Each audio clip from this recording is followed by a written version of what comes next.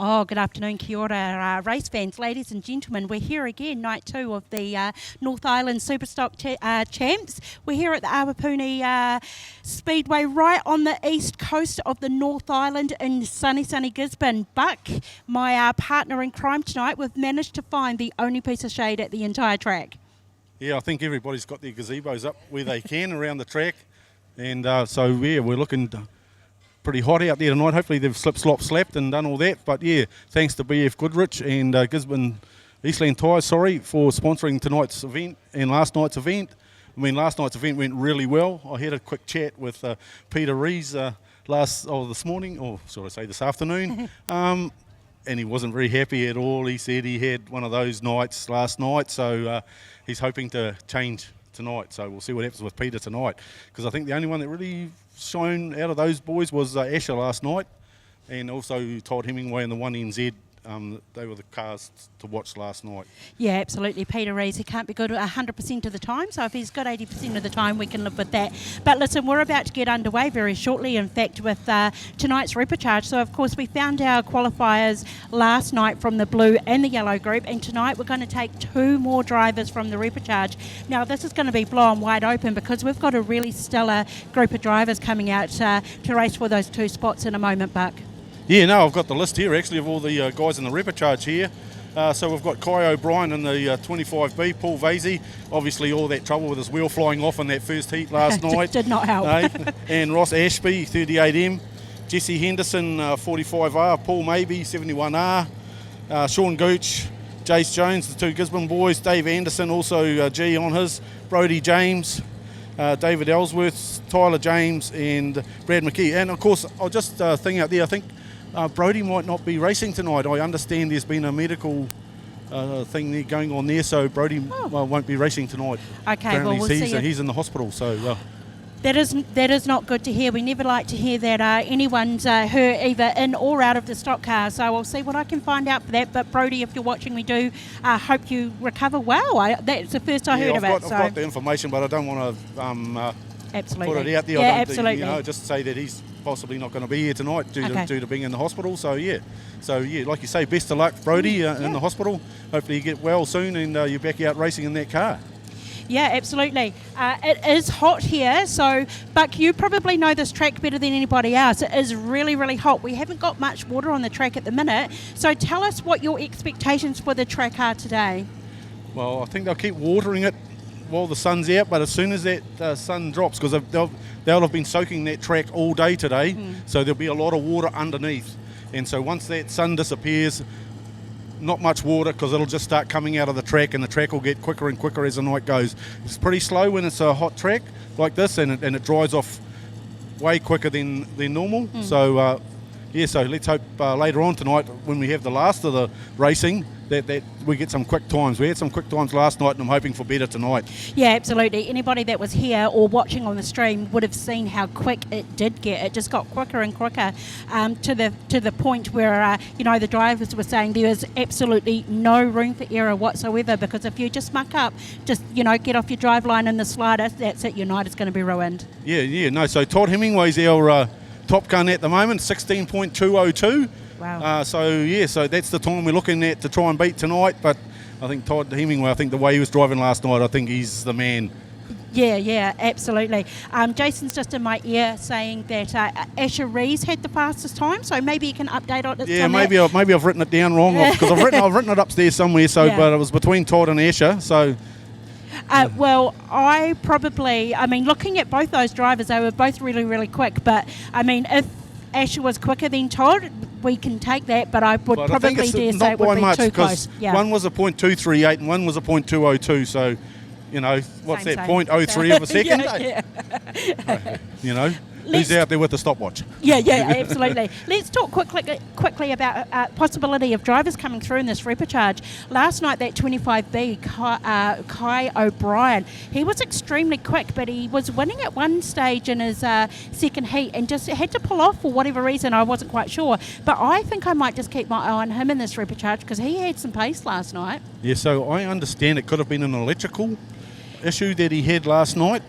And also Mr. Vasey, Paul, I understand he came out in that last heat last night. He said he was a bit slow. He's put a quicker gear in, so we'll see what he's going to do as well. So he'll be a man to watch as well. Yeah, Paul Vase is definitely no slouch when it comes to speed. He thinks that he's too old to keep up with these young guns, but I absolutely put my money on him as well. We do have only 12 cars, I believe, in that repechage, so it's anyone's game as to who will come through, Buck. Yeah, and even Tyler James out there, tonight, he's got a good chance of getting 1 and 2 and going through to the final as well. So let's keep an eye on that G. Yeah, I spoke to Tyler last night. He said if he didn't make it through, he's going to have fun tonight. So we both know what that means. So that could be very interesting. After all that effort he's gone, putting that new diff and axle and all that in his car, he'll want to be 1 and 2. Absolutely. But listen, we do hear some engines going at the minute. The pits seem to be really, really relaxed for what's on the line tonight. It doesn't feel like we're at a title meeting. Yeah, well, I think Gisborne just relaxes the drivers. You can wander around, you can chat to all the drivers, and there's no one there trying to hide anything from you. As you get when at the New Zealand's, they won't let you anywhere near their trailer or their bits. They've done something, I can't let you see that. But down here, you can go down here, have a chat with them, just about have a cup of coffee, actually, with them as you're going around the track. And even the other drivers who are in the other classes tonight as well. So everybody's pretty relaxed. The crowd's looking pretty relaxed as well. I think they're all trying to find a bit of shade, so they're coming over to this side of the track to catch a bit of shade in the seat there. But listen, tell us, what in terms of support classes, we have a bit of a change-up tonight. Tell us what we've got on the program tonight, Buck. So we've got the Saloons tonight. That's our change-up. So we've still got the street stocks from last night. Cody Gooch, he went out last night in the second heat with a blown motor. He's actually got another car tonight, and he stuck the same number, his number 6 back on that car, so he's in the station wagon tonight. So keep an eye on him as well. And then the Saloons, of course, we've got our 2NZ. Ethan Cook out tonight as well in the Saloons. Copy, Dave. So it'll be interesting to see how they go out there tonight, because I know Ethan likes to better anyone else out there on the track. If someone's running a quick time, Ethan in that Saloon car tries to go quicker than anyone else out there in that car, so it'll be interesting. So I think tonight's racing is going to be quite interesting. Of course, we've got the 3 heats who are going to determine our winners, who get up on the podium for 1, 2 and 3, and we also have the consolations or second tier racing as well, so still a good number of Superstock races. And also stock cars again tonight, Dash for Cash. And I understand Ethan Rees will be out in the stock cars as well tonight, in the 77G. Sam Hughes' car? Yes. Oh, okay. That's really interesting. I did actually see him driving that just a couple of moments ago and wondered what he was doing in there. So that's a bit interesting. There you go, everybody. You can keep an eye out for Ethan in the 77G. I think that's a nice big blue car. I think that word cash everyone's comes out eyes and everybody's going, ooh, yeah. So keep an eye on that little episode and see what happens there. So it'll be interesting. And of course I'll be doing what I'm normally doing, walking around the pits trying to bring you as many interviews as possible from these drivers. Like Buck just alluded before, everyone is quite relaxed at the moment, but that could change really quickly. So what we might do is just cut over to some ads or maybe some music. Buck, we're going to come back to you really, really shortly with these drivers who are getting ready for this repechage. And then we have a little bit of a break. So Yep.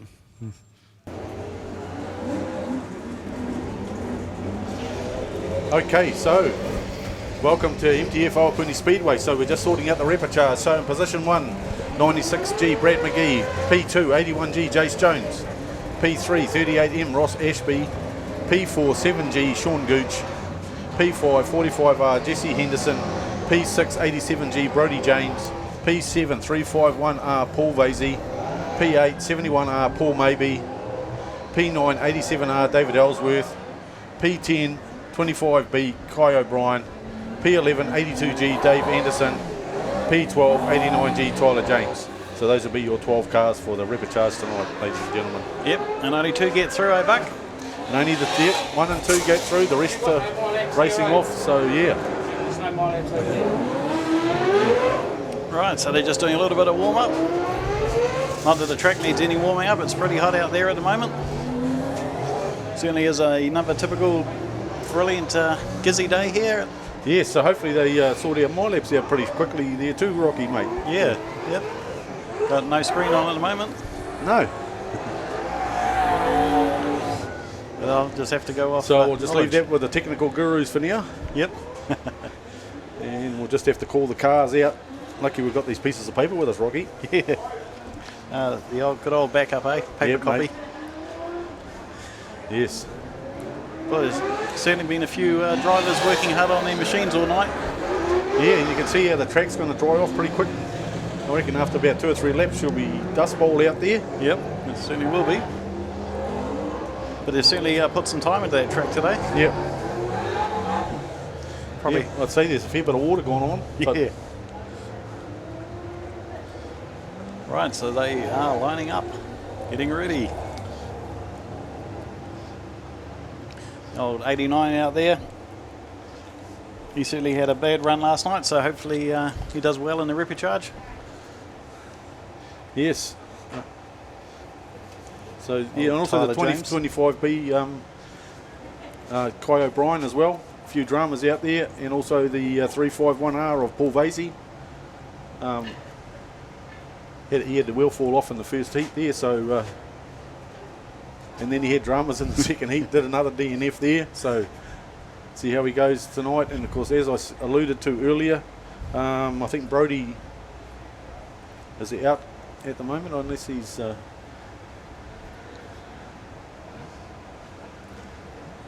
So yes, I understand he's in the hospital. So yeah, so we'll see where we go from there. But I think hopefully they've got all the other drivers out there. But yeah, so unfortunately I don't think we'll see Brody out there tonight. Oh, it's a bit of a shame. All this way. Yes. Right, so they can't be too far away. So 38M, Ross Ashby second in that position 3 there. We'll see who jumps the gun. Whether they're going to come back from that or not. Yep, old Jace Jones here in the number 2 spot, 81G on the outside. And not too sure how many laps they're going to give these guys, but looks like they're ready to rumble now in the repechage. So they're off and away. Of course, the 96 machine there of Brad McGee jumps out in front straight away. And we've got Ross Ashby goes out wide, loses a few spots there. And of course, Paul Vasey in the 351 battling away with the James car there. Actually, the Brody James machine is out there, the 87G machine there, so maybe he is out there racing, or someone else is in it, maybe, not too sure. Oh! Well, that was a good 360 there, 38M. Yeah, he's been having a few issues, hasn't he, but it's all the 96 Brad McGee at the moment. And we'll just see who's potting in behind him. It looks like the 87, of Dave Ellsworth there. 81G, Jace Jones holding second spot. He's got to get up there. And the 89 of Tyler James. Those are your top 4 at the moment. And of course, Paul Vasey just spun out, so he's got a lot of work to do. But it's going to be all 96 Brad McGee at the moment. He'll be lapping that up. And of course, the Rotorua machine of David Ellsworth. Jace Jones, hopefully he might just sneak through if he can catch up to Ellsworth. And of course, Tyler James as well in the 89. So those others are not looking like they're going to get anywhere near them at the moment. Kai O'Brien in the 25, he's trying pretty hard to catch up to them. He had a pretty rugged night last night. He won't be happy about being way back there at the moment. But looks like they're going to be catching up to some back markers soon. Of course, the 82G, Dave Anderson right at the back there. And of course, McGee's catching him up in the 96. But 87 is still holding off second spot. Jace Jones still trying to move up, but no, he's dropped another spot. Tyler James has jumped in there in the 89 at the moment, moved into third spot, so he'll be looking to catch up to Ellsworth there in the 87R. He'll be looking to get a James in the final.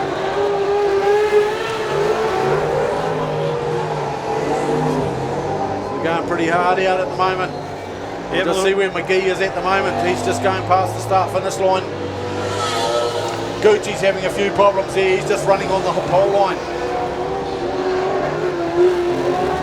Not too sure how many laps they gave these guys, but James is trying to catch up to Ellsworth there. Ellsworth goes a little bit high. Has he left enough room for James to catch him up down the front straight? Of course, old Shawnee's holding him up. Gets a bit of a tangle going on. Tyler, it's all on. The battle's on. Tyler James gets back out on the track. Drops a spot though, so the 25 of Kai O'Brien moves into second place now. So they're racing pretty hard out there, but it's all the 96 machine of Brad McGee. Final lap coming up. So, but Tyler James is trying to get through as well. He's right behind O'Brien there into turn 3. Can he get underneath him out of turn 4? Yeah, he puts the pressure on. It looks like he might move into second spot. Sorry, third spot. It's still the 87R in second at the moment. So it's that battle for that last position that's still going on out there with those 3 cars. The white flag is out for the last lap, so there goes Brad McGee. He's just got to go around and circulate. Tyler James has got to get in front of this Rotorua car now if we want another G in the mix. But it's David Ellsworth still. Does he go too high? James gets it underneath it. What's going to be like coming down the front straight to the checkered flag? Oh, look at that. What slick racing going on there. All over Rover. Yep. So there you have it. Brad McGee, David Ellsworth, unofficial winners of the repechage. So there we have it. So 10th place 7G Sean Gooch, 9th place 87R David Ellsworth. That doesn't seem right, but yeah, oh, did he get spun it? 8th place 82G Dave Anderson, 7 81G Jace Jones, 6 351R Paul Vasey, 5th 38M Ross Ashby, 4th 45R Jesse Henderson, 3rd 25B Kai O'Brien, 2nd 89G Tyler James, and 1st 96G Brad McGee. So it looks like we've got 2 G cars stuck in there according to the results, and of course in last place 71R Paul Maybe. So yeah, so we'll have a little bit of a break for now, ladies and gentlemen, while they organise these guys into the main event and the other events going on. So we'll put you back to a bit of music now. Thanks, ladies and gentlemen.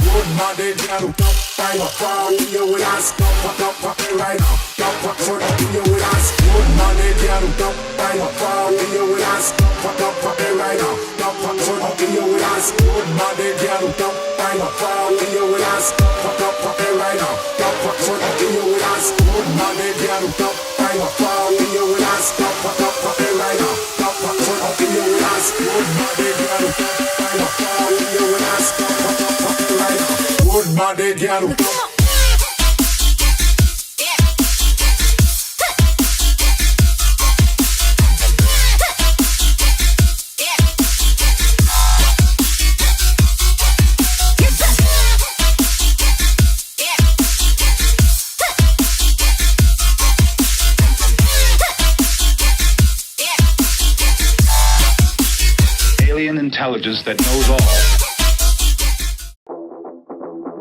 If motorsport is in your blood, then Speedway Garage Palmerston North and Wanganui is your home away from home. From Speedway trivia nights, car reveals and good dirt track banter, along with great food that has our famous steaks, roast of the day and classic pub meals, Speedway Garage is the place to be. We look forward to hosting you at one of our 2 locations, 528 Main Street Palmerston North or 45 Anzac Parade Wanganui. Don't forget to check out the Pits TV Garden Bar. See you at the finish line. It doesn't matter how hard the job is, we suck it up and get it done. No matter how dirty our hands have to get, we suck it up and get it done. Suck it up, suck it up, suck it up. Out for suck's sake, suck it up, suck it up, suck it up. Out for suck's sake, suck it up. Suck it up and get it done with suckitup.co.nz. Well, welcome back, ladies and gentlemen. I do have a little bit of an update before we crack into some of these interviews. As you would have seen on the final repechage race, I don't quite know how to explain this. Tyler James, of course, came home second. He's since been disqualified. He did enter the infield at the right in the middle of corner 1 and 2, and exited somewhere sort of down the middle of the back straight. Speedway New Zealand, of course, can't allow that to happen, considering he also made a spot. So he has since been disqualified, bringing Kai O'Brien from the Bay up to second place. So the first two going through again will be Brad McGee, 96G, and then the 25B of Kai O'Brien from the Bay. So that's the only change that we have thus far. But I'm really, really lucky and excited to come and speak to you, Jace Jones. Jace, of course, you did come out in that repechage. It may have been a repechage. There weren't many cars there, but it was still really quick, wasn't it? Yeah, it was fast and it was tough, and that in turn 1 and 2 was pretty hard work. There was like a flicker of a coin in or out, and then we all would have come through. But yeah, the boys are a bit unlucky. We're trying to get 2 Gisborne cars through, but it's always next time, eh? We'll just have fun in the cattle class. Yeah, absolutely. It looked like you were having fun out there. You probably raced right in the peak of the heat of the day as well. So that would have been really tough. We did see too a little rut opening up on turn 1. Yeah, I think he'll come back. Hey, we'll put a bit of water in and do a bit of wheel packing, and Clyde and Dean and the team will get the track pretty sorted, I think, because it's always pretty good. Well, the track was absolutely phenomenal last night, so I do expect they'll be able to bring it back. But listen, I wanted to come and talk to you, of course, because these meetings are absolutely cherished by our Speedway lovers, and we couldn't do these meetings without sponsors. So Jace, you are one of the sponsors of tonight's meeting, and of course you are in partnership with the Tyre General. Yeah, so the Tyre General in Gisborne is a family business. My mum and dad and my younger brother Regan help, and I've been running it 10 or so years now, and then we're lucky one of our suppliers, BF Goodrich, they've gone halves with us and putting on this event. Well, it's a community event because there's that many people involved in Gisborne that help out. Absolutely, and one thing we do know as well is that when we do come to Gisborne, the hospitality is absolutely outstanding, and it is because you are a little community, kind of off to the side of the island, and it's almost like look after each other, help each other. It is like you say, a community, a right little whānau going on. Yeah, we all do a bit of everything, like Sam, like a president, he's out there racing and then doing all the other prep work, and I run the bar, so I was on the late shift this morning, and then I went to work and then came back out here, and unfortunately we missed out the qualifying, but yeah, we'll have fun, and it's all good fun for everyone. What do you expect for this evening? We've got a lot of Superstock races, which is the first thing, which is great to see. We've also got the Super Saloons on here as well. If you were given a class that could possibly set a lap record, do you think a Super Saloon could do that? Yeah, because I think we only got one Super, but the rest are Saloons. But like Ethan Cook with his new car just got 2NZ down south, and like he's pretty flying. So he'll be good to watch. And then the Supers. No, I think like Cody and his rocket ship over here had it hooking up. He had a few issues the first 2 and had it flying in the last one. And then you got the Team Rees and all the other Gisborne boys. Like tonight, most people struggled last night, but tonight everyone will dial it in and there'll be some fast racing. Yeah, I find it really interesting that you say that. A lot of people struggled last night because the track was really, really quick. But do you think it was more of a setup point of view? It didn't look like they were struggling on driving in the track. It could have been just the car was a little bit loose here and there. Yeah, it's amazing what a turn can do here or there, or like a couple of pounds in the tyres, and we're all learning, and it's just trying to pick it up. And then like yesterday was a bit cooler, and then today we got a summer hot day, and then it throws a different spanner in the work, and then it's all about how much water during the week and trying to get it on today, and then with the heat it sucks it all out. And one thing that really stood out to me last night when I was walking up and down the pit lane after these races is the amount of overheated cars that there were. That really surprised me. It just goes to show this track here is absolutely notorious for, it's almost like a cemetery for cars. It's just hot work here, isn't it? Is that the heat and the track, do you think? Yeah, well, with the banking, you don't have to button off as much going into the corner, so you can keep the revs up and just keep that speed going. And no, it just goes, and with the hot weather, that doesn't help either. Like, it'll be good to race on a cold night. It makes the cars run a bit better. A cool, cold night in Gisborne. I don't think there is such a thing. But listen, Jace, we do appreciate it. Like I say, it's absolutely remarkable time and time again that we find sponsors to sponsor these races. Without you guys, we couldn't do it. So on behalf of everybody here, we send you a big thank you. No, cheers, and thank you for you guys. What you guys do. You guys do an awesome job. Oh, thank you. I'll remind Jason of that later on tonight when he's at the bar. But he said he doesn't need reminding. Yeah, it's one of those things. But no, it's cool because like if we can't go to a meeting, we always stream it so we can watch. So it's just growing and growing, and it's just bringing up the whole profile of our sport. And the more people involved, the better it is for everyone. Yeah, absolutely. It's a bit of a thrill for our team to know that we're going out to the likes of Canada and Singapore and America and what have you. We absolutely and Antarctica, Jason reminds me. So yeah, it is a bit of a thrill, but we do it for the love of the sport and to bring you guys to the forefront as well. So it's you guys who are the stars. We definitely just enjoy coming to a meeting and getting a hot dog every night. Yeah, we're a long way of being a star, I think, but yeah, we're enjoying it, and we just try our best. That's all we can do. Yeah, absolutely. Well, hey, good luck for tonight. More than anything, just go out and have fun. That's probably what the name of the game is tonight. But listen, I'll go and try and see if I can get some more interviews, especially maybe Tyler James. I don't know if you'd want to speak to anyone at the minute. No, I think you leave him around. Give him a couple of powers and you'll say what he really thinks. Yeah, we'll keep the microphone away from him. Probably best luck to go and actually speak to his little brother, Brody, who's actually, Jaden, who's actually in the Ministock tonight. Yeah, no, he did well last night, and then,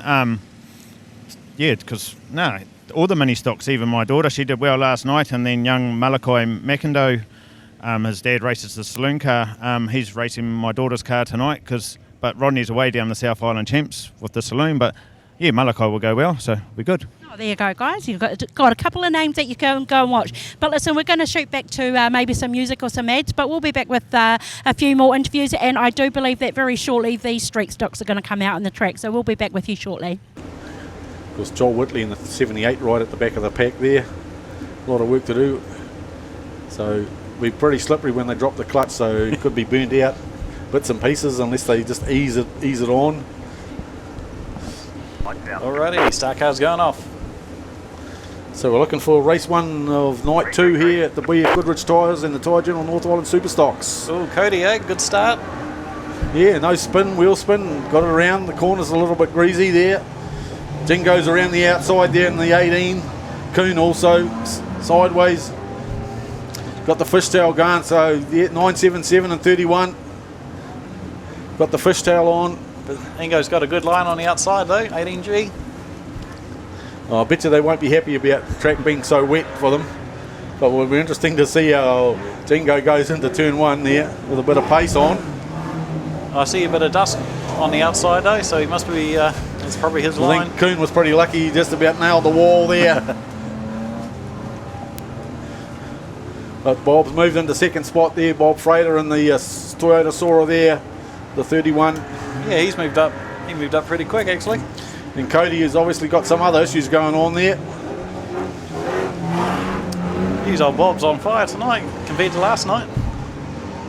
Yeah, but you've got to stay on straight on the track. Yeah. You don't get any speed when you're going sideways, I don't think.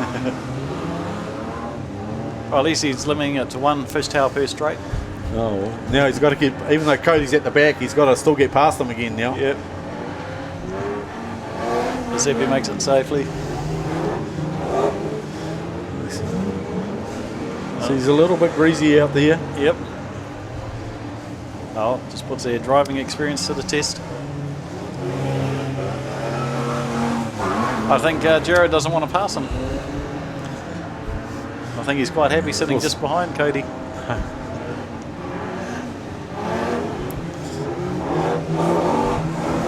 They'll all go and have a moan anyway. Track was too weird. Couldn't get any traction. But no, they're the ones to test the track for us. Yep. Oh, it's Bob. We're going to have another go at him, is he? Yeah, we'll be looking for a bit of a tap. Gives him a bit of a nudge.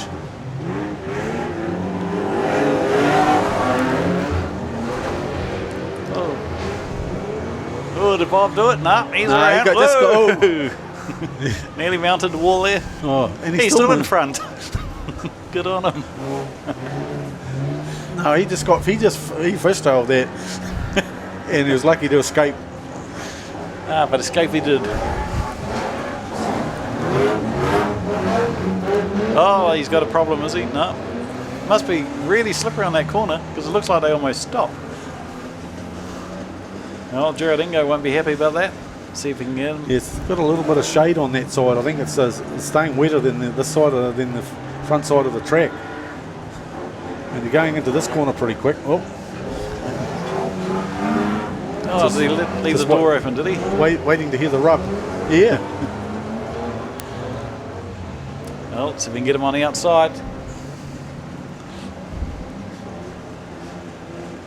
Oh, they slowed each other up. Yes. What are they having? A bit of a shake hands as they're going around turn 4 there. Yeah, that was interesting. I think he hooked them up again. Oh yeah, Bob's just trying a different line, get down on the inside. See, Bob's using the whole track. Yeah, and then some. Yeah. And the wall. Right, this should be the white flag out now for the final lap. Yep, for Bob Frater, 31G, current race leader.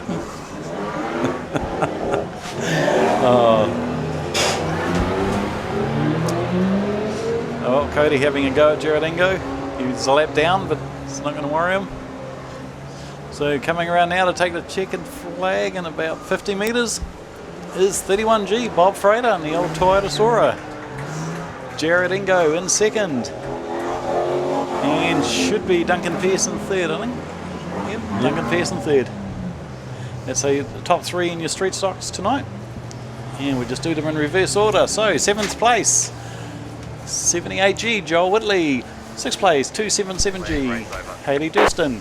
5th place, 6G, Cody Gooch. 4th place, 14G, Daniel O'Neill. 3rd place, 977G, Duncan Pearce. 2nd place, 18G, Jared Ingo. And of course our race winner, 31G, Bob Frater. Those are your 7 street stock finishes in their first race tonight. And coming up next will be the Superstock Tier 2 Championship. Yep. So we'll see what happens there, because as Jace Jones alluded to there earlier, he's going to go out there and have a bit of fun. So let's see whether they're going to race or they're going to try a few tactical manoeuvres on other cars. Yeah, I was just wondering if there are going to be any teams events in the New Zealands, in the North Islands, in the Tier 1s. Oh, you never know what's going to happen there later on. So have they allowed Tyler James to carry on racing, or have they... Yeah, so he'll come out on the Tier 2, sorry. Yep. So he's allowed to race, but he just wasn't allowed to go forward into the Tier 1 meet race tonight. So yes, unfortunately, the New Zealand officials, of course, they're not completely heartless. They're not the local chaps. So you know, there's a mixed blend of referees there tonight from all over the North Island, and I think there's one there from the South Island. So yeah, and of course they got a hard road to hoe, I think, you know, to keep an eye on everything. Yep. Because any decision they make, someone's going to be upset. And then they've got to be able to back up that decision and make it stand. Especially in the Tier 1 race tonight, I think unless things run smoothly, I think there could be the odd. Yep. Yeah. Righty-ho, so it can't be too far away. Yep, I can hear the engine starting, so they'll be up very shortly. 2, 3, 4, 5, 7, 8. Yep, certainly do appreciate this crowd coming here in this heat when you could be down at the beach here in Gisborne. So I think we've got about 8 of them out there tonight. If they all come out, of course, there's Jace Jones out first in the 81G machine, 7G, Sean Gooch, the 71R, Paul Maybe, 82G, Dave Anderson, 38M, Ross Ashby, 45R, Jesse Henderson. Got any more? Yep, 2 more coming out. Of course, the 351R of Paul Vasey, who had a whole lot of trouble last night as well. And there goes the 89 of Tyler James out there. He'll be disappointed that he's had to stay in the Tier 2 pack. But there's still a little bit of cash. Yep. Still a little, you get a prize if you come first, second or third. So we're missing, Brody James and David Ellsworth, are we? Yeah, so Brody unfortunately will not be racing tonight. And I think that's all we're missing. I think we should have 67R. Did that come out? No. We should have 1, 2, 3, 4, 5, 6. About 8 cars anyway. Should be all up. So I think they're all out there. Yep. all 8 cars. Unfortunate that it's just 8. Could have been some extras, I think, if we had a few more cars, because we've got 26 going into the. Ooh, that I thought we were going to have an incident there. that would have been interesting. So anyway, Jace Jones on pole position. We'll see what that's like when they let them go, because see whether we've got any grip back on the track after the street stocks have been around. But looking at it, looks like the track's actually not bad at the moment. Yeah. Right, here we go. Jace Jones tried to get away from it all there. Sean Goochen underneath him there. And we've got the 38 Emma Ross Ashby tucked in there, as well as Jesse Henderson. Oh, it's 5 into turn 3. They're all going to fit. The 38 gets wide into the wall of Ross Ashby. Oh, done something to his car, because he's just backed right off.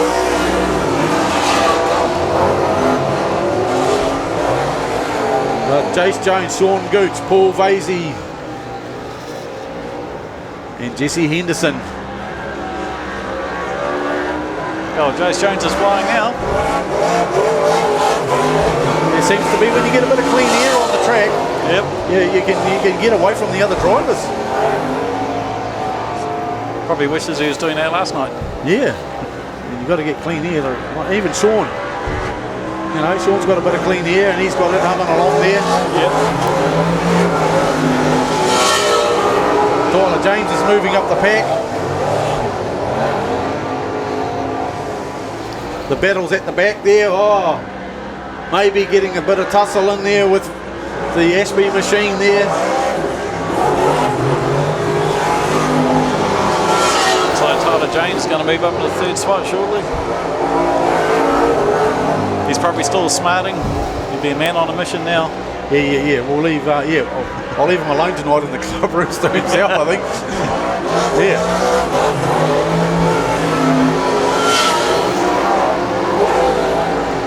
But it's all looking good there for Jace Jones at the moment, one of the major sponsors of tonight's meeting.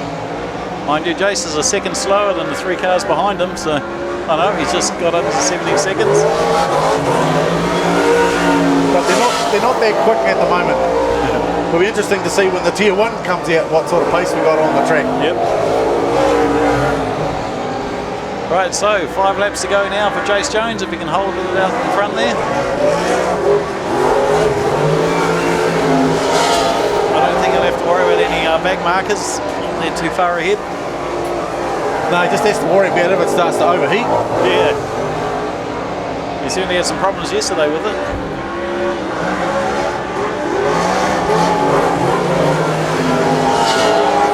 But they all look to be enjoying themselves out there at the moment in this Tier 2 class there.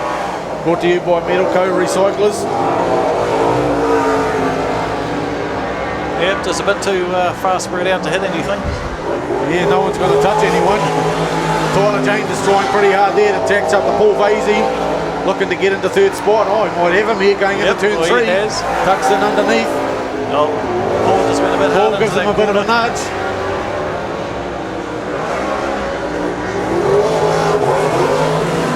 Oh, Jace Jones, come around and get the checkered flag and the white flag.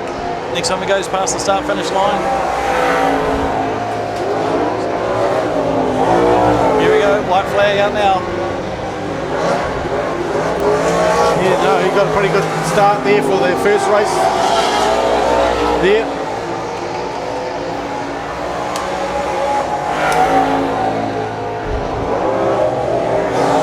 So it'll be Jace Jones, Sean Gooch, and Tyler James.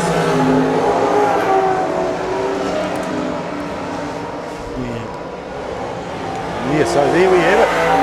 That'll be the Tier 2, Race 1 done and dusted. Yep. Well, that wasn't too bad though, all in the 17-second. I know we got a couple of 1, 2. Well, we got 1 and 16. Tyler James just tucked into 16, but yeah. So 10th place out of there. Oh, sorry, we won't go to 10th because those gentlemen weren't out there. But 8th place, 71R Paul Maybe. 7th, 82G David Ensign. 6th, 38M Ross Ashby. 5th, 45R Jesse Henderson. 4th, 351R Paul Vasey. third 89G Tyler James, second 7G Sean Gooch, first 81G Jace Jones. So those are your tier 2 final top 10 or top 8 tonight. Top 8, yep. Tonight for those guys. So moving on, coming up next we have got the Simpson Automotive and Gisborne Agricultural Services Stock Cars Dash for Cash coming up. And as I alluded to earlier, I think, yeah, we've got Ethan Rees hiding in there somewhere. Right, to give Jace Jones a big hand as he goes around. First win of the Tier 2 Superstocks tonight. He'll be happy with that win after the sort of night he had last night.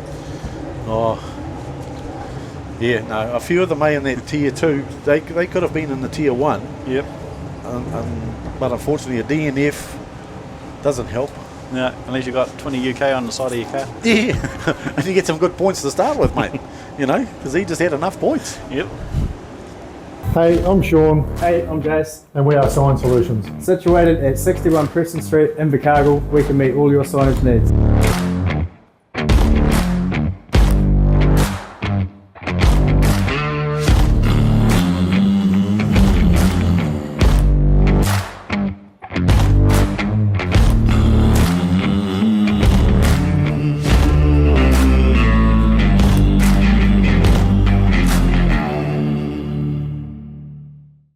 Anderton Decorators are a long-established Canterbury company covering the whole of the South Island who love to support their local community. If you require expert advice from design to application, then Shane has the expert team to ensure your next project is hassle-free with a professional finish. Floor to ceilings, walls to roof, inside, outside, commercial or residential. Let our team take the hassle out of your decorating. Give us a call now on 027 Painting. That's 027 724 6846. Anderton Decorators, we have you covered.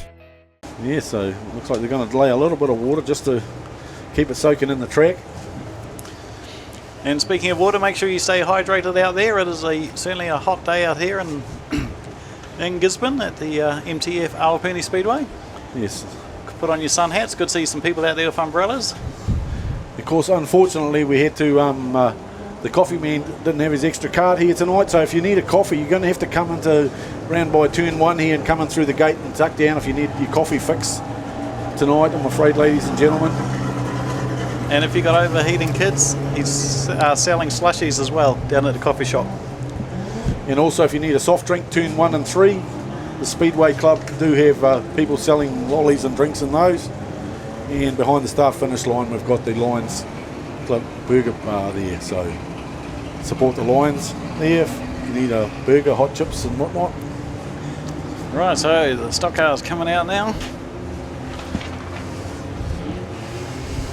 And who have we got there? So Logan Bruce there, looks like on pole position. Looks like Trevor did a bit of fixing up as well. He's out there in the 128G. I wasn't expecting him to be out there tonight, but he managed to slip through. Gearbox and a diff as well. Yep. Some of these guys give up their... But I think he had to go hunting this morning. I think there was someone else had some spare parts in their shed. Definitely wasn't Trevor's shed. Probably. Yeah, can I borrow them? I'll bring them back on Sunday. So yeah, so the drivers from last night, of course, Bryce Simpson, the winner of the Ashley Scott Memorial last night. So keep an eye on him. Right. See what he does. Yeah, see the old stirrer bacon out there, about halfway in the pack. And as I alluded to earlier, on the other side of pole, we've got the 17G there of Logan Bruce. Well, he's got wings on tonight. He hasn't been running wings for the last 2 or 3 months. So we'll see how that car goes. Yeah, the track must have been faster than he thought it was last night. Yeah, want a bit of downforce going on there. Because of the Cheatham man and Casey hiding at the back there. Of course, the points are added up over 3 races, so... But you've got to be in it to win it. I'm just trying to pick where that 77 car is that Ethan's Rees is driving in. Is he right at the back of the pack by the looks of it? So we've got about 19 cars on this tonight, ladies and gentlemen. Certainly is a good number for the old stock cars. Definitely. I think they dropped 2 cars from last night, and then another 2 came through this morning to add. So they really didn't lose many from yesterday. Alrighty. Only Sean Kingy, obviously, with a motor problem.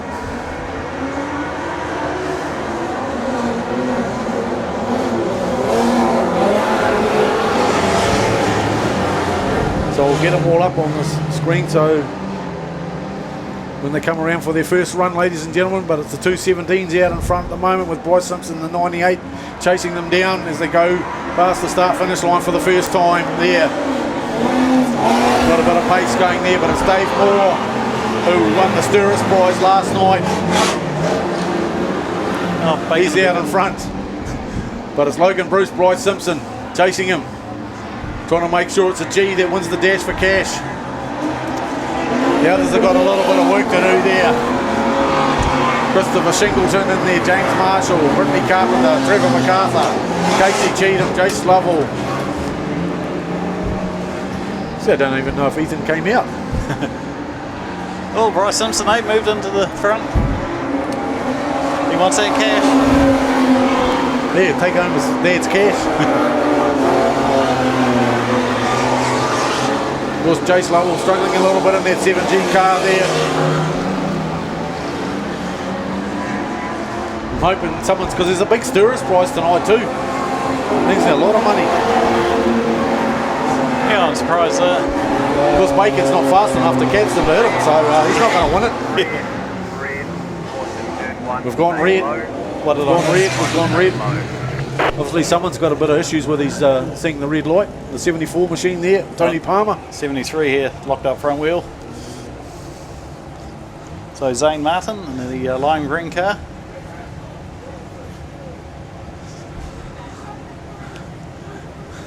Right. Obviously, got a bit of rubbing going on and ended up tucked away there. Whether they're going to leave him there, whether they send that 74 back or just leave him, let him go. At least the cars behind Bryce managed to stop a distance behind him. Did he just catch up? All right, so underway again, lights are green there. Bryce was a bit slow on that start. Maybe.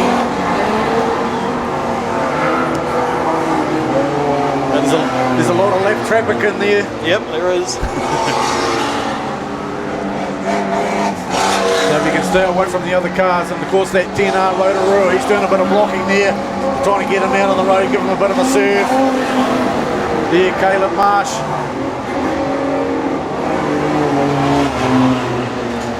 Oh, Bryce is certainly extending his lead now. Oh, Brittany looks like she's got issues. Yep, looks like an engine gone. I think that's the end of that race for her. Might even be the end of the night. That's a big shame. Can't get down to the infield. So we'll probably go red again. Yep, we've gone red. Drivers haven't noticed, but we are red. Yeah, it's funny there, eh? Because I think they also say that in their ears. Yeah. You know, red, don't stop. Well, I think they do. Right, so where's Bryce hiding? He's in that mess. He's in that melee. Oh yeah, or at least he's just in front of the melee. Of course, when they get this car off, he's got no one in front of him, so that should be good. And how many laps they got? 3 laps. So when he goes over, it'll be 2 laps to go. In about 20 metres. Oh, dropped another one in the middle as well. Or was he just circulating to keep his clutch going? Can't stop.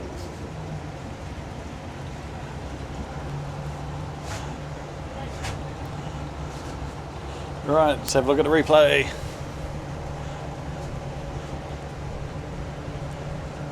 Oh, he hit the wall hard. Yep. In that 73. Yep. Oh, he got sent there. Yeah, just locked his right front wheel up. There's a bumper bent round. That must have hurt, I think, that one. Of course, Brittany in the 85, she's not going to be happy. A lot of smoke just came out then. Obviously, the motor did not survive there. Right. Okay. They're dropping cars pretty quick. Yep. It is fast out there tonight. Rocky. Okay, can't be too far away. We'll hear the engine start revving shortly as they advise them on the radios. Right, we're off. Oh, Bryce gets a better start this time. Yeah, they're battling it out for that third spot. Second and third, that 87R. Christopher Shingleton there, he's moving ahead, he's chasing Bryce down. He wants the money as well. Chasing hard into turn 3 and 4 there, but it's Bryce just will have enough gap there. The flag goes down for the last lap.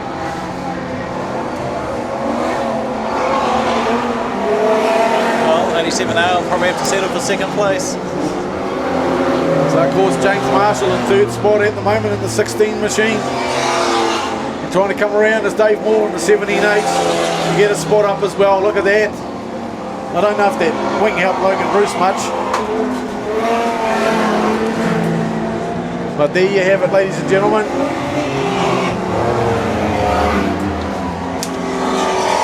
I expected a bit more steering from Bacon, to be honest. Yeah, nah, he'll never win a Stirrers prize like that, mate. So Simpson Automotive and Gisborne Agricultural Services Stock Cars Dash for Cash. 10th place, 164G Will Carr. 9th place, 52G David Bacon. 87G Jason Lovell. 7th, 128G Trevor MacArthur. 6th, 97H Casey Cheatham. 5th, 17G Logan Bruce. 4th, 17H David Moore. 3rd, 16H James Marshall. And 2nd, 87R Christopher Shingleton. And of course first 98G Bryce Simpson, who won the Ashley Scott last night. So that's how they roll. And of course yep, so give him a hand as he goes round. Bryce Simpson going to make it 2 out of 2 nights, is he? I don't think anyone touched him last night, and they didn't touch him tonight yet either. Yeah. So he's been quite lucky. Mind you, next race he'll have to come from further back, so we'll see how he goes. And of course we go into the Golden Oldies next, ladies and gentlemen. So just find my little list of Golden Oldies that I carry around with me, because they haven't got transponders, so we've got to make up our own stuff with these guys. Yep. But that's a good thing. If we get it wrong, no one knows. Yeah, that's right. They don't know. We don't know the drivers or anything like that. So yeah.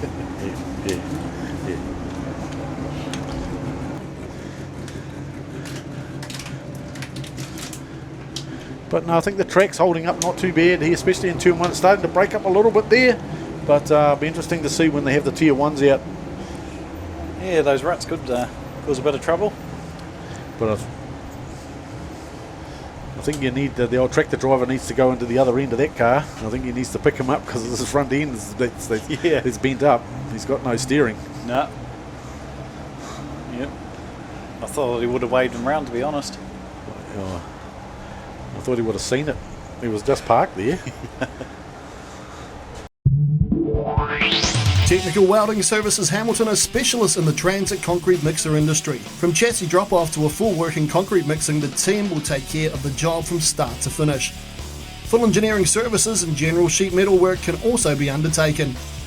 Need a quote? Call 07 847 2031 or visit our website www.techweld.nz.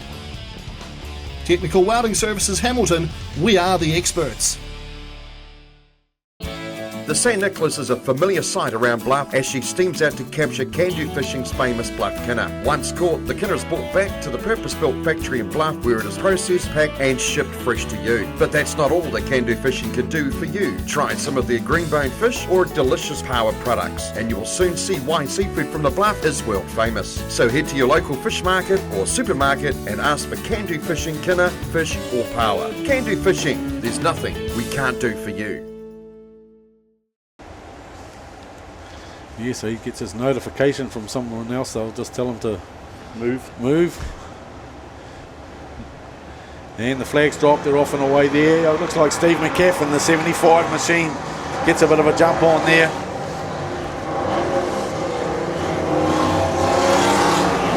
Pretty good jump too. Oh, he got it. So that's an ex-Trevor Peters replica chassis with original motor, Chev V8 in that one there with a Honda Civic body that Steve's driving around in that 75. And that 1P tank, he's all over the wall.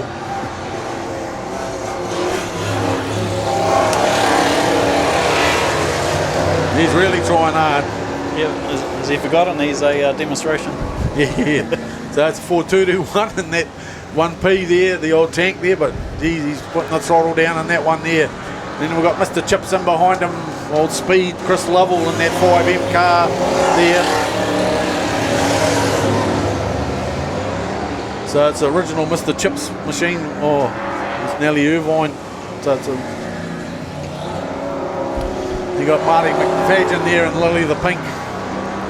Yeah, Graham pedal car. That's an original chassis on that one.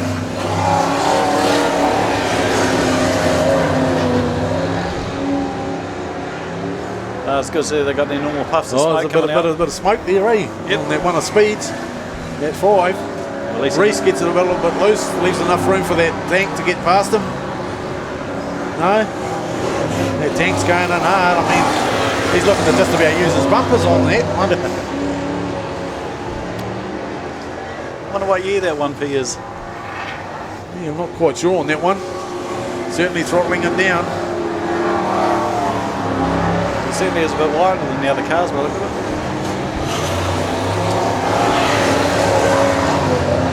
Of course, old Peter Andrews in that 1H there.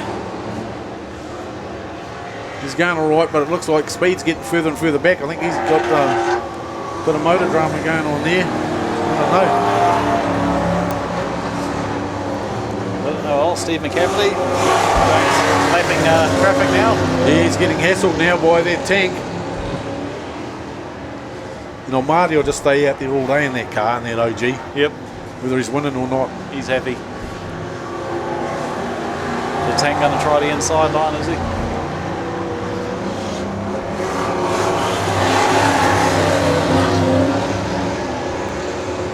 That other Palmy car, the 15's trying really hard as well there. That's Mel Killison there in the Ford V8. Oh, on the inside. Pushes them up a bit. Oh. Oh, they're all trying. It's going to be, we're going to have an incident. Is someone to get called up to the office? Yeah, especially for a demonstration class. Hey? See, the old tank looks too. like old Blue's running out of energy there. He's dropping down to the infield in the 56 machine. Obviously something going on there. Oh well. So last lap. Yep. So Chris Gomans. Come round, take the checkered flag.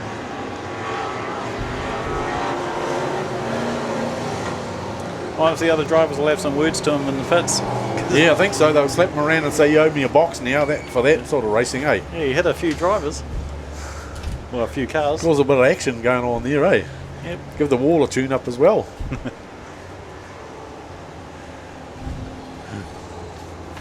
Definitely.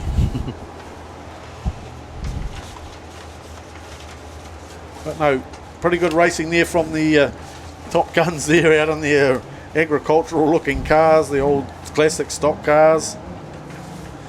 And of course, coming up next, we move on to the Ministocks. Yep. Ooh. Up and comers. Remember some of those Superstock drivers out there, they were in Ministocks about 5 or 6 years ago. Yep. Got to start somewhere, and why not start when Dad can pay? Yep. Yes, definitely. Dad, sponsor, mechanic.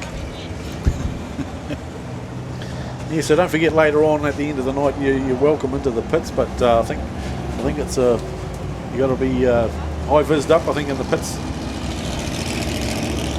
Yep, you can sneak down to the Black Cat coffee shop to get a coffee or a slushy, but you can't actually go into the car area itself until after the meeting. Right. Oh, what happened to Steve McCaffrey? He's getting pushed out, is he? Yes, I mean in those days you'd have a big battery in there as well to start you up. Not these days, like with the Supers, they have a little battery just to keep things going, and they have a big battery to just jump start them and get them out there. So they need to keep going. But yeah, well done there. So Mr. Gomans, Chris there. So, and it looks like Bianca wants to have a chat with somebody out in the pit, so we'll go to Bianca. Yeah, thanks guys. I'm down here with Brittany Carpenter. Of course, the the girl who always has a smile on her face is not actually smiling right now. I feel your pain, Brittany, but can you explain to us what's happened? Yeah, the motors just said bye-byes. But that's all right. We'll get it back to Hartley and hopefully I get it fixed because I'm meant to be going down south in a couple of weeks. So. Oh, of course, you're on the Rees tour in a couple of weeks. Yeah, I'm only doing the start, Blenheim and Nelson, but I'm sure Hartley will get it done for me. Yeah, if you blink once, blink twice, I'm sure you can. But listen, you were going really good up until then, Brittany. You were sitting about 5th or 6th position, I believe. The car just seems to be on fire at the minute, and you're just the happy driver on for the ride. It's a real shame that this has happened to you tonight. Yeah, it was going really good, which they say does happen before it blows. But that's all right. I'll be back out in Nelson and hopefully, well, with a fresher engine. Let's hope. Listen, I'm going to be down there with you, Brittany, so I will hold you to that and hopefully interview you back then. Nice to see a smile back on your face. There you go. Good luck. Go and enjoy the rest of the night with a beer. I guess I get to watch Ethan now. Go, Ethan. Cheers, guys. Yeah, thanks, Bianca. Right, Ministocks. And a good field of them tonight. Yeah, they had a pretty good field there last night. So just there's a few cars to keep an eye on out there. That 62P Braxton Southerly, just keep an eye on him. Of course, we'll see young Zach Childs there on the 44G pole for this race. Wow. And of course, I've been noticing that William Johnston Priest there in the 52. Like a few weeks ago, I was watching him race, and he was at the back of the pack. Yeah, a lot. And he's been mid-packing all last night and getting in between the 5th and 10th position there. Yeah, I noticed our newbie's not there, 31G. Which one? Oh, yeah, because I was going to try and catch up with them tonight in the pit area. Obviously, a few dramas with that car last night. Yeah. Obviously, sticky throttle, I think. Maybe lead. Oh, it's a shame, though. Because that's what I said to William. I said, "Oh, mate, has your dad done something to your boots? Put some lead in them or something?" And their car's going pretty quick there. Because as I said, he was normally back of the pack, just cruising around. But he's got a bit of race going on now as young William Johnston Priest. So he's obviously been learning a little bit there of the racecraft going on out there with the Ministocks. Of course, you've got Brody Gooch there on the 10G. He's going pretty quick. Yeah, he is.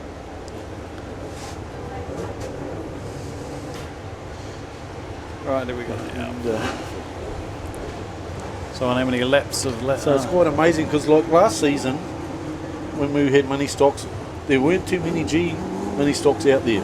Then you look out there tonight, how many Gs and how many other cars from other countries, or should I say other tracks out there. There's only really the one from Palmerston North. It's the odd one out tonight there. But as they alluded to as well, in the 81G, they've got Malachi Mickindo in there. So keep an eye on that car. Last night it was Mila Jones in it. So obviously they must be sort of a similar fit in the seats.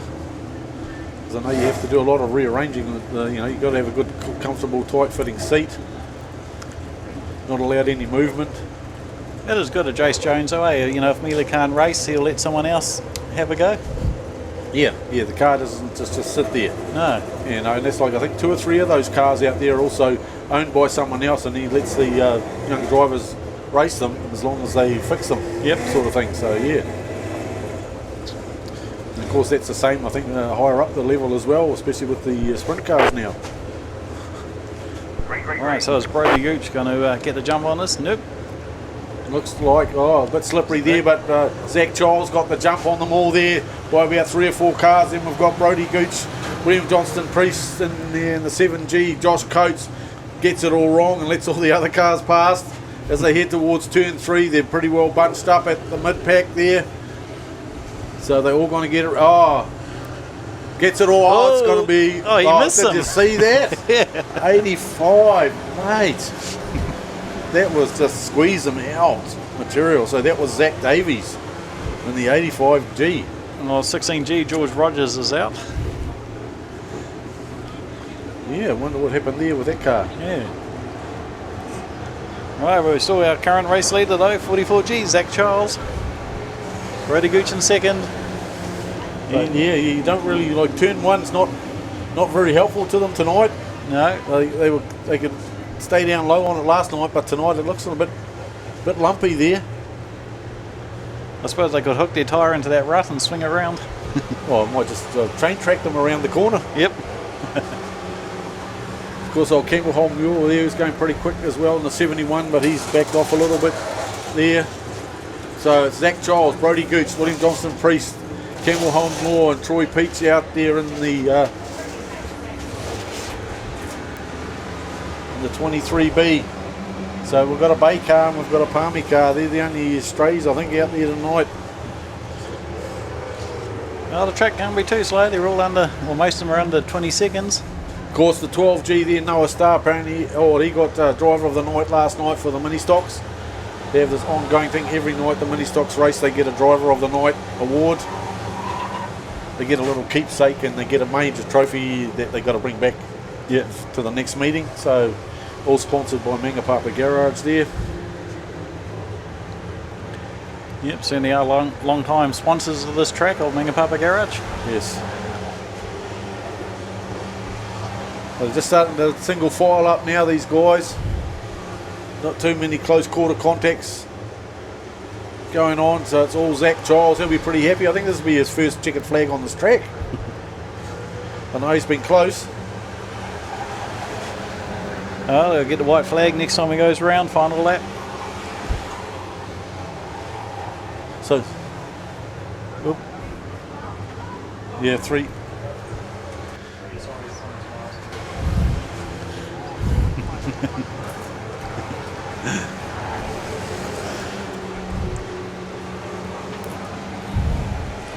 Right, sorry, 2 laps to go. I misread that. So yeah, they're going hard out tonight. Oh, he's coming up to some traffic now though, old Zach Charles. Should be able to get through, no problem. Oh, he's got a. I don't know. Sometimes when you're new, because that's first season, and you pick the wrong line, and you get into a bit of trouble, you can end up causing yourself a little bit of grief. Oh well, he got through and he survived and he won the race. So good on you, Zach Charles. Yeah. So there you have it. Race 1 Ministocks tonight, done and dusted. Yep. And pretty incident free.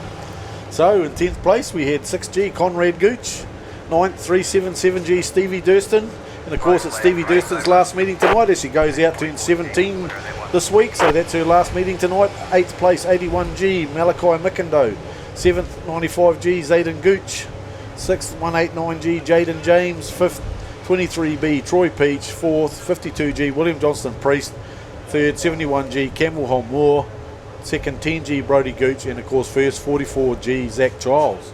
So Zach's got to be pretty happy with that. But as I alluded to, the 377 of Stevie Durston, so we'll see whether she turns out in a straight stock after this like her sisters, or what's going down, I'm not sure. But she turned 17 on Wednesday, so this is her last mini stock meeting. And so what have we got coming up next? We have what everyone's been waiting for. Yeah, Tier 1, BF Goodrich Tyres and the Tyre General North Island Superstocks. They'll be getting ready to line up and rumble away there, so we'll keep an eye on them. See if the times are a bit slower tonight, because the track doesn't look as good as it looked last night, I feel. Especially turn 1 here. Yep, could catch a few drivers out. But give him a hand as he goes around. 44G, Zach Charles wins the first mini stock race of the night. He's probably grinning from ear to ear under that helmet. Yeah. He has. I think he has had a win out of town, Zach. But no, for a first season driver, he's been doing all right. Oh, that's what happened to Georgia. Yep. Yeah. Surprised she got to the infield then. Looks by herself. Pretty busted up there. Dad won't be happy, but I've work to do now. Yep. Try and get her out in one of the other races. The last one on the night, possibly looking at that. But mind you, they don't take too many little parts to get them going. Could be just a snap at the top there and put a new shock absorber on and we're away again. Yep. Or 16G Georgia Roberts also does motocross with the Gisborne Cycle Sports Club. So she'll probably be racing next Saturday in the 2 hour. Certainly. So we're just going to get some grids for you guys on the Superstocks.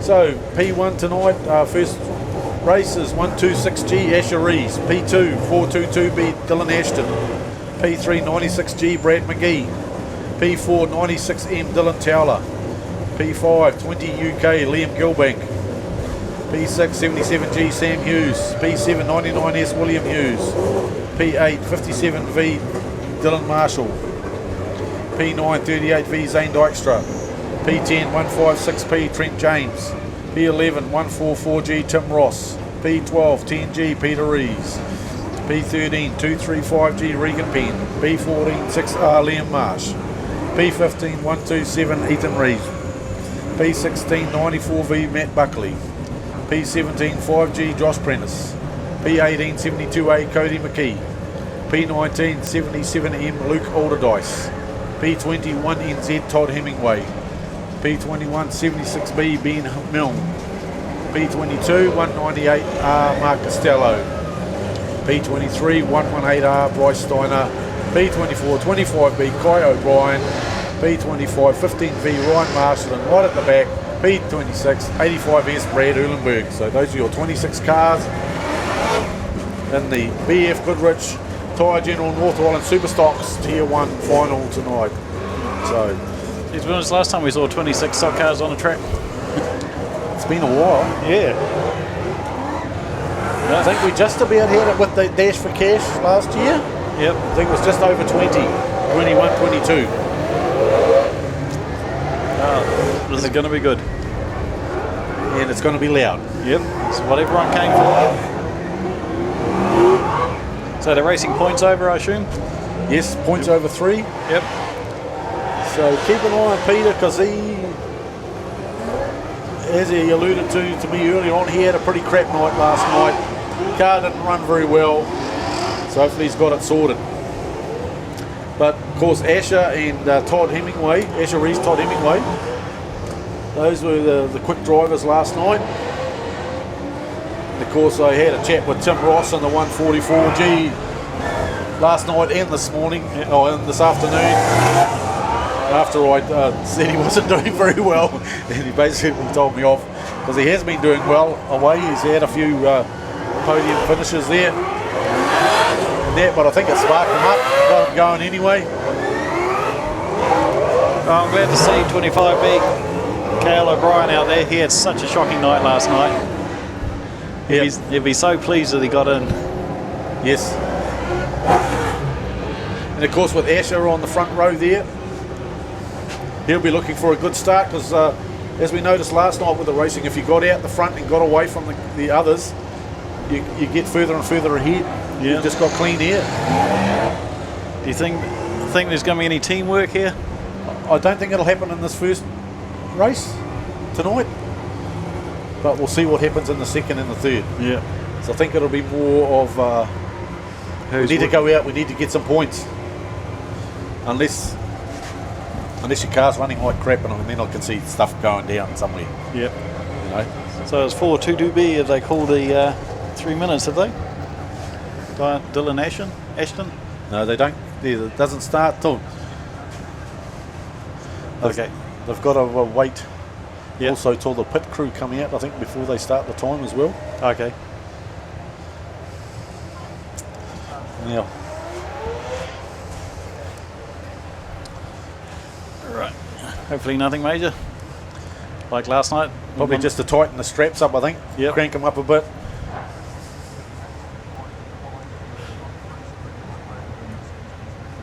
Yes. You've got to jump the fence. Can't jump the fence here. It'd be interesting if they did have to. Yeah, not like other places where they've got that low, but because it's on a corner, I don't think you can have a low fence. Otherwise, I think they'll be jumping into the pit lane. Yeah. There, on turn 2. Right. Looks like he's starting in a number 2 spot, is he? No. There he is. Oh yeah, there is a spot there for him. Just about measure for his mid-pack.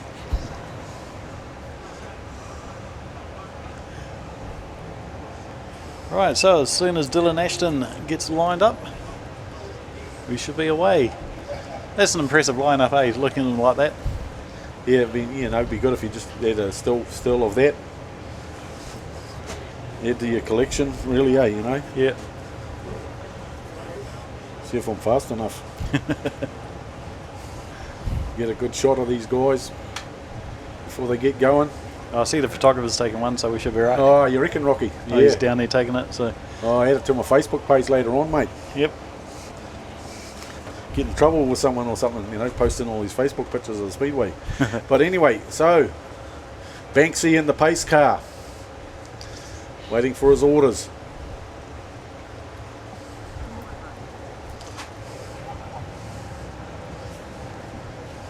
No.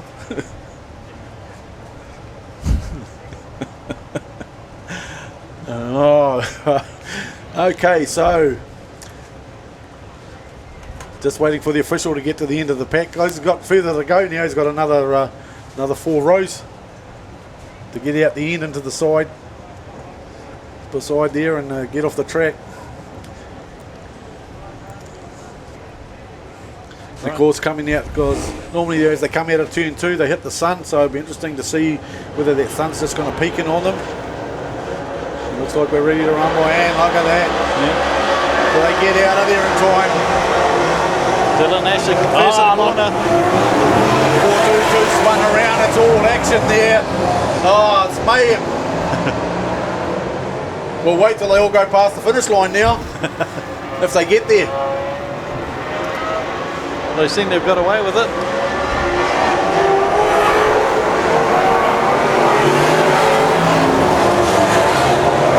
Asher Rees, though, out in front. He's out of that mess. Yeah, so Asher Rees, Brad McGee, Zane Dykstra there. So just trying to find out there.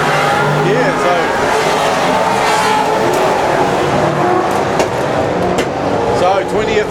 20th to 5th was 1NZ Todd Hemingway. So he's jumped quite a way up the back pack there, but out in front it's Asher Rees, Brad McGee, Zane Dykstra, Regan Penn. And Ethan Rees tucked in there at 6th spot, but Todd Hemingway slowly working his way through the pack. Remember, you've got to have points. We've had a couple of cars go infield as well, so the end of the race for them. But Asher Rees has got quite a bit of clear air out there. But it was amazing how they all just stayed together and no one really spun out, got rolled or anything into that first turn there.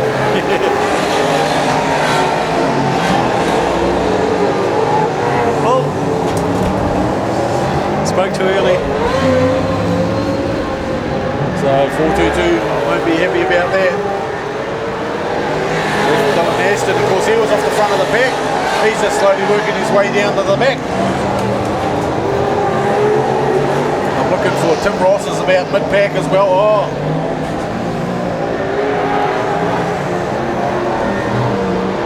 V just managed to Mac Buckley. I'm just trying to pick him up, but it's plenty of fresh air for Asher Rees in the 126. Yeah, he's been quite lucky. He's coming out to the slow market shortly though. He has been. Of course, Regan Penn in 4th spot. Todd Hemingway still holding on to 5th. Then they got the 38. 6 laps to go. Creating a bit of traffic there. Ethan Rees jumps ahead of 1NZ now. So it moves into 4th. Josh Prentice drops back a little bit there. So your big movers, you got Brad Erlenberg moved up from 26th to 9th spot there.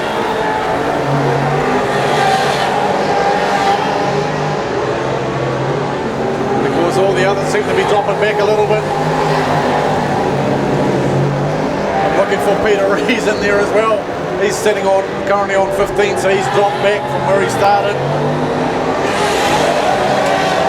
Looks like Sam Hughes in the middle as well.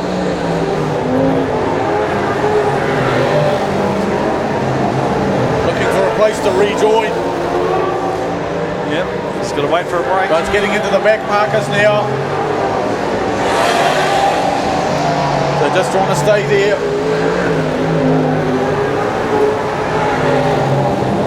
So just slipping through, catching up to 77M. There is Asher Rees in the 126G. Brad McGee, Regan Penn has moved into third spot. Ethan Rees in fourth. Fifth spot still being held by Todd Hemingway there. 1 lap to go. I think the 94V, I think he's busted a steering arm or something, but he's still hanging out there. He can't get the corners hooked up at all.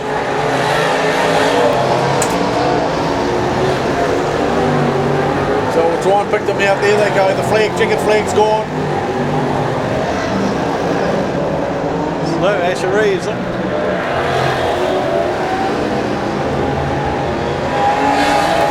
That was a busy race. So Try and watch. You have it there.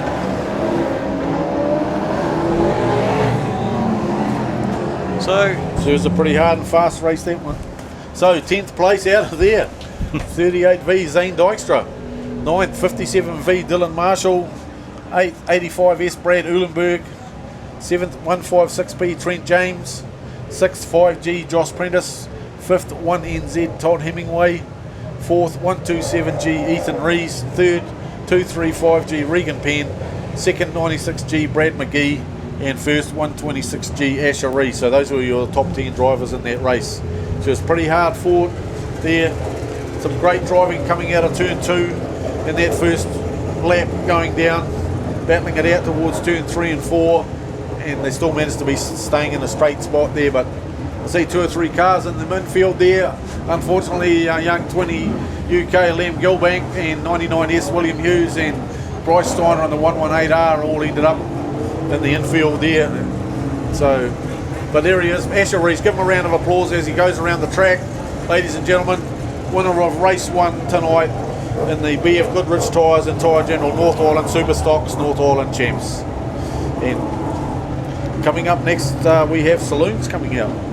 yeah, just saw old William Hughes there, 99S, going in the pits with a right front wheel that was pointing in the wrong direction. So yeah, I was really surprised I got away with turn 1 and 2. Yeah, when they were bunched up like that. Yeah. No, that's some pretty good driving there. Yep.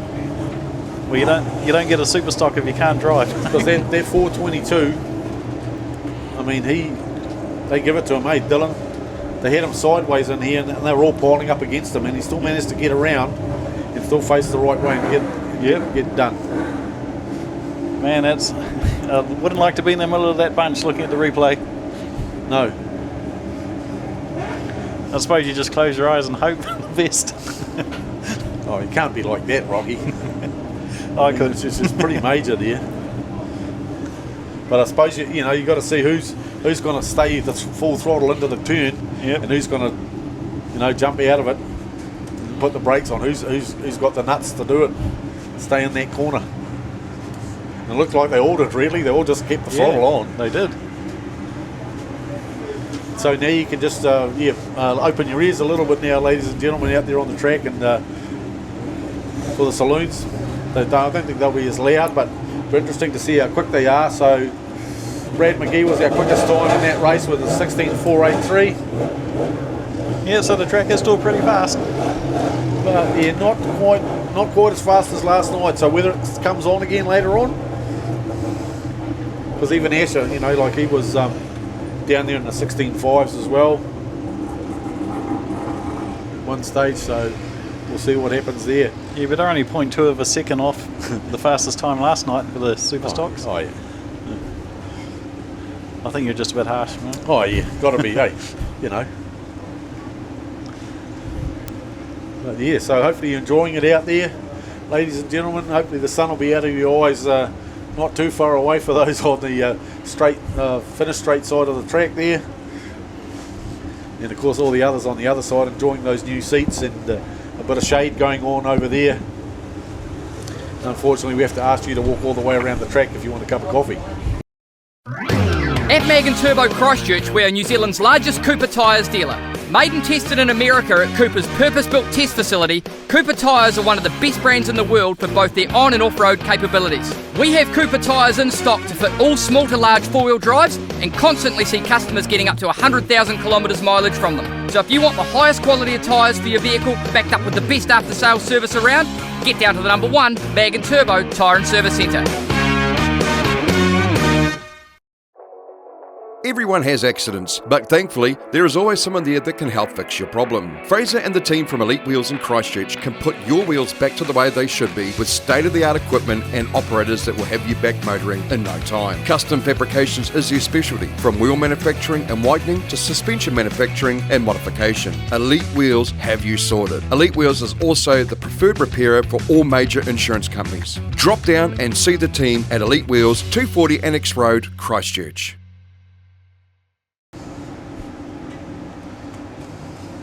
But it'd be interesting to watch because Ethan Cook is he's renowned for hooking it up in the corners and basically just about three-wheeling it around the turns there. So,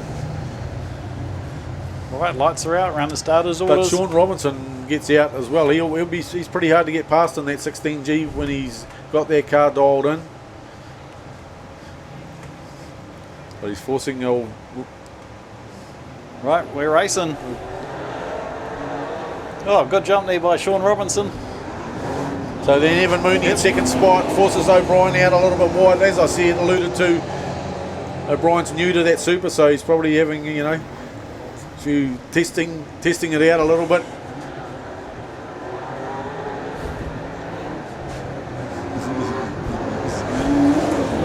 So he'll be wanting to stay on four wheels tonight. I understand he decided he'd like looking at things from upside down in Hawke's Bay, so we'll see how he goes out there tonight. But it's Ethan Cook chasing him hard into turn one, trying to get around Dan O'Brien there. Sorry, Regan O'Brien there, the 52, but it's all Sean Robertson at the moment. Chasing him is this 42, Evan Mooney. But here we go, the rub's on there. Oh, it goes up the side. Does that give him a flat tyre? No, he manages to contain it there. Gave Mooney a bit of a rub into turn one, but Mooney's now underneath him. Ethan Cook there into second. So he's having a few issues there. It's Regan O'Brien, whether he's given himself a flat tyre after going up the wall of that car. No, he seems okay, but probably wants to check things out. But Dan Weston's having a few troubles back here in the 444 machine, but it's all Sean Robertson. As we alluded to earlier, that car's for sale. So if you want to purchase it, go and see Sean or Dougie in the pits later on. You can see it's a fast car. So Ethan Cook's chasing him hard in second spot at the moment. So, but it's all Sean Robinson. Sean's gone under 16 seconds tonight, so he's good under 15.708. There's Glenn Paris, is our quickest at the moment. That's pretty good, 15 seconds. First race. Yes. As I said, don't want to let the Superstocks beat them on this track. No.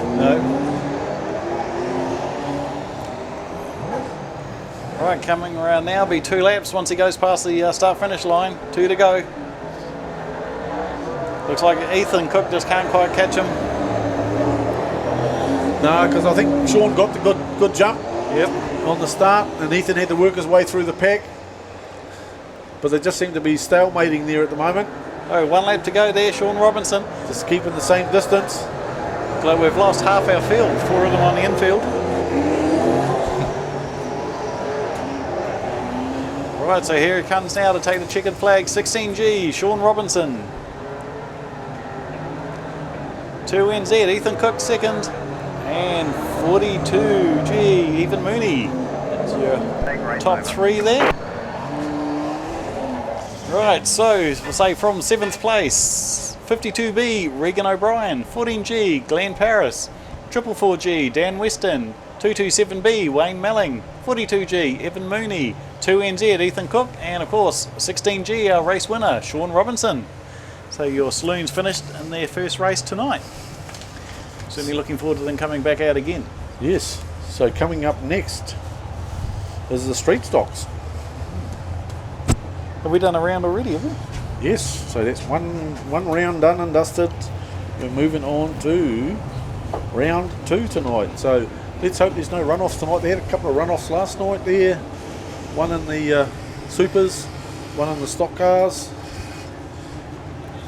Stock cars was a runoff for third place in the Ashley Scott Memorial, and of course that was won by Brittany there. Beat Casey Cheatham, so yeah, well done Brittany in that race. So remember, if you want to buy that 16G, I'll go now before the next race because he's probably going to do something. You know the car's running good, quick, go buy it now and say you're not racing again tonight. Yes, yeah. Put it on the trailer, we'll take it as it is. Yep. Yeah, so, and I think it's all happening in the pit, so we'll go down there somewhere, catch yous. It is all actually happening down in the pits. I did come down here to speak to Zane Dykstra. Of course, he had a real, I don't want to say struggle in that race, but man, oh man, it was tough. I got down here and we were just lining up for a interview, and would you believe the Speedway New Zealand official came down and called every single Superstock driver into the club rooms. Please don't ask me why. I will get that, of course. But instead of speaking to Zane, we're going to speak to Iwa. Did I say your name right? What's your name? Iwa. Sorry, Iwa. Hey, your dad is Zane Dykstra. We were going to speak to him, but he's gone and run away. How do you reckon Dad went in that race? Good, but just Do you reckon he needs to go faster? Yeah, just Go and hit some cars. I know, just Hey, think about it. You'll have a think about it. I'll get back to you. Hello, gorgeous. What was your name? I should. And your dad is Zane too. Have you got any words that we can tell Zane? Do you have a look in the camera in there and say, Dad, go fast? And let's go fast. Yeah, there you go. Listen, guys, I'll try and get the gossip at the minute. This is quite my height size. I like this, actually. But we promise to bring you some of the updates as soon as I can. Yeah, thanks, Bianca. Yeah, I'd certainly like to know why they all got called to the club rooms. I thought it was a pretty clean race, really, for Superstocks. Right, anyway, back to the street stocks, the ones on the track. So we got Duncan Pearce here on the front line. And what's that next to him? So it's like Daniel Neal on the outside then. We've got Bob Frater tucked in behind in the 31. And it looks like young Joel Whitley in the 78 then. Cody Gooch in the 6G, the station wagon there. Didn't quite get it right in that last race. So, yep.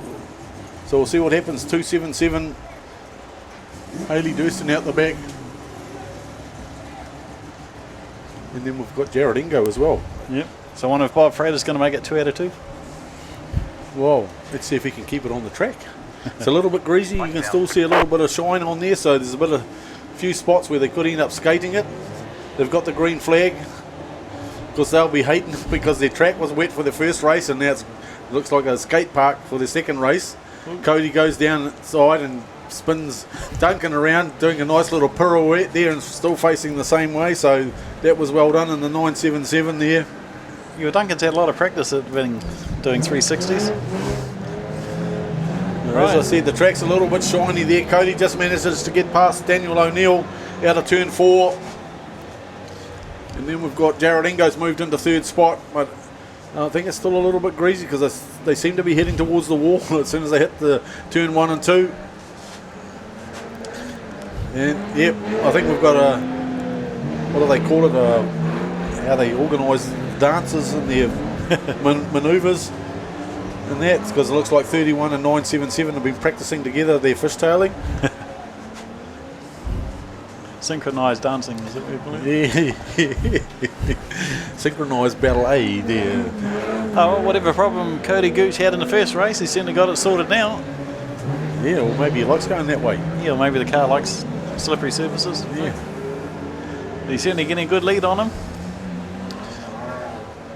And even Daniel's was doing okay. Daniel O'Neill got a little bit high there. Let Jengo in underneath him out of turn 2. But Jengo's cut loose as well. Still a little bit of ice coming out of turn 2 there for these guys. There's a couple of big holes appearing in the track just over there. In turn 1. Yeah, just out of turn 1 there. Mind you, they were about 3 seconds a lap faster than they were in the first race. So. Oh, it's pretty greasy then. Yeah. So they're catching up to the back markers now. But it's Cody Gooch, Daniel O'Neill, Duncan Pearce, those are your top three at the moment. Bob's had a few dramas, he's back in 5th spot at the moment. Yeah, just sort of staying out of trouble in this race, isn't he? He's not. No, he's having a bit of trouble getting the power to the ground, I think. So I think when he gets that car with the power to the ground, he's quite quick. Pearce tried to move into 2nd spot, but I think he was looking for the wall. You don't need to look for this wall. It's Just always left there. enough space for Jingo to get through as well. So Jingo's moved into 3rd spot now in this 18 machine. But where's Cody? Cody's catching up to the back markers now.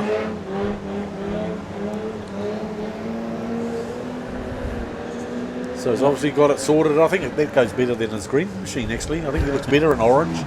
2 laps to go anyway for Cody Gooch. I thought someone might have had a go at him as he went past. No. He's got this thing, you know. He gives him the evil eye, I think, as he goes past him. Don't touch my car, bro. Right, final lap anyway for Cody Gooch. 6G. And he's got no one anywhere near him, so I don't think he's going to have any problems. Yes. Unless he does 2 engines. There wasn't too much love going on out there in this race. It was only that first lap. Then Coon gets it all wrong, gets it against the wall, and lets Jingo through for 2nd spot. Hey? So there you have it, ladies and gentlemen. Race 2 for the street stocks. Right, so 7th place, 78G, Joel Whitley. 6th place, 277G, Hayley Durston. 5th place, 14G, Daniel O'Neill. 4th place, 31G, Bob Frater. 3rd place, 977G, Duncan Pearce. 2nd place, 18G, Jared Ingo. And of course our race winner, 6G, Cody Gooch. That's your 2nd street stock race of the night. And of course, coming up next, we'll have the Metal Recycler Superstocks Tier 2. Carnage. Yep. Are they going to get called to the drivers, get called up and say, come here and slap you on the hands? Imagine you're trying to do some maintenance to your car and you get called into the club rooms. That's what you have pit crews for, don't you? Hey? So guys, I can actually give you an update on why all of these drivers were called into the club rooms for a meeting. They have all, I think, officially actually been given a warning. Too many drivers have been cutting the pole line on turn 1 coming into turn 2. So they have all been warned and probably just requested nicely, to stop cutting the pole line. Yeah, thanks for that, Bianca. I didn't really notice that myself down here on turn 1 and 2. I was too busy looking at them piling up into the wall. I know when the race started, someone didn't have a choice. But yeah, okay, well at least they've given them all a blanket warning now, so they all know where they stand. So the Tier 2, interesting, we've just got the 8 cars there for Tier 2 tonight. Would have been nice to have a few more. Yep, certainly would have been. See, they put the big water truck back out on the infield of the track there, trying to keep the dust level down. But you can see how the track, just a quick dose of water and she becomes an ice skating rink out there. So I don't think it'll be too long, they'll have to figure out how much water to put on, especially down that back straight. Hessel's Poultry Farm is a family-run business situated in the heart of the Horowhenua that produce over 800,000 eggs a week to your community. With 60 years experience, this 4th-generation business know how to look after their customers. They truly are locals looking after locals all over New Zealand. Head into your local supermarket and make sure you ask for New Day free-range eggs or Morning Harvest eggs. Hessel's Poultry Farm supply fresh, quality eggs to your local community. They are the pride of Foxton. The right machinery and attention to detail is what it takes to produce precision engineering. At Phantom Engineering, they can do exactly that. Whether it's a race car or trailer build, or even alterations, through to anything you need built for the home, your work, or the farm. Come and chat to our team that will take the hassle away. The right gear, the right knowledge, and the right team. Phantom Engineering, 317 Waihola Highway, Melbourne, New Zealand. If you break it, we can fix it. If you want it, we can build it at Phantom Engineering.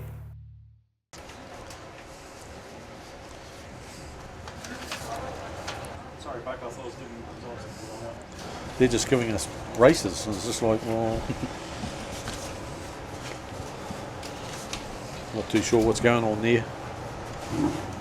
Not too sure. I think that must be the where they're lining up, but no, because Paul Vasey's off pole in the 351 there, and the outside him is 71 Paul Maybe, and with a little bit of pink on his car. There's a bit of a space gap there back to Tyler James in the 89G. The 38, him tucked back in behind him on pole with his Ross Ashby. The officials looking happy there, so it looks like we might be about ready to rock anyway on this race here. So we've got still got the complement of 8 that we had earlier on. The last race winner about mid-pack there on the outside. Right, we're racing. Yep. 351R, first in the corner. Just first out of the first corner. Oh, bit of skating going on. It's slippery, still slippery out there. Yep. But it looks like Vasey in the 351 taking it to them into turn 1. He's ahead now. James Jones in the 81. Paul Maybe. Ross Ashby. Tyler James. Racing pretty hard. The 45 just finally got back on the track there.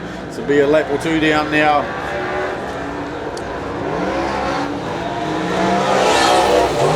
Well, they're pretty well spread out now.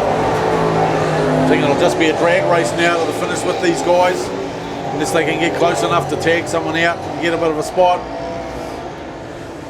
But it looks like turn 3's starting to drag them out. It's still a little bit loose up there. Yeah, their time is certainly down. Yeah, no, we're not even looking anywhere good out there at the moment.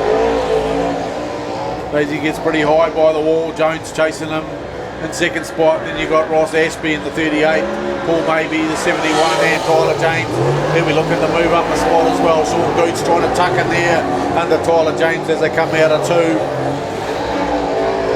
But it's all Vasey at the moment in this race. He seems to have got it sewn up, even though there's still quite a few laps to go. He's got plenty of air. And Jace Jones in second. That'll help him with the points for the prize money. The first and second.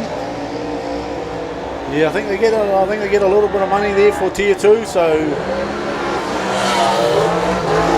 sort of funny you get a bit of money for tier 2, and those in tier 1 only the first 3 get it, and the rest are like, yeah, we're out of luck. Yeah. I suppose just make sure tier 1. I think they get money for heat winners as well, so and all that sort of thing going on. So.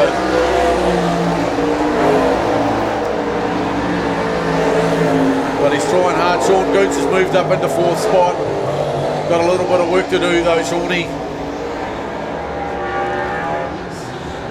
4 laps to go. Still a fair way in it. Tyler, we're looking to chase Sean Gooch down. Sean seems to be got that car dialed in a little bit better now, but he's got a battle on his hands.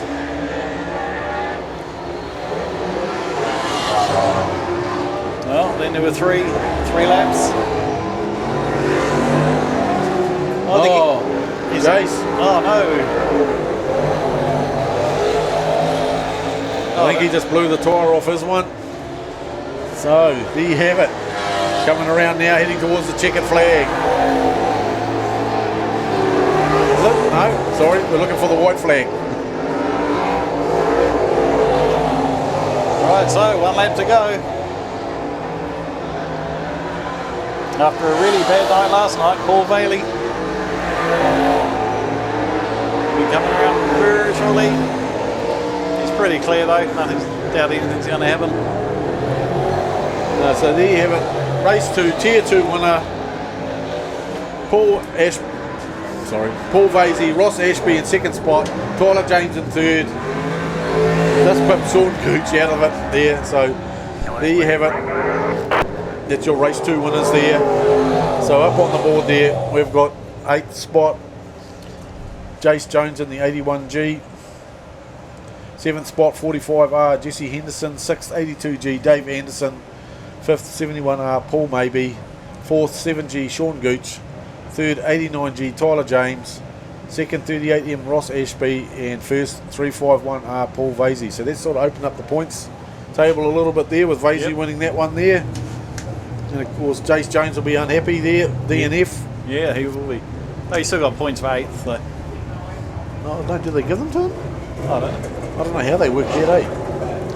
It's got me. But anyway, moving up to the next race coming out after these guys. We've got the Simpson Automotive and Gisborne Agricultural Services Stock Cars Dash for Cash. Oh, it's good to see 2 stock car races in a row. Yes. I'll give him a hand as he goes around anyway. 351R, Paul Vasey. You know, he's got to be happy with that. Yep. Sort of mean Jace Jones was the only one sort of coming up behind him, but otherwise there was no threat to him. Yeah, as we've noticed, you know, with this track, as soon as you get off that pole line and you're in front, there's really no stopping you. No. Unless you hit a bit of lap traffic and they give you a serve. Which has happened many a time. I thought they were serving them all into turn 1 and 2 before they even got that far in that first race of the tier 1 boys. Yeah. It's amazing how just adding an extra 8 cars to the track makes a difference in where they end up, because it really mixes it up there. Makes it pretty hard coming out of 1 and 2. And like, as they alluded to with the referees, they all have to drop down in towards that pole line to try and get around when they don't want to brake, they don't want to stop, they just want to get past. So they'll use any way they can to sneak past those cars, even if it means going down onto the pole line. Yep. Yeah, I think they've had enough water on there. Yeah, I think I always say that. I say, mate, that don't need any more water. Yeah, it's cutting the pace down. There's no... They're not getting any speed up. I mean, that was a pretty slow race for a Superstock race. It was, yeah. What was it, 17.8 seconds or something, the fastest one? Yeah, so it's pretty slow out there. And these guys, without their Hoosiers, are probably going to have even more trouble. Yeah. But their standard, what do they have on there, Rocky? Just road tyre, no? Regular road tyre. Yep. Just the BF Goodrich tyres. They can get off the Tyre General. Hey? Jace will be, going, boys, I can sell you some more tyres for those stock cars. Yep. That's his job. But I think he looks after the people in the Speedway fraternity as well, Jace. Yeah, he certainly does. He's still got to make a buck, but he still makes sure that those with not too much money in their pocket don't have to fork out too much. Of course, his dad's Spook as well. He used to look after them. Yes. Used to always be Spook at the Tyre General, in the old days. Yes. No, they've got a good crew down there, because our company, we go there for all our tyres, and they're pretty good there. You just call in, book it in, or if you're in a hurry and something's happened to your vehicle tyre and you just need it fixed in a hurry, they're straight onto it down there at the Tyre General there on the corner of Grey Street and Childers Road there. Certainly been there forever, haven't they? Yes, part of the furniture. Sometimes it's a bit awkward getting in there. The way they've redone up Grey Street sort of makes it quite awkward at times. I think I had a trailer on the back of my work vehicle once, and I was trying to get it in there, and I had to, there's some manoeuvres going on there, going up and over the islands for the... I mean, Grey Street, that's so bad, that's made overseas news. Yeah, I know. I mean, why would you do something like that when you've got a big footpath there to work with? Yep.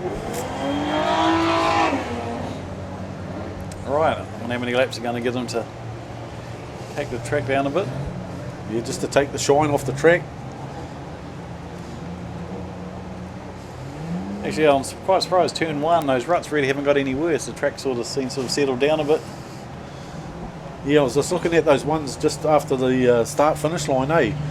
Yeah. Where they're just picking up the odd rut there, so that'll change where the boys sit on pole, where they're going to start, where they're going to line themselves up to head towards turn 1. But even turn 1 I thought was going to start to lift in here, but I thought it was going to be a bit of a railway line going on there, but it's held up pretty well. It hasn't started to lift. No. Just a little bit bumpy, but it hasn't lifted. And as you come out of turn 2 there, it's like turn 2's looking immaculate. Obviously all that weight when they chuck those cars into the corner, all that pressure going onto the ground, forcing that dirt around. So where's our last race winner? Bryce Simpson is starting in 13th spot. Yeah, definitely down the track a bit, isn't he? Yep. Mind you, he's probably last in the final race, I would say. Oh no, because he didn't start off the front, did he? He was back down to 15. Yeah. So, we'll see. So off the front row there, just trying to pick. And there it is, that Tony Palmer in the 74 machine. Tucked in behind him, we've got Trevor MacArthur in the 128G machine there. Of course, we've got David Bacon supposed to be out, but I haven't seen him come out at all. He's supposed to be up in the front row there. Oh, that's a bugger. Oh no, there he's gone mid-pack for us, so obviously a bit of a... No, is that him or number 6 mid-pack? No, that's him mid-pack. The number 6 is on the outside pole. There's Bacon in the middle and Cheatham just back there, row 2. Oh yeah, no, he's in 9th spot. And no one in row 1 on the outside. So I think if that's the 74 Tony Palmer, he's got a bit of room. He's only got to worry about Trevor MacArthur giving him a serve into turn 1. Which the front car on pole hasn't been, no one's been able to get hold of them to serve them up. Nah. Until last night, that really never happened here. The first car sort of is done and dusted. Normally he gets served. Yeah. He never gets around turn 1 without being spun out or sent into the wall at turn 1. So we'll see what happens here. Like as you said, Bryce Simpson, he's way back there in the pack. He's got a lot of work to do. Oh, look at Casey, got a good jump on the outside there. Will Cars tried to follow him, it didn't quite work. But Palmer in the 74 still managed to hold on to 2nd spot. Trev MacArthur, obviously a little bit greasy coming out of turn 2 there. Yep. Bryce is right at the back. They've slowed him right down. They're making sure he hasn't got any points yet. I think they're actually holding him up. So the 17 car's been spun around there of Dave Moore. Of course, Dave Moore won the Stirrers Prize last night in this class. So he might be trying to take it out again. I'm not sure on that. But Bryce has got a lot of work to do now. If you want some good points, it's all Cheatham at the moment, because Cheatham was up there about 5th or 6th spot, I think, in that first race. Trevor in 2nd, and then Palmer. James Marshall, Will Carr, Christopher Shingleton. Shingleton was up there. He was about 2nd or 3rd in that last race, Shingleton, so he'll be looking to maximise what he can do there in the 87R machine.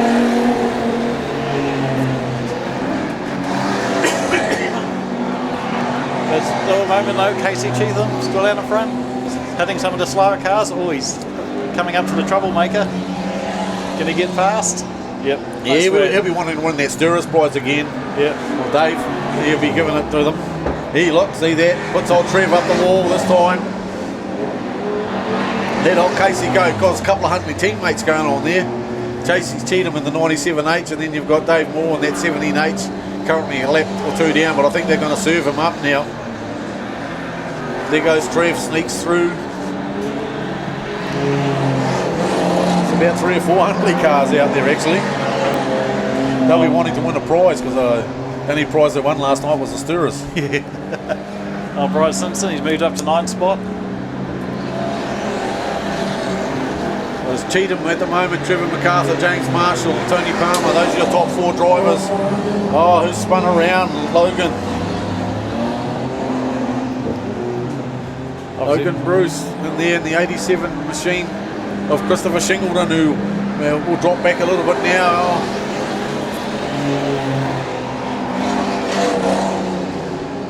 Ross Moore causing a bit of mayhem again. Braking, causing cars to go around him. Is he going to fit through? Bryce is having to work on him there. Someone serves him in the side there. That'll be Jace Lovell in the 7 machine there. He gets the serve as well from the 87. So yes, he's all action out there, but I haven't seen Bacon hit anyone yet. No, I'm a bit disappointed in him actually, to be honest. Right, 1 lap to go. So there goes Casey out in front at the moment. He's having a good run. Trevor MacArthur in second spot. 16H James Marshall holding on to third at the moment. So Casey around turn 4 heading towards the checkered flag. Takes out race 2 in the Simpson Automotive and Gisborne Agricultural Services stock cars dash for cash. Oh, Bryce Simpson moved up to, looks like, is it going to be 6th place? Well, interesting. Just. Yep. Oh, that's not too bad, a 1st and 6th. Yeah, but it looks like the 17H there, Dave Moore, he'll be looking for the Stirrers prize there, you know. So 10th place in that race, 26G Matt Island. 9th went to 17G Logan Bruce. 8th 87R Christopher Shingleton. 7th 164G Will Carr. 6th 98G Bryce Simpson. 5th 52G David Bacon. 4th 74B Tony Palmer. 3rd 16H James Marshall. 2nd 128G Trev MacArthur. And of course first place 97H Casey Cheatham. So as Casey's going around with a flag, give him a round of applause. He's a great supporter of Gisborne Speedway here, so or the Awapuni Speedway track. So give him a round of applause as he goes around. Winner of race 2. Certainly got a good start. Started in 4th spot and straight to first one to turn 1. Yeah, no, he had a good jump. He did. Very good. I thought Palmer might have had that, but obviously a bit of a heavy clutch. Couldn't quite get it up and off the ground. Get it going. I wonder if Bacon, you know, because normally he doesn't finish any races, so maybe because he's finishing races, he doesn't want to hit anyone. He might be wanting to win a prize for being the best, not the naughtiest boy on the track, you know. But yeah, no, she was definitely a bit of rumble going on there. Yep. And as I said, that 17, he'll be after that Stirrers prize again tonight. So what have we got coming up next? We've got the Golden Oldies out there, ladies and gentlemen. So they'll be coming out next, the old classic stock cars. So hopefully you're enjoying the meeting so far out there. They're certainly powering through it. Yeah, no, it's good. You know, might be another. So it wasn't really an early night last night. Time prize giving happened in the club rooms and all that for the other races, and the 24 drivers were given their little flash, what do you call it, trophies to say that they'd got through to the North Island title. Yep. Race. Right, so what have we got coming out next? As I said, Golden Oldies, yep. Sorry. You did tell me. So there we have Reese Lister popping out there on the 13G, the old Ashley Scott beast there. All hand built. So apparently we're going to the pit area for a bit of a checkup down there. Yeah, I haven't got so much of a interview for everyone. I know that's what you want, but probably more of an update. The vibe in the pits has literally just changed for something. You know, we're all taking it easy. It's a lovely day up here and it's nice warm to, okay, now into business. What I can actually report is when I come down pit lane, these drivers are so hot after their races that they're actually stripping down to almost nothing. It's just so hot down here, it's incredible. And they've requested no interviews. Bianca, I just need a drink, I need a minute, give me a moment, come back. I actually really feel for them because it is just so incredibly hot and muggy down here that they're all just suffering together. They're all just exhausted, and you can see it in their faces. Nobody wants to talk, they're just absolutely buggered. Yeah, well, I appreciate that, Bianca. I suppose you're sweating down here a little bit as well, mate. I'm dying. Hey, I can't wait to go home. Hey, you're looking for some water, or should I say water, to keep you going out there? No matter how much water you drink, you just can't escape it. It's just there's the heat, but it's also really muggy as well. And these drivers have got three layers of fire protection when they're out in these cars. These cars are overheating, the cars are hot. They're coming in here and they're literally being dragged out of their cars. It's just incredible to be here to watch this. It's a wonder they don't have a thermostat on them instead of the car. Yeah. I mean, hot they're running. I would probably guess that after the second race especially, these guys are just going to come out and they're going to be straight to the coolest place they possibly can find. Yep, okay, so we're underway now on the classic stock cars. They're back in action again, so thanks for that, Bianca, matey. Go find some shade and whatever else, but it's at the moment it's that 1P car again. That tank, he's off and away, and of course Reese Lister's chasing him hard in the 13 machine. And then we've got the 15 going hard out there of Mel Calusin wanting to rein him in, but so it's those 2P cars. They're pretty quick machines there.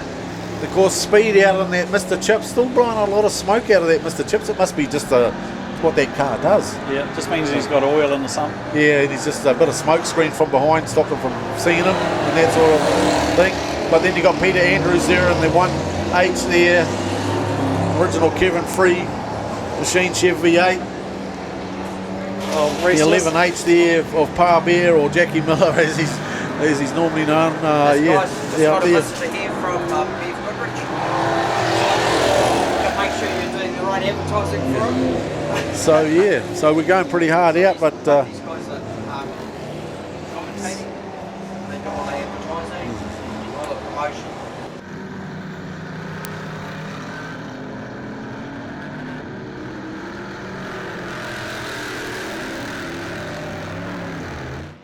But anyway, back to racing out there. So it's still Reese Lister. He's moved into, well, he was in front for a little bit. It looks like 1P, Gomans has gone ahead of them. They're both tagging one another, and I thought this was a demonstration race, but it's definitely not.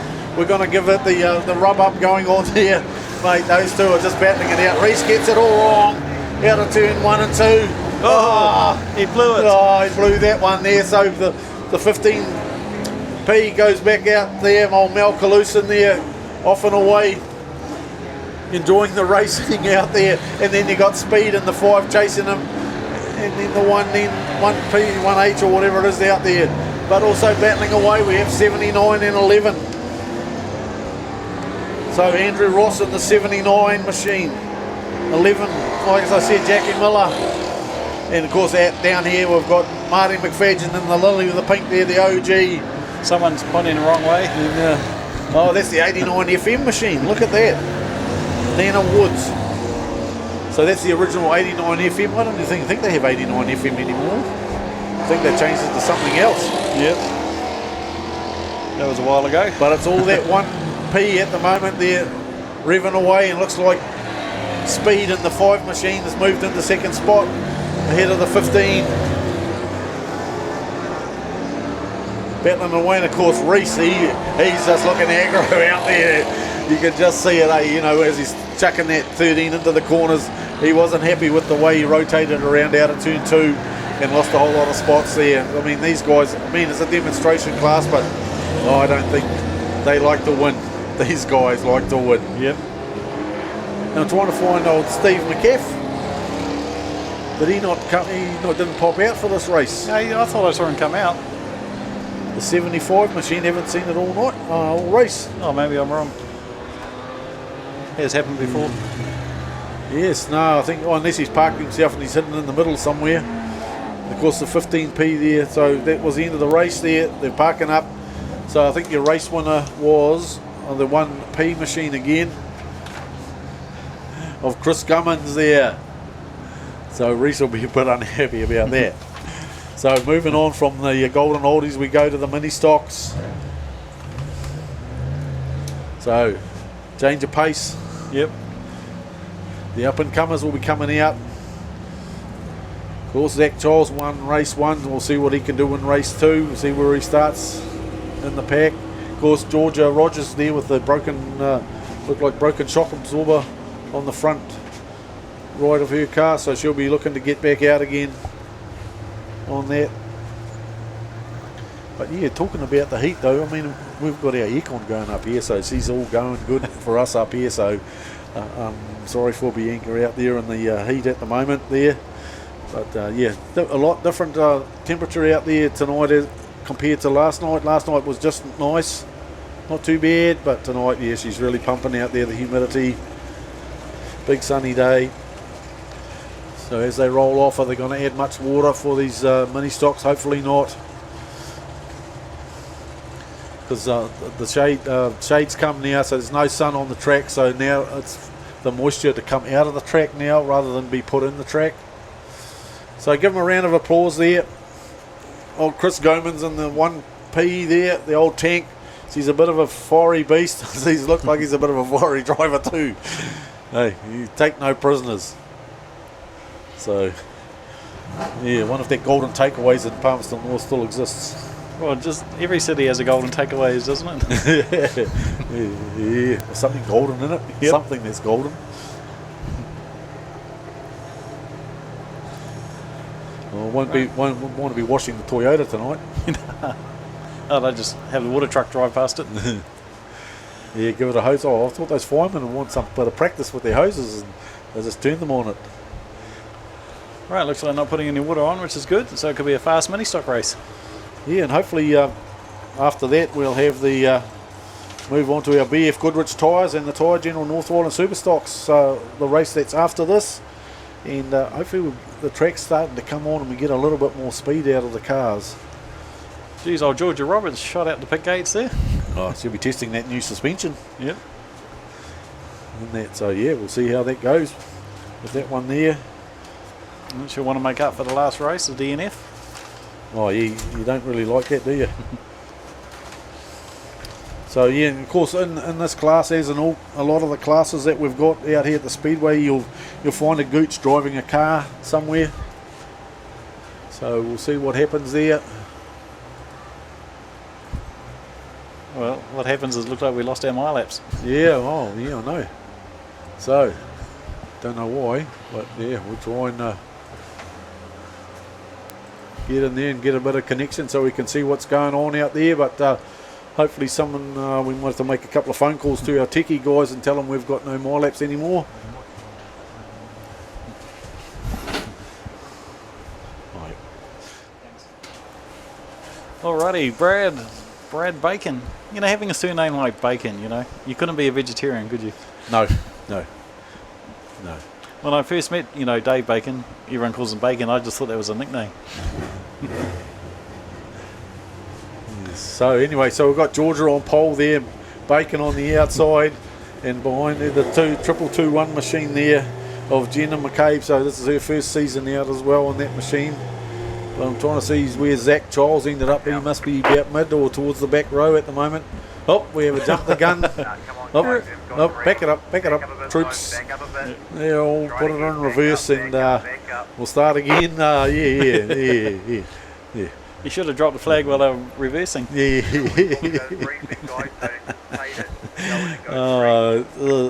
There's always one class that'll jump the gun, and I think there's been about 2 or 3 classes tonight doing that. Yep.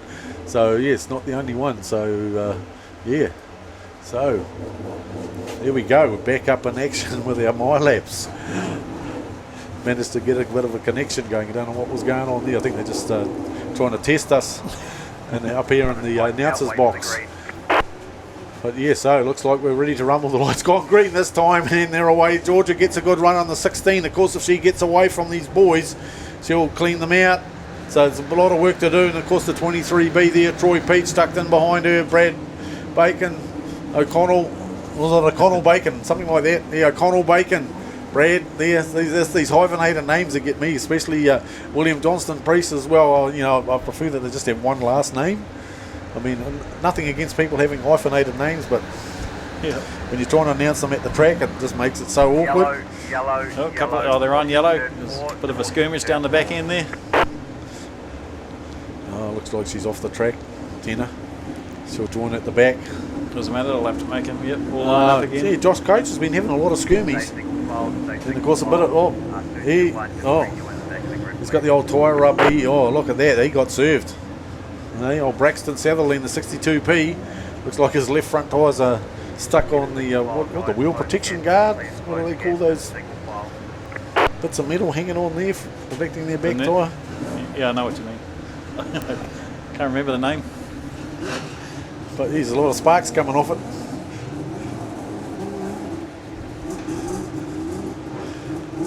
Of course, a couple of seasons ago, these guys never had earpieces in, and they still had to fluff around with them, lining them up. But in their wisdom, they decided to let the young kids have earpieces so they could talk to them and sort them out, instead of going around waving the flag and pointing at them and telling them where they should be on the grid after a yellow or something like that.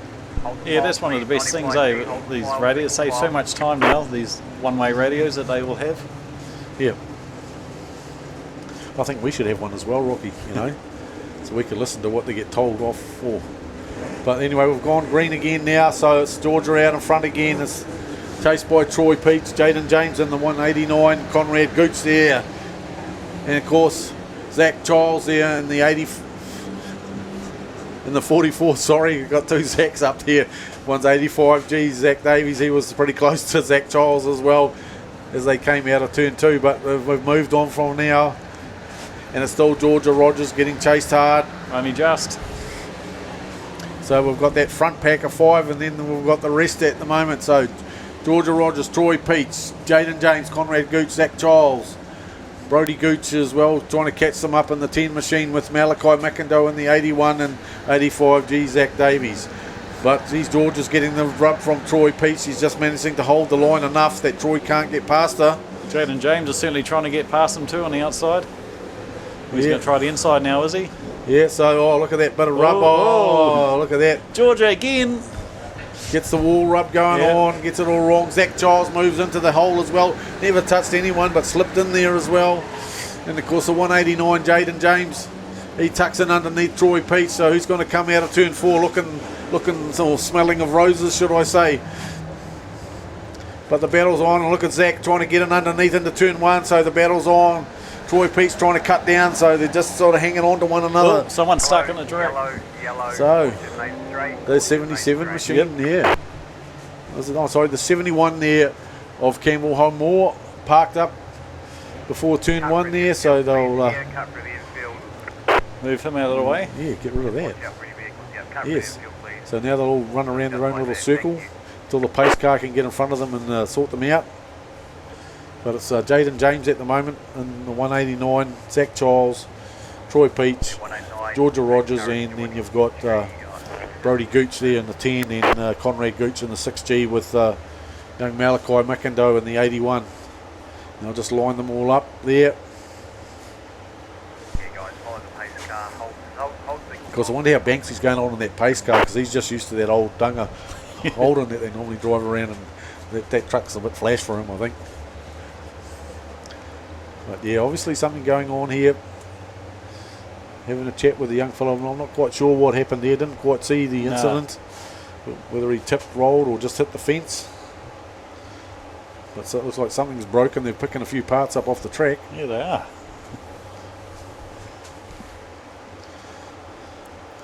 Anyway, they'll get to check the grass out now and without getting in trouble for cutting infield during a race. Oh, it's good advertising for BF Goodrich as the pace car goes round and round. Yes, no. They're great for them, isn't it? Eh? And of course the Tyre General on the side there, so vehicles from him and BF Goodrich, the two major sponsors of tonight's meeting here, the North Island Superstock champs.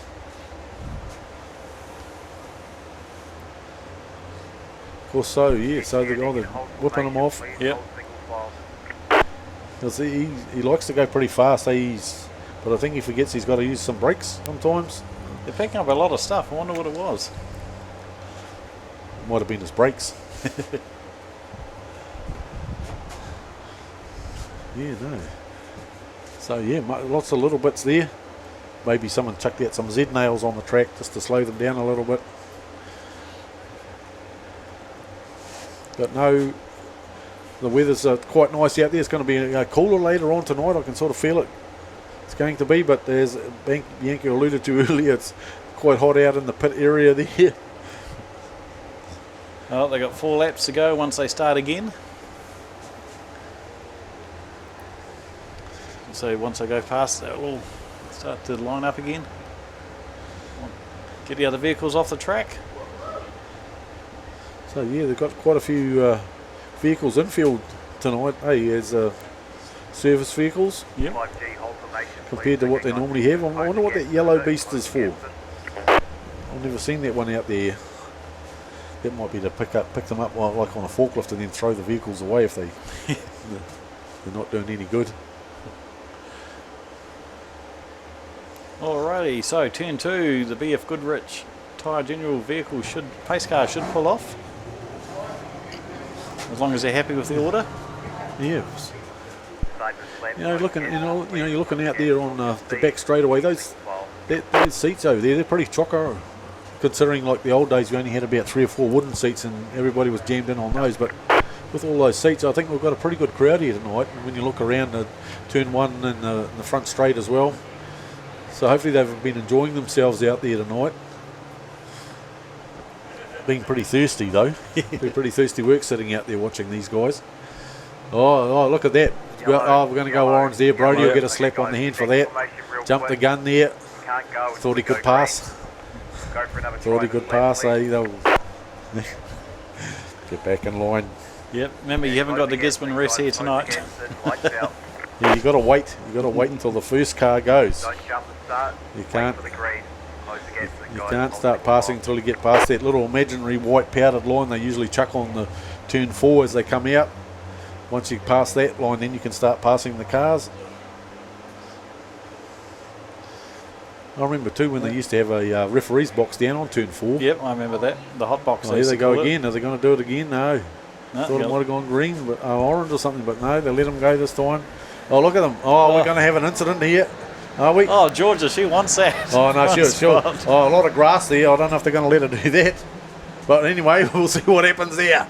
So it's all go there. Troy Peach is in front at the moment with the big 23B, the bright colours on his side. But Zach Charles has got the rub on and he's holding him out of turn 1 there. I mean, Zach's been racing pretty hard. He's been holding that line there, keeping those other cars out. And George is back in there as well, trying to get around the outside, trying to move into second spot. Oh, something's going to give. Someone's going to end up spun around. Oh, there we go. There, Jaden James. Called it. There. Yeah, move to the back of the pack side. Yep. Off you go. So 44, he was our last race winner too, wasn't he? Yeah. Is that Giles? He was. Yes. Oh. Well, he's... Yep.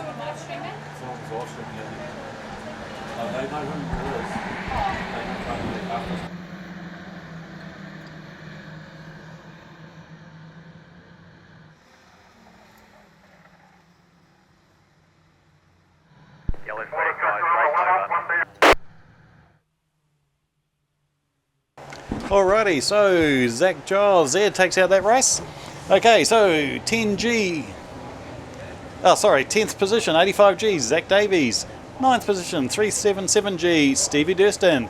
8th position, 52G, William Johnson Prius. 7th place, 10G, Brody Gooch. 6th place, 95G, Zayden Gooch. 5th place, 6G, Conrad Gooch. 4th place, 81G, Malachi McIndoe. 3rd place went to 23B, Troy Peach. 2nd place went to 16G, Georgia Rogers. Not sure if she'll keep that. And 1st place went 44G to Zach Giles. That's your 2nd Ministock race placings tonight. What do we got next, Buck? We've got the BF Goodrich tyres and the Tyre General North Island Superstocks North Island Champs Tier 1. So we've got them up and running. So our last winner was Asher Rees in the first race. So hopefully they'll, after this one, they'll post us some points up and we'll be able to have a bit of a jiggle around in a thing after the second race of the night. But yeah, so we'll see how many cut the corners. Yep. After being told off. And they're still just laying a little bit of water down. I reckon they should have left it.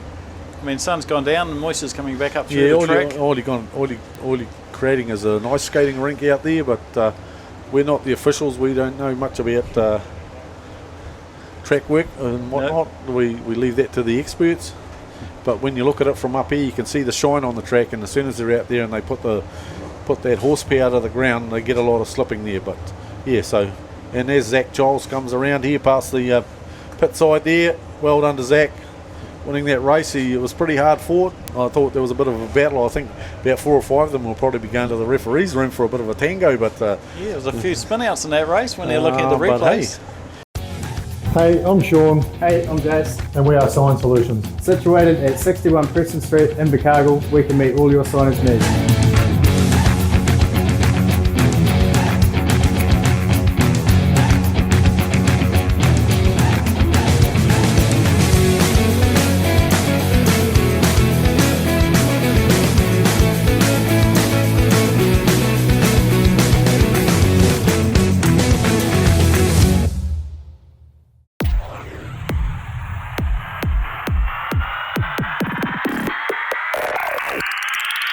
It's action for the whole family.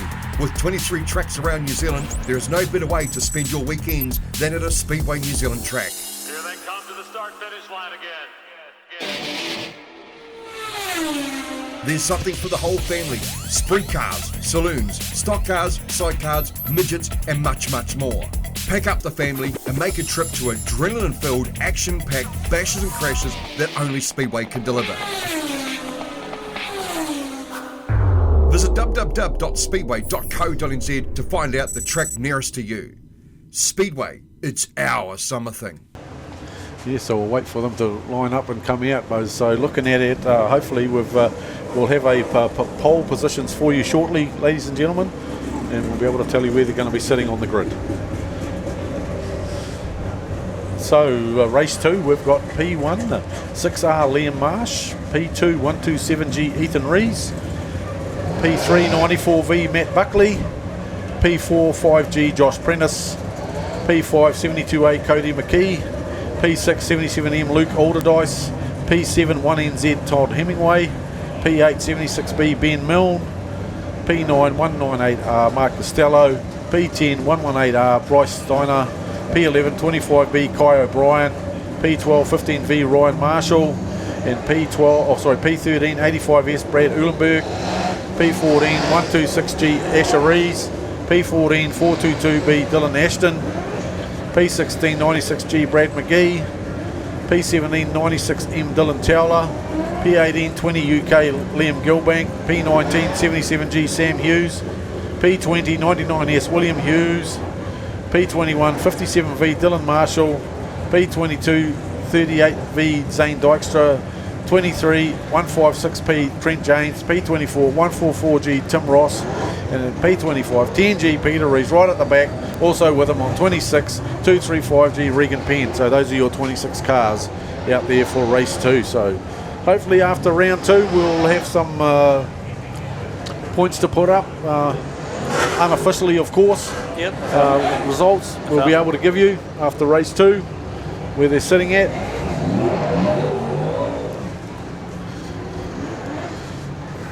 Yeah, see, they wouldn't have to do this if they didn't water it. Yeah, because I think the moisture's all going to start coming out now.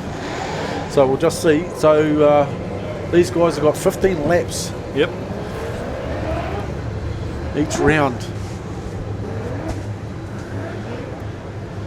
15 laps. It's getting harder to see them down the back straight because of just the way the sun's dropping on that side, and it's not quite the lights taking effect on that straight in the sun, so it's pretty hard to see. 3-minute bell started for Mr. Reeves, is it?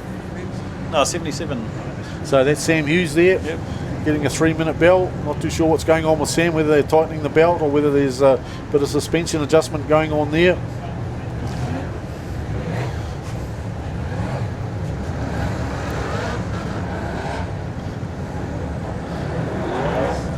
So they'll be keeping an eye on that. Yep. Right, so what are they doing? They're just letting the tractor down onto the track there. Letting them go, trying to keep the cars up high just to get rid of that ice skating rink up the top line there. Where a lot of them have been driving has been pretty close to the high line. And also turn 1 and 2 just down a little, just above the pole line. Seems to be where the fastest part of the track is. You get up too high, turn 3 and 4, and you just end out of it. There's nothing happening for you there. You're basically creating a gap for everyone else to sneak in underneath you. So it looks like Peter Rees got a lot of work to do back there on the track. And then you've got Tim Ross, Regan Penn back there as well. So, you know, they've got a lot of work to do from the back of the track. Yep. Seeing how fast it is, they've got to really work actually.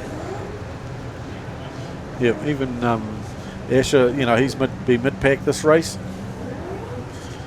Right, Sam Hughes, is the car clear? Looks like it. Yep, thumbs up. Yes. Oh, had 1 minute 25 seconds spare, so he's right. Ah. So, what's going to happen? Yes. Well, I assume they're going to race is what's going to happen. So we've got Ethan outside pole, so he'll be looking to get the jump and the gun on, you know, on them into turn 1.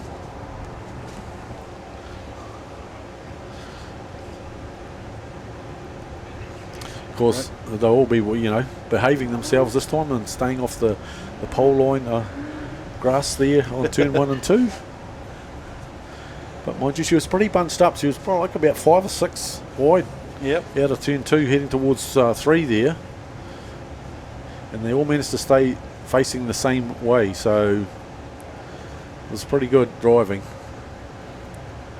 But I think some of them just kept the throttle on. That's all you can do in that situation, I think. Hey, you know, none of them were going to stop, hey. None of them were going to put the brakes on. No. Right, so this is what you've been waiting for. Round 2, North Island Superstock champs.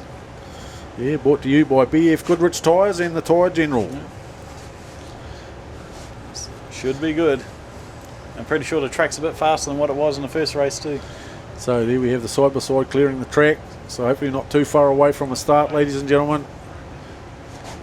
Get ready to block your ears. Yeah, I think we need them in ours as well sometimes. I couldn't even hear us speak when they went past us in the first race.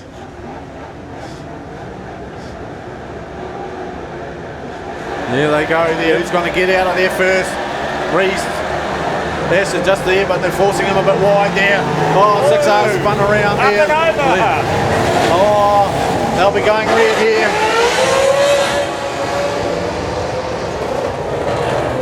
Oh, he's still going. They'll pull him off though with the wing hanging like that. Surely they've got the 15V there. Surely they'll go red.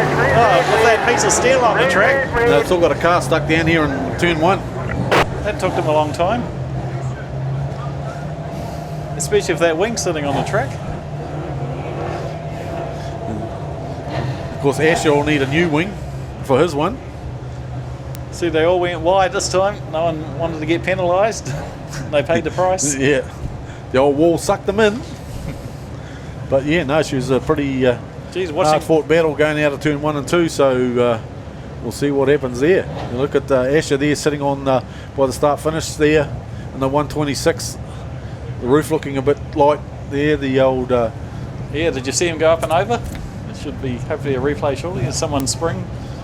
Yeah, have a look at the replay here.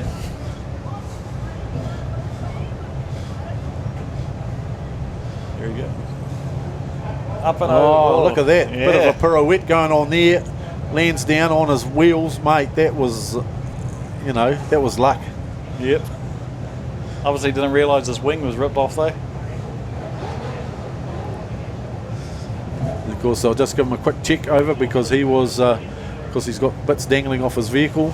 Whether they black flag him or not, I don't know. Whether they're going to let him race. Can they pull it off? No, they're backing up, so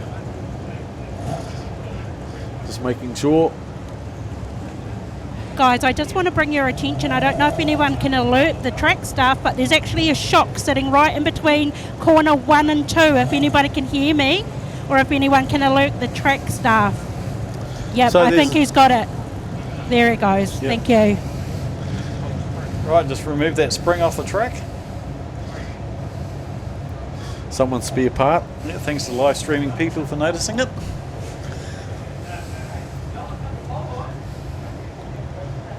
So yeah, Kai O'Brien sitting down in front of us in the 25B machine. Looks like he come out of that pretty well unscathed. Missed all the action there. I can't believe how long it took to go red though. And that's only, what, they haven't even done a lap yet, have they? No, some of them have done a lap. Oh, yep. They've actually got a lap in. That was just because it took them so long to stop. Yeah, yeah. That's when they put the brakes on after the first lap. Yeah. So out in front, I think might be Ethan, I'm not sure. He might have missed all the mayhem there. Well, I think he missed all the mayhem anyway because he was out in front. Seems to happen on this track in the last 2 days.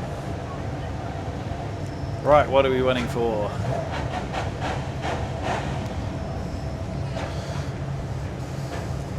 Probably to get clearance. Drivers, get ready. On the runway, yeah. We're racing.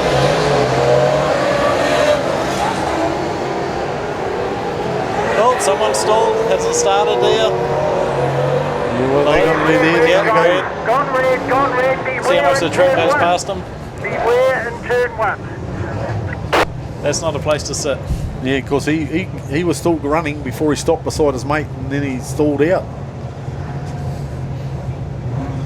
So it looks like they'll be sending him in. Could be a long race.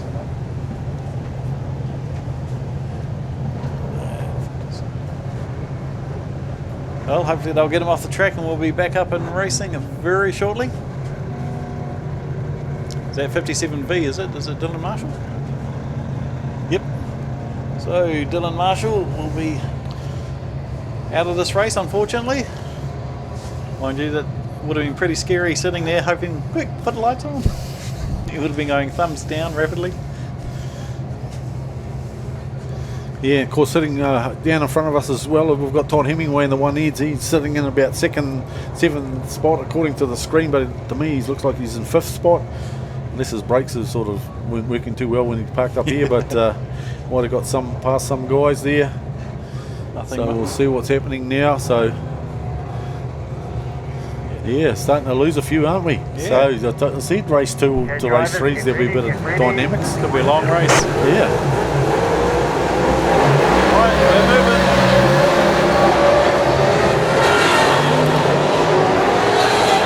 Look at that battle into turn 3 there, but a force going in there. Someone gets left wide, high and dry, but running around, it's all Ethan Rees at the moment in the 127. And then we've got the 5G, Josh Prentice, 72A, Cody McKee, Todd Hemingway in the 1NZ, Matt Buckley, 94V, sticking in there as well.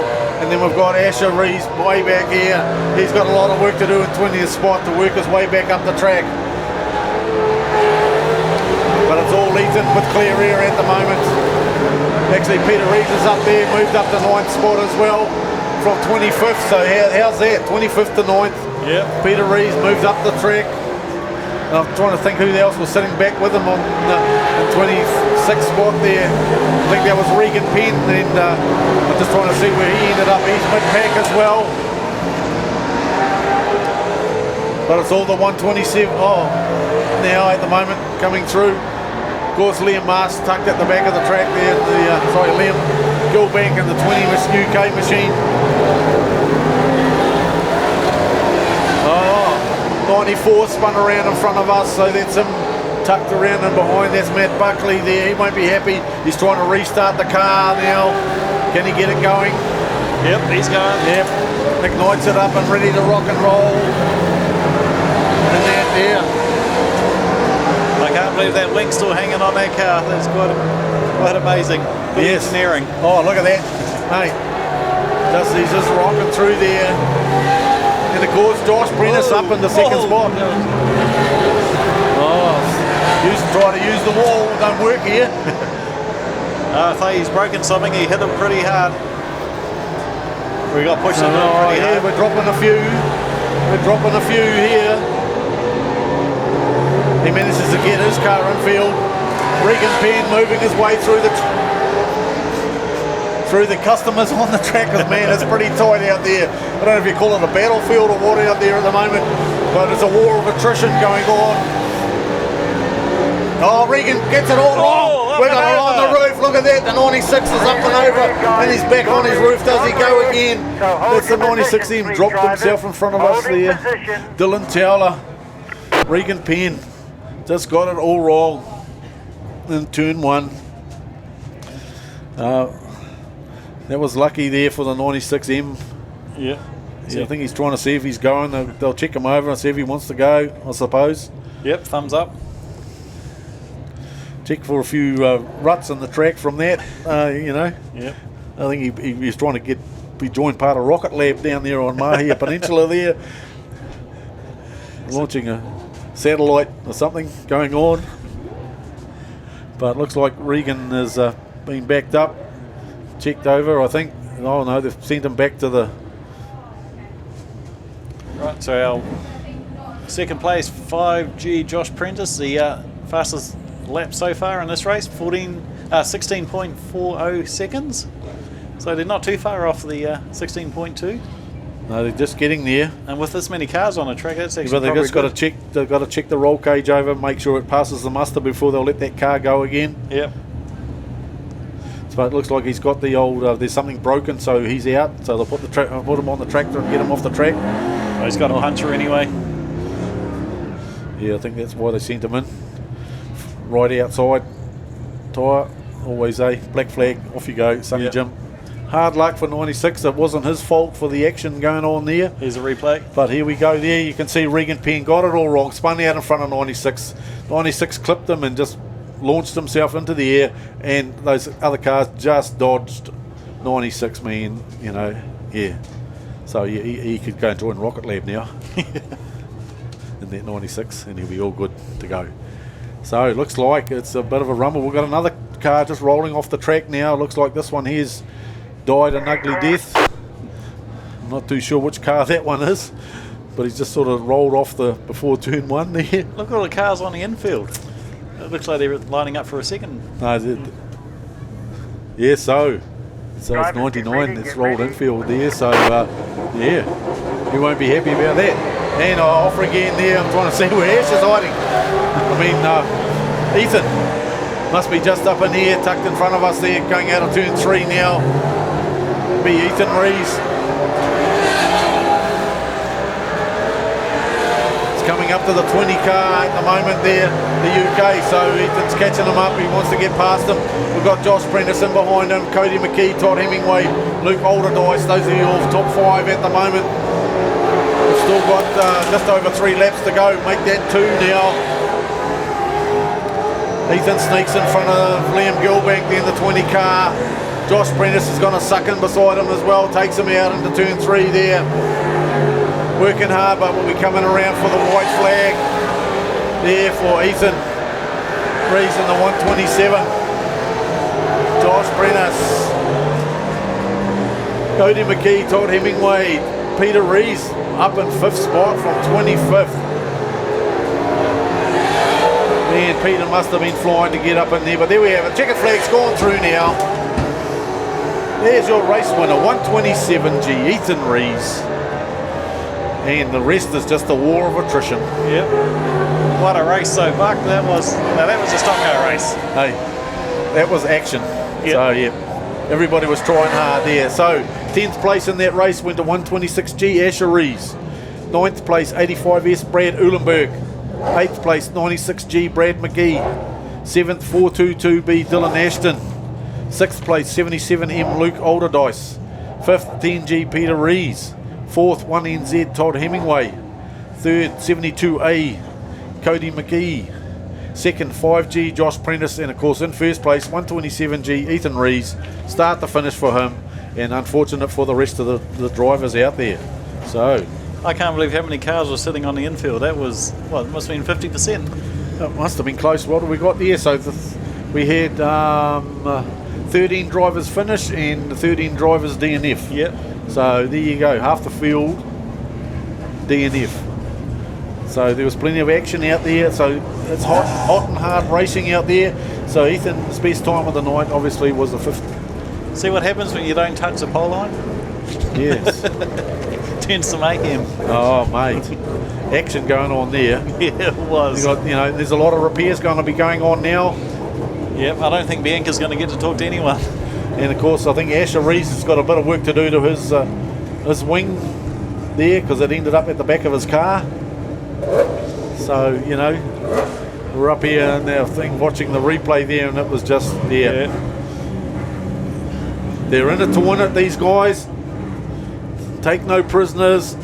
Yep, shoot the wounded. Yep, and leave the dead in the middle of the track. So yeah.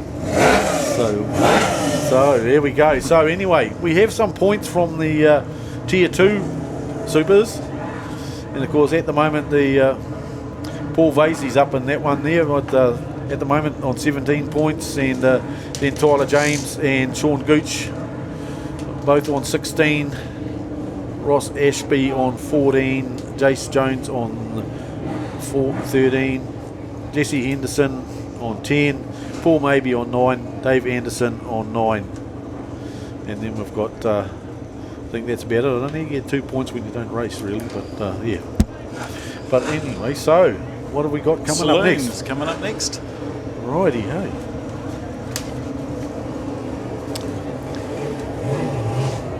Right, I'm looking forward to that third race. Now look at that, you know, like we were watching a replay of that 96 mate. He's going to have to put that video clip up on his wall. Hey? Yeah, he just clipped 235, didn't he? Yes, yeah, it was unfortunate. Regan got it all wrong. Of course, they sent Regan in as well as part of the, because he was involved in it. But yeah, so we've got our coffees up from Black Cat Coffee. So if you're looking for coffee, you need to go down and turn one down into the pit area and pick your coffee up. So I'm just going to disappear for a second. I need to have a slurp. Right, okay, so Saloon cars coming out next, race 2. Hopefully, we'll see if 2NZ can get out into the front instead of second place. Remember that number 16 car is for sale. Old Sean Robinson's car. Right, just found them. Okay, it can't be too long before they come out. Looks like they've cleaned all the debris. Obviously the truck's driving around looking for debris. See what's left on the track. Alrighty, looks like I'm pretty sure I can hear them coming out. So who's first out the gate there? 444G. So Dan Weston first out the gate. Sean Robinson, our last race winner, 16G. 227B, we got Wayne Melling, an old visitor to the track. Of course, 2NZ, Ethan Cook. And who we got next? 42G, we have, of course, Evan Mooney. 52B, the Super Saloon, Regan O'Brien. So he didn't have a very good first race. Are we missing a car, are we? We've got one more coming out. Or who are we missing there, Buck? Oh, sorry, he's drinking his coffee. Don't let me interrupt you, Buck. Right, okay, 1, 2, 3, 4, 5, 6, no, 1, 2, 3. Missing 2 cars by the look of it. They're still trying to get out. So I know that we had Tunga was supposed to turn up. He was on the list, but Tunga Walsh never arrived from Hawke's Bay. Yep. So that's one car down, but I don't know who the other. Mind you, they've still got a lot of work to do to clear all these supers. Yeah, they all want to get in and get their cars repaired before the race 3. Yeah, the old the live stream just shot back to the pits. You want to see how fast they're working on those cars already. Those Superstocks.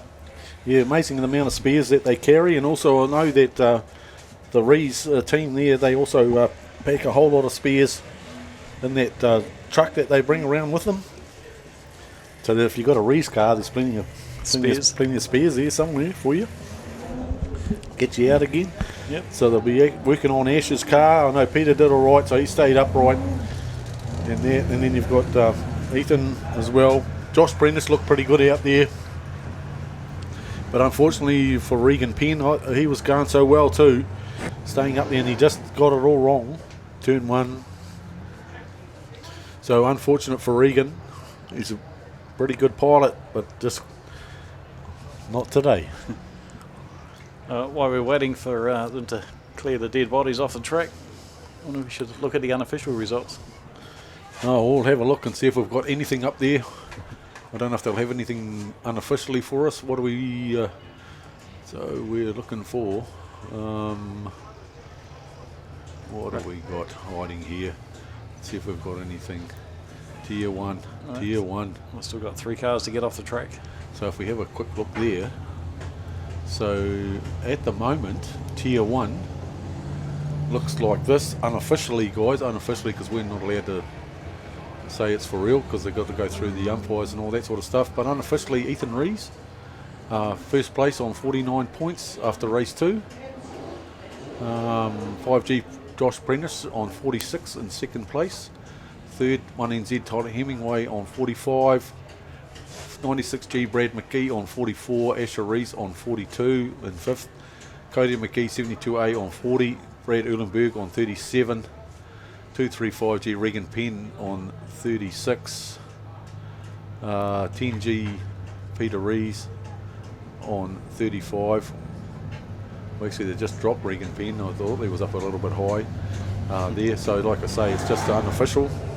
Yep, right, okay, looks like they're lining them So, up. Dylan Ashton there in 10th on 26 points at the moment. So, we'll see what happens there. But Regan Penn's been dropped a couple of more there. So, we'll go back to our race here with the saloon cars and see where we're going to be. Really, it's only about the top 6 there that can make it into the first, second, third by the look of it. Yes, there's a big points difference. Yep. From when you get down into 6th spot and then you head up there. But you still got like Ethan and Asher are still eligible there. Josh Prentice eligible there with McGee in the 96. He's been staying up there, so it'll be interesting to see what happens in race 3, what their tactics will be. So as you can see, the pace car driven by Banksy having a bit of trouble going down the back straight there in the straight line. They've still got 3 cars to move, the gate's still open. So they'll just keep driving them around the track. Yeah, a fuel endurance race, who's got the most fuel on them? Yeah, I'm not too sure how big those tanks are in those saloons there. But oh well. They'll soon find out. The old Isuzu's got a good tank though, he's been going all night. Obviously these cars can't be pushed out. Their teammates would have pushed them out for them. Give them a push. Yeah. Obviously a bit of broken damage going on there. That's high attrition, 50%. Especially when we've only got 2 tractors to haul them back out into the pits there, so 2 at a time. They'll all be going, pick me first, pick me first. They'll want to get out of here first, but I think they'll give them a little bit of time to repair their cars if need be and shuffle a couple of races around to give them the opportunity to be out there for the final race tonight. Because, I mean, that's what it's all about. It's all about having cars on the track. And if you're not going to allow them to just get a few repairs done, and especially in a title meet like the North Islands here. Was he a super saloon pulling off, is it? He's just dropped in there onto the grass. Whether he's sick and tired of going around the track or he's just run out of fuel. Forgot to fill it up.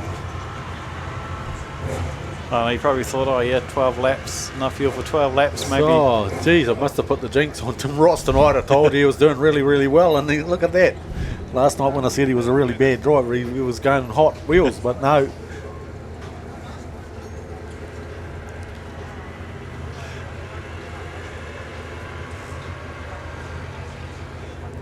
Yeah.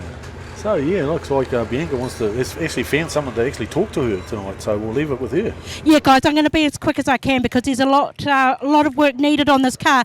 Dylan Taylor, first of all, we've come down here to check on you to make sure you're okay. Yeah, sweet as. His Huss and horse for the next one. We'll be out there. Let's get the car fixed and we'll be ready to go again.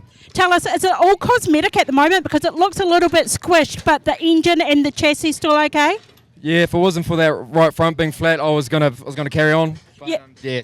Outside flat rule, so sort of sucks a little bit, but that's the rules. But no, it's a bit of body work and we'll be sweet.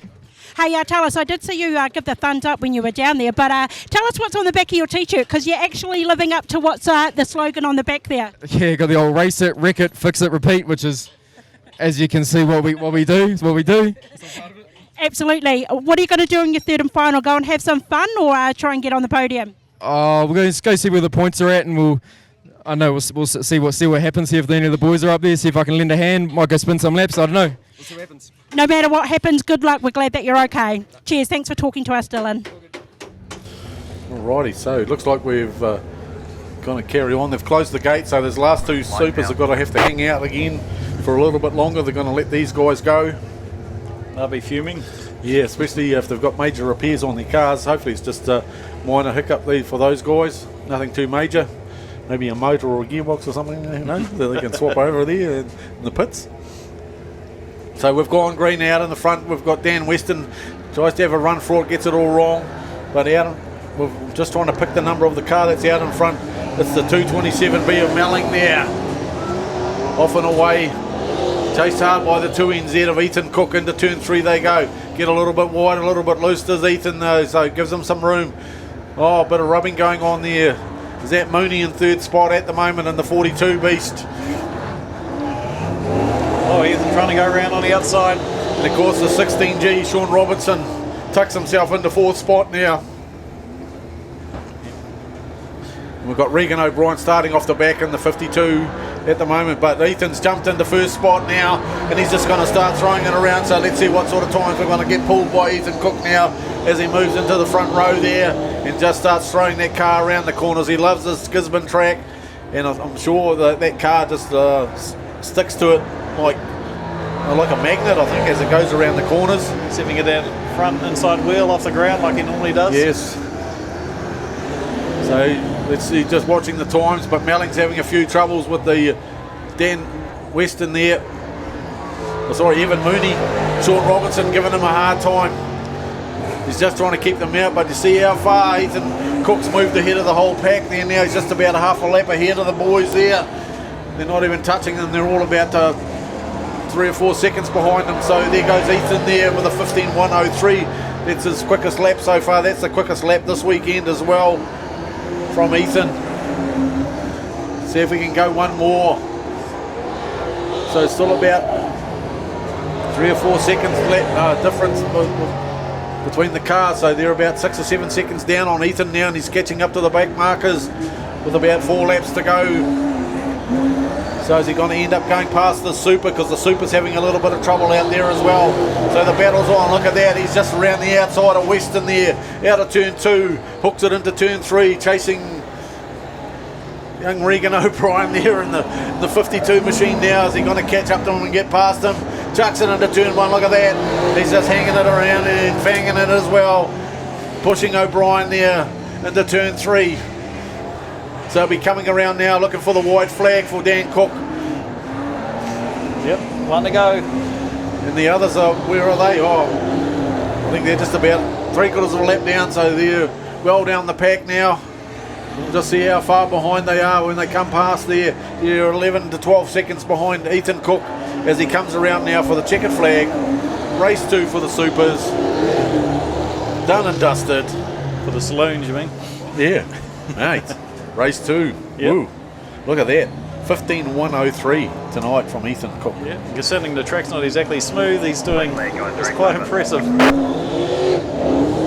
So, what do we have here? Right, we'll start from 6th place, 4G, Dan Weston. 5th, 52B, Regan O'Brien. 4th place, 16G, Sean Robinson. 3rd place, 42G, Evan Mooney. 2nd place, 227B, Wayne Melling. And of course, our race winner, 2NZ, Ethan Cook. And well done, Ethan. That was quite impressive. Yeah, no, that was pretty quick there. Yeah. From Ethan. I'd say be happy with that after the first race. Yes, I might have to borrow your torch soon, Rocky, so we can see what's coming up next, mate. Yep, go for it. So give him a hand as he goes round, Ethan Cook. So, yeah, so that was round 2 for the Saloons. Yep, all done and dusted. So that's round 2 also done and dusted. So we're now back to the street stocks, ladies and gentlemen. So 8:30, done 2 rounds. Yes. So that Ministock race and the last Superstock race probably took a bit of time. Oh, I know. So hopefully we're all sorted there. And hopefully these cars will get up and out of the track. So what have we got left on there? The 198R machine going out. So we're just going downstairs to Bianca again, ladies and gentlemen. We'll see what she's up to. Yeah, I'm down here with Ethan Rees. Ethan Rees, you were lucky enough to take away that win in that race, but man, oh man, that track looks so incredibly quick. Yeah, definitely. I guess the prime spot started with grid 2, so I had to go and get out of there. But that track is really awesome, so hats off to the track team and prep staff and all that. It's bloody good.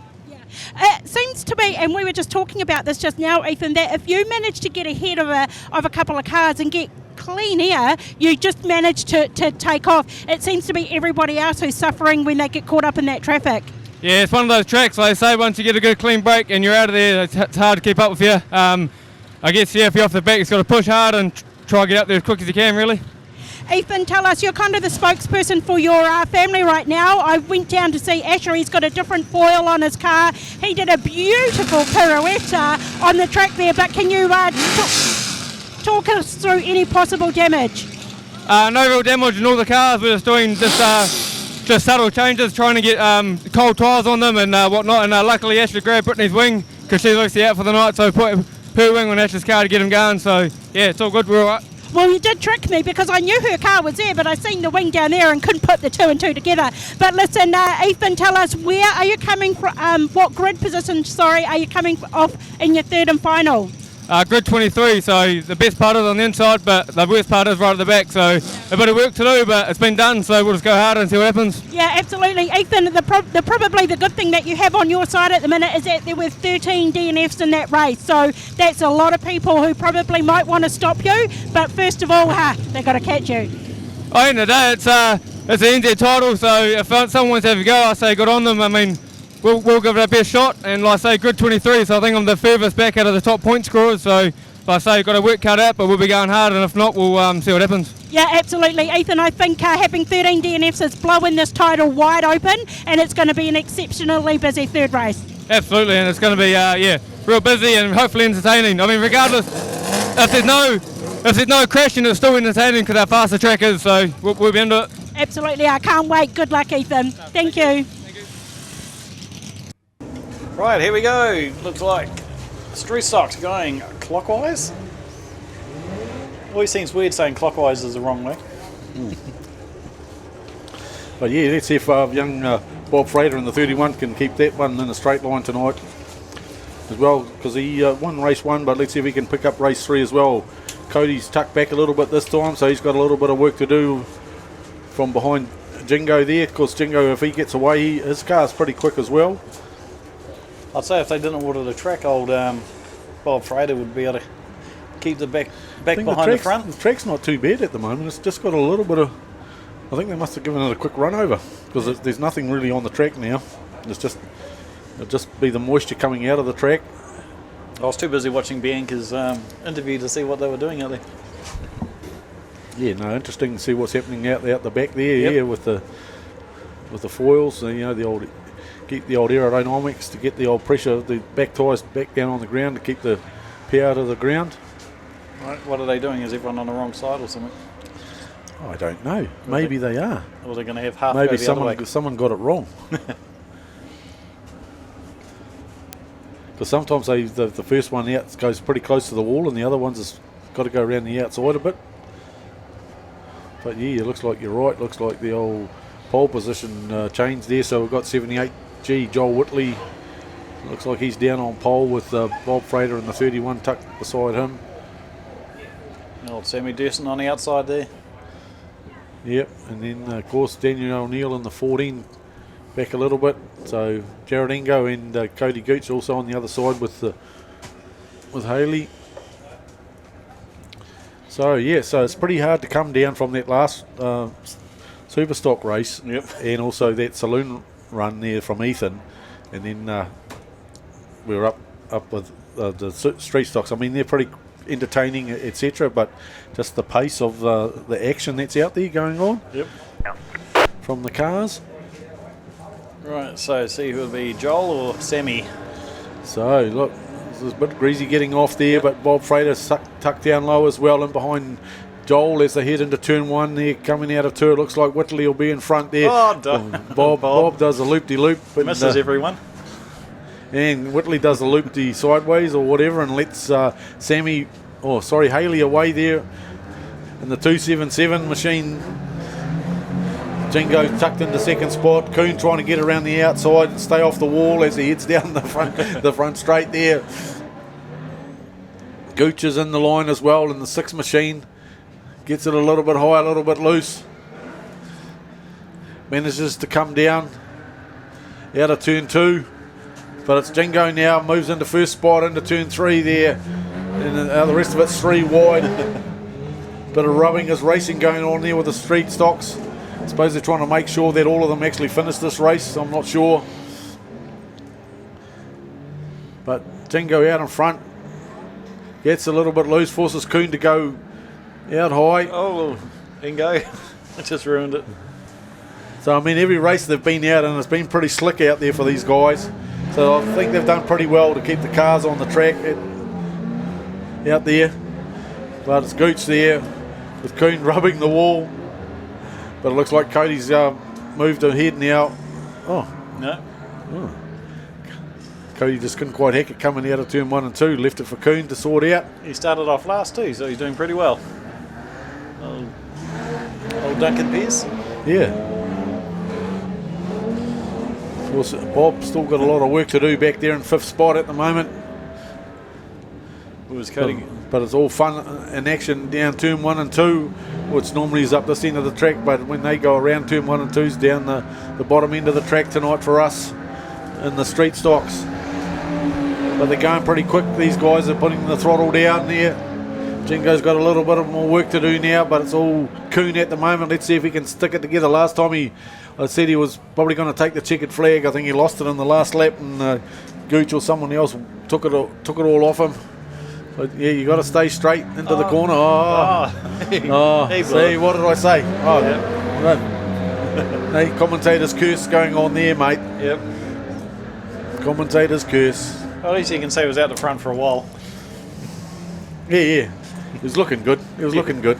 Still a few laps to go. He might get there somewhere. Manages to give Bob a bit of a rub as he enters the back into the track.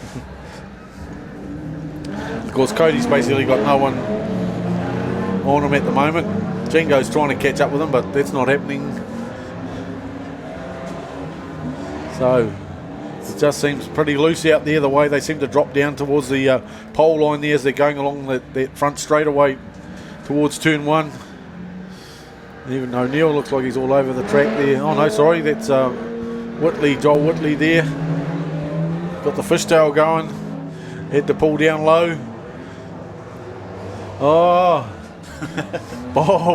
Bob clipped Coon, sent Coon to the wall and then spun himself around. So Coon's going to try and finish the track in reverse, is he? Because he's trying to get it around and out of the road and whatnot. Yeah, make sure it's not a DNF. But there we have, the white flag goes out for Cody Gooch, so that's the last lap for him. And the rest.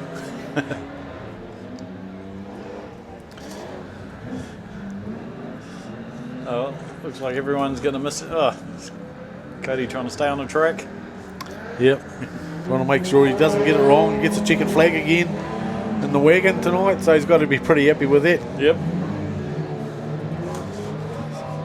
So checkered flag done and dusted. There you have it. Cody Gooch, your winner of race 3 for the street stock. So that's them. They'll be on the trailer now. Yep. All over. So we'll see what happens after that. So what have we got up next? I'm not quite sure. Isn't it the 3rd tier? The 2nd tier? Yeah, tier 2 boys are going to be out. Metalco recyclers.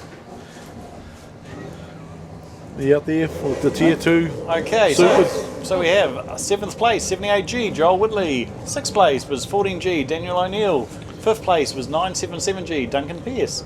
4th place was 31G, Bob Frater. 3rd was 277G, Hayley Durston. 2nd was 18G, Gerard Ingo. And our race winner was 1st place, 6G, Cody Gooch. That's So we're looking for these other cars to come out, but we'll just go downstairs for a minute, ladies and gentlemen, and leave you with Bianca. Yeah, I thought I'd come down here and check on Liam Gilbank and, of course, Dad Mark as well. Liam, you had a DNF in your first race, but you've come 12th in your second. I mean, it's probably no fault of anybody at the minute. It's just really tricky for you guys to come over and get a handle on this track. Yeah, we're just not having much luck today with how things are going. Obviously, it was a electrical battery fault in the first race, about 3 laps in, car just cut out, but thanks to the Reese boys for helping us out, getting us a new battery so we could carry on racing. And like we kind of alluded to just a second ago, there's one thing you can't actually anticipate, and that's the heat of the car and the track. You just can't set up for that.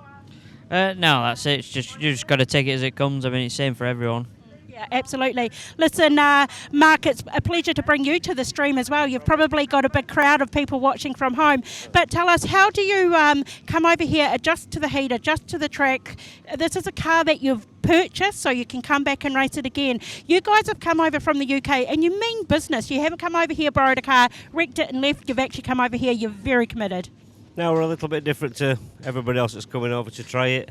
We're proper opening doors, making contacts, making plans for next year. We've already got a place in 248s. We're working on 240s as we speak, and it's good for us. We enjoy it. Like I say, it's our car. We can play with it. We can tune it. We can do what we want, and it's definitely working better. You can't come over here and race like 10 meetings like we are doing and borrow things. You're always lending something. It's not right. So we pay our way. Obviously, great thanks to all the sponsors that's helped us. We've got 3 or 4 New Zealand sponsors as well as England sponsors. Can't do it without them, so thanks to everybody.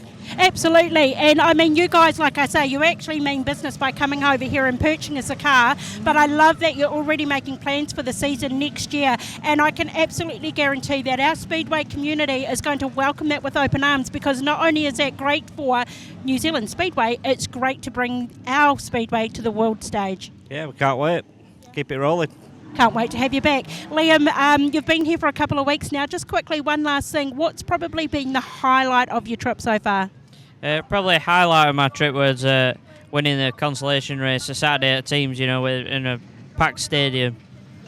I tell you what, you two should hold your head up high, because some of these drivers have been digging at this for 13, 14, 15 years. To see you guys come over from the UK and qualify at the North Island Champs, your first time at an extremely tricky track, I congratulate you, because that is really good work. So well done, the pair of you.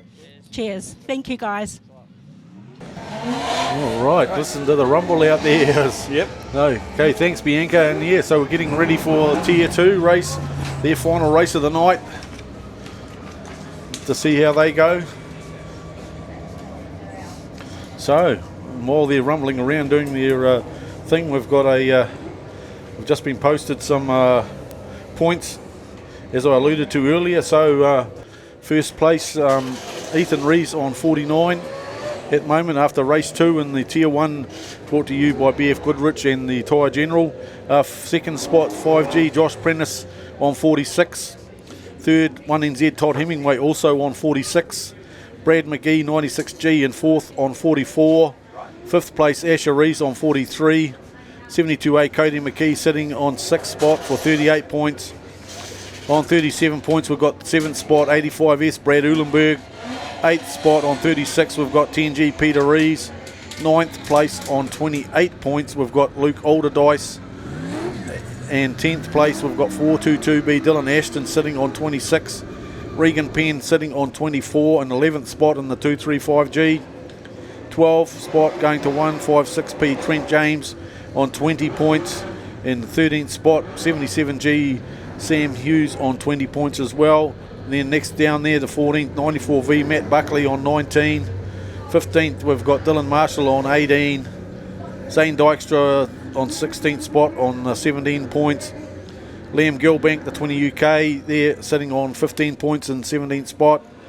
Dylan Towler on 15 points in 18th spot. 14 points for Tim Ross on the 144, sitting in 19th position.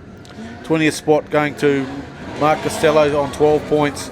Kai O'Brien on 21 position on 11 points. And in 10 points we've got 15V Ryan Marshall. 23, third position, 9 points, Liam Marsh. 8 to Ben Milne, and then that's basically it. And then we've got Bryce Steiner and William Hughes tucked down in there, still got to earn their stripes basically. So that's where we are unofficially with the points, ladies and gentlemen. So that's it for the Tier 1 racing. So hopefully that lets you know. So as Ethan alluded to, if you were watching the live stream, he's got a lot of work to do coming from 23P on the track to work his way to stay in the run there. But basically the top 8 have got the good points there. So you've got Luke Alderdice, 28. He's got a bit of work to do, and then you've got Peter Rees in 8th on 36. So that's a big gap, and then it's 49 points at the top to Ethan Rees. So he's either got to stay mid-pack, stay up there with the rest of them, or unless someone has a bit of tactics going on, and that's the end of Ethan Rees' race for the night. So they're lining them up now for the last race of the Tier 2 guys tonight. Put to you by Metalco Recyclers. So I'm just trying to pick the car that's on the pole. I'm picking it's going to be Tyler James there in the 89 machine. Yep, you got that right. So I mean, if he wins this, I think basically that'll be he'll be the winner of the Tier 2, I should imagine, unofficially. And we've got Brody James out there somewhere, but sorry, he's not out there. Apologise. Keep looking at the screen and keep forgetting that Brody's not here. So we've got Dave Anderson in the 82, Jesse Henderson in the 45R, Dave Ellsworth, Sean Gooch, Paul Maybe, Ross Ashby, Paul Vasey and Jace Jones. So it looks like we're missing a couple of cars out there. So looks like David Ellsworth is not out there, and of course Brody hasn't been out there all night. So we've got 8 cars to work with, ladies and gentlemen, the 8 that we started with. So hopefully we're ready to rumble for the Tier 2. Like James ready, the throttle goes down, the green light's on, action. Around the outside is the 45R, Jesse Henderson leaves Tyler James behind as he heads down towards turn 3. But there's a bit of action at the back of the pack. Looks like Jace Jones is giving Paul Vasey a bit of a rub there, holding him back, forcing him up high. Looks like those two are going to have a bit of a tango up the top of the track there, at the back there. So we'll see what's going on there. But at the moment it's Jesse Henderson, Tyler James, Sean Gooch, Ross Ashby and Jace Jones trying to chase down Paul Vasey in the 351R. Trying to create a bit of action. 45 gets a little bit loose.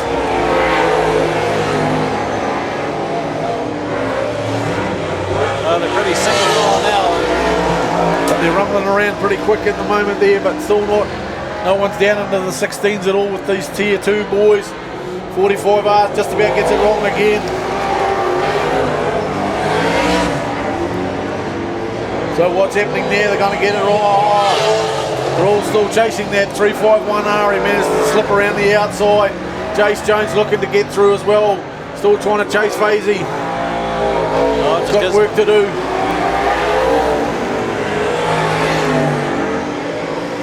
But it's all Jesse Henderson now. He's about 1.5 seconds in front.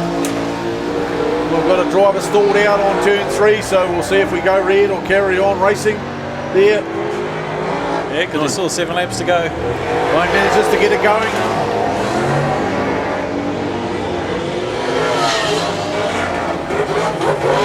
So there's still a lot of work to do.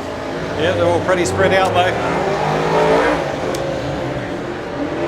Not sure if anyone's going to be able to touch it. Here's the front there, the 45R, Jesse Henderson, 38M Ross Ashby and Tyler James in third at the moment, with Sean Gooch running fourth, Paul Vasey back a little bit further in 5th spot, and then Jace Jones in 6th.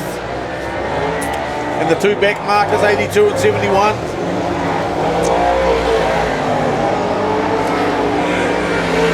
So those two working it up there, Jace Jones and Paul Vasey. There's enough laps. I think these two are going to battle it out to the end. There goes Jace Jones, gets right up behind Vasey into turn 3. Is he going to give him the rub? Out of turn 4. Tries to spin him around. Gives him the rub. Vasey straightens up. The battle's on for 2nd spot at the moment. 38 trying to slip through there. Ashby. He does it. Makes it happen out of turn 4. Oh, he's been given the shove, but he manages to hold his line there. Oh, something just went poof. Which car, I'm not too sure. Looks like the 38M of Ross Ashby just went up in a cloud of smoke. Yep.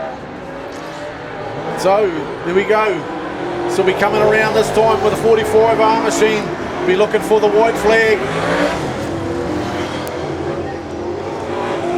So, Jace finally has he got him this time? Oh, he's been chasing them all night. Yep. Work hard. But there we go. White flag out, 1 more lap. Oh, Vasey gives Jones a bit of a rub as well. Lets him know what for. The white flag, the checkered flag's now out, so there we have it. The winner 45R, Jesse Henderson. Second spot went to 89G, Tyler James. And Sean Gooch in third. So we'll get some provisional results for you later on, ladies and gentlemen. But 8th spot went to 82G, Dave Anderson. 7th went to 38M, Ross Ashby. 6th, 71R, Paul Maybe. 5th, 81G, Jace Jones. 4th, 35-1R, Paul Vasey. 3rd, 7G, Sean Gooch. 2nd, 89G, Tyler James. And of course, first place went to 45R, Jesse Henderson. So hopefully we'll get some points for that for you later on, ladies and gentlemen. Yep. Unofficially. So give him a round of applause as he goes around. Jesse Henderson in the 45R Tier 2, brought to you by Medical Recyclers. So here we go. Well, just what have we got rocking up next? Rocky. So we're looking.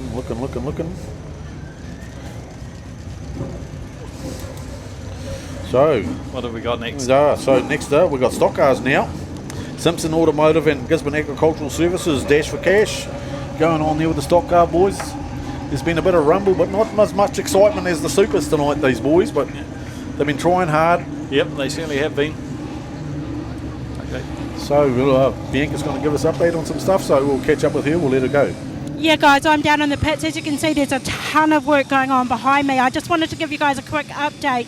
Dylan Taylor, car is fine. They've worked incredibly hard. He will be out for the third and final.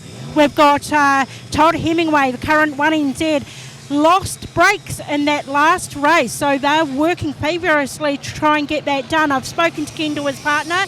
She's given the thumbs up and said that they will be out for the third and final. We've got Asher Reeves working down here on the 198 car. We are going to, I'm going to see if I can hide Asher there. I cannot believe the amount of work that's going on here. Asher's car, you've seen that, pirouetted. He had a whole lot of damage on the car, but here he is helping out a fellow teammate. I mean, if there's an award for camaraderie, I think it should go to Asher Reeves. He's always the first out there to give a hand. But there is so much work going on in here. I do know that Trent Jones is coming out also. The reason why he pulled off is because the car, surprise, surprise, we hear it time and time again, overheated, and that was that. So I'm excited for this third and final race. I don't know what's going to happen, but there's going to be a ton of action. I can absolutely promise you that. All right, looks like you're overheated out there, Bianca, matey. I am. I need to sit down. Hey? All right, so here we go with the stock cars tonight for the Dash for Cash, brought to you by Simpson Automotives.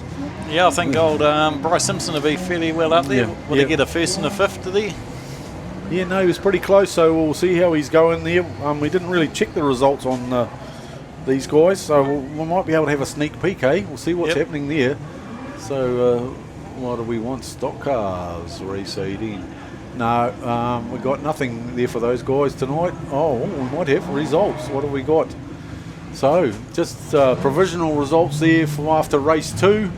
James Marshall in the 16H is holding out on 32. Second spot, 98G, Bryce Simpson on 31. Casey Cheatham on 31 as well. Trevor MacArthur on 29. 87R, Christopher Shingleton on 28. Logan Bruce on 24. David Bacon on 23. What? So they're all pretty close. So anything could happen out there. Tony Palmer on 22. Dave Moore, 17H on 22. Will Carr on 20.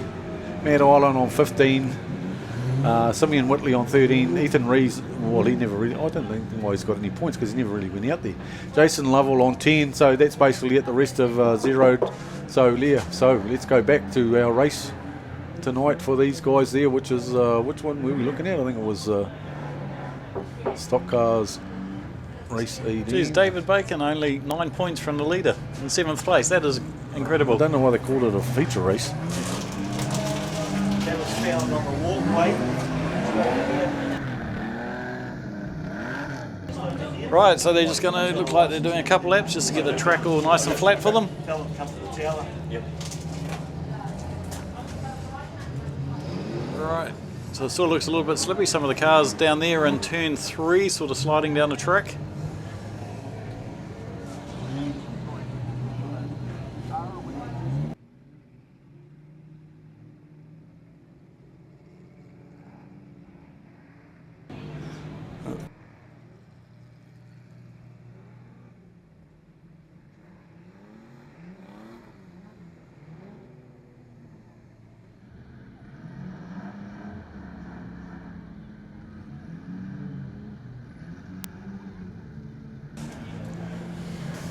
So of course while these guys are rumbling around, if you can hear me over there out of turn 2,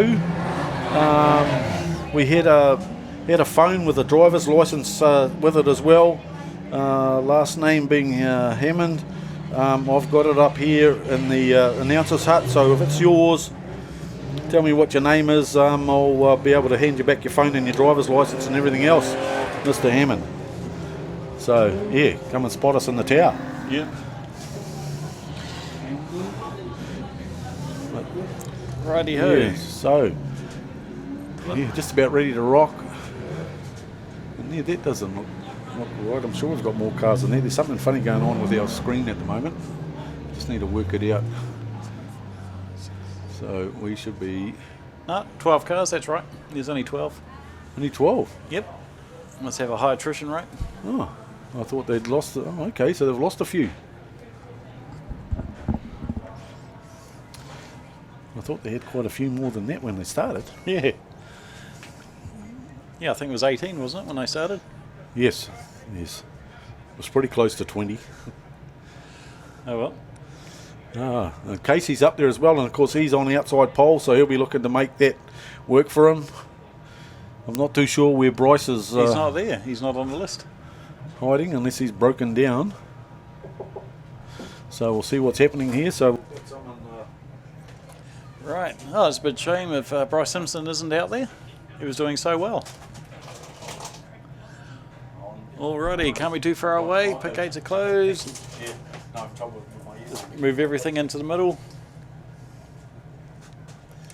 Just waiting for the guy to check. Everyone's got their seatbelts done up. So I just had a quick update there on Bryce Simpson. Apparently cracked bell housing, so he's done for the night. So he looks like he's not going to be taking a second title tonight. So yeah, we'll just have to stick with the Ashley Scott Memorial from last night. God, he's doing so well too. Yep.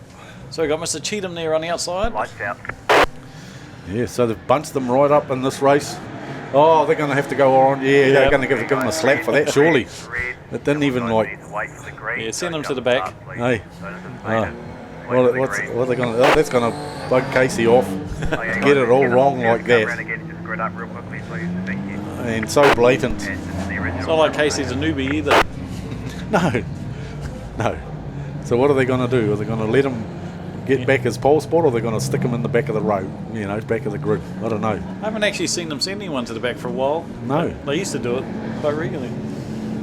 Then maybe they give them one chance, and if they do it again, that's it. You know, black flag, you go infield. Yeah.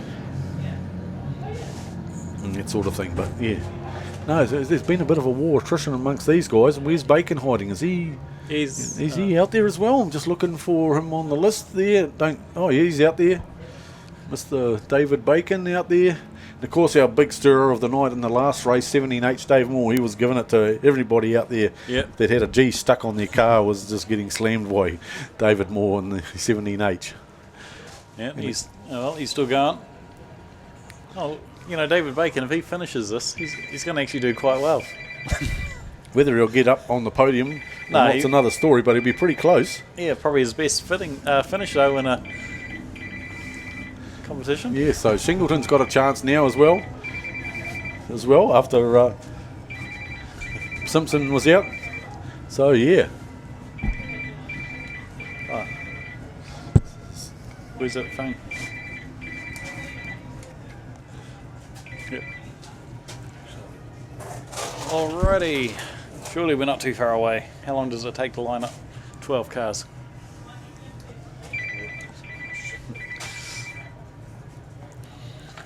Okay, third and final race for these guys, for the stock cars. Used to be called standard stocks back a few years ago. But then they went to Superstocks, so now these are just called stock cars. Probably a good 50-odd grand cheaper than a Superstock. Lights out, wait for the green. Okay, second time. Let's see if they get to start right this time. And Cheatham gets it anyway. First into the corner, Casey Cheatham. 87R, Christopher Shingles is right behind him. Pretty uneventful start, not too much happened, stay out of trouble. Oh, we got 10R spinning again. Got a mask.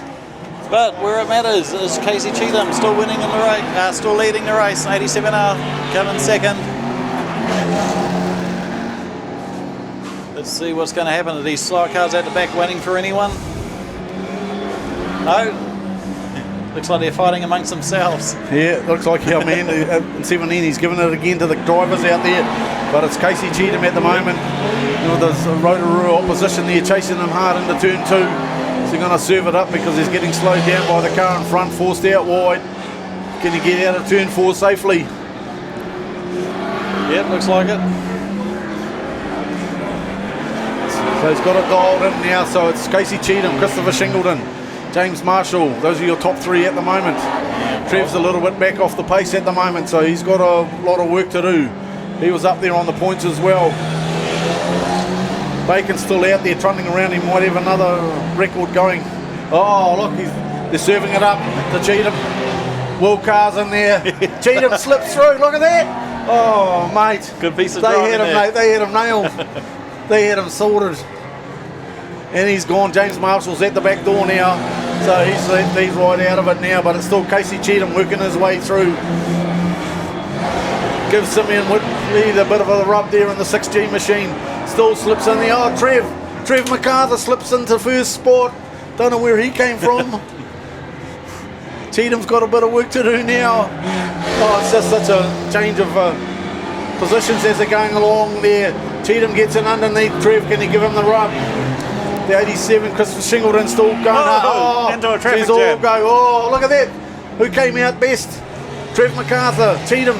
They managed to get out of that lot. I don't know how. Oh, see, single file. Someone's put the picks on. Cheatham tries to go around the outside, and who's in there now? Oh, Trev MacArthur, Cheatham. But it's Singleton tucked in there with Trev MacArthur down the back straight. We've still got a long way to go yet, ladies and gentlemen. I didn't realise we had a team's race. Yeah, I don't think it's a team. I think this is a good stock car race, this one. Everybody's getting served up. You've got to keep the pace on, otherwise you're going to get served into the wall. So it's Trevor MacArthur, Shingleton, Cheatham at the moment, and there's not a lot of difference between where they are on the track, so anything can still happen. Just wondering how, 17, looks like he's got a flat front right, so they'll be pulling him off the track in a minute. They won't let him stay out there. Looks like Whitley's given him the rub. And he's gone infield as well. He's back out again. Yeah, it's a wonder they haven't spotted that one on that 17H and sent him infield. Yep, oh well, not to worry. He's not going that fast. Yeah, but he'll be trying to stir it up, but he's got no steering. Bacon was looking at him. I think Bacon's just wants to survive this. Yeah. Is he going to leave enough room for Trev to get past him? There's still quite a long way to go, ladies and gentlemen. At least another 3 or 4 laps in this race. Oh, who's put up in the wall? Is that Trev? They put Trev up the wall. Oh, Casey off the track. And then the Rotorua car, Shingleton, goes down on him. Trev comes around the outside. Shingleton goes back into the wall backwards. Cheatham moves into second spot. Bruce moves up into third. As they head down the back straight now. Couple of laps to go, but looks like can they keep this pace up? We've got Simeon parked up on one as well. Oh, Cheatham gives Trev the serve. He's right up him now. Is that Logan Bruce? No, that's Trev. So Cheatham back out in front. I think. Last lap. Trevor MacArthur's out front. No, Trev's back here. Oh, okay. Not sure what's going on there.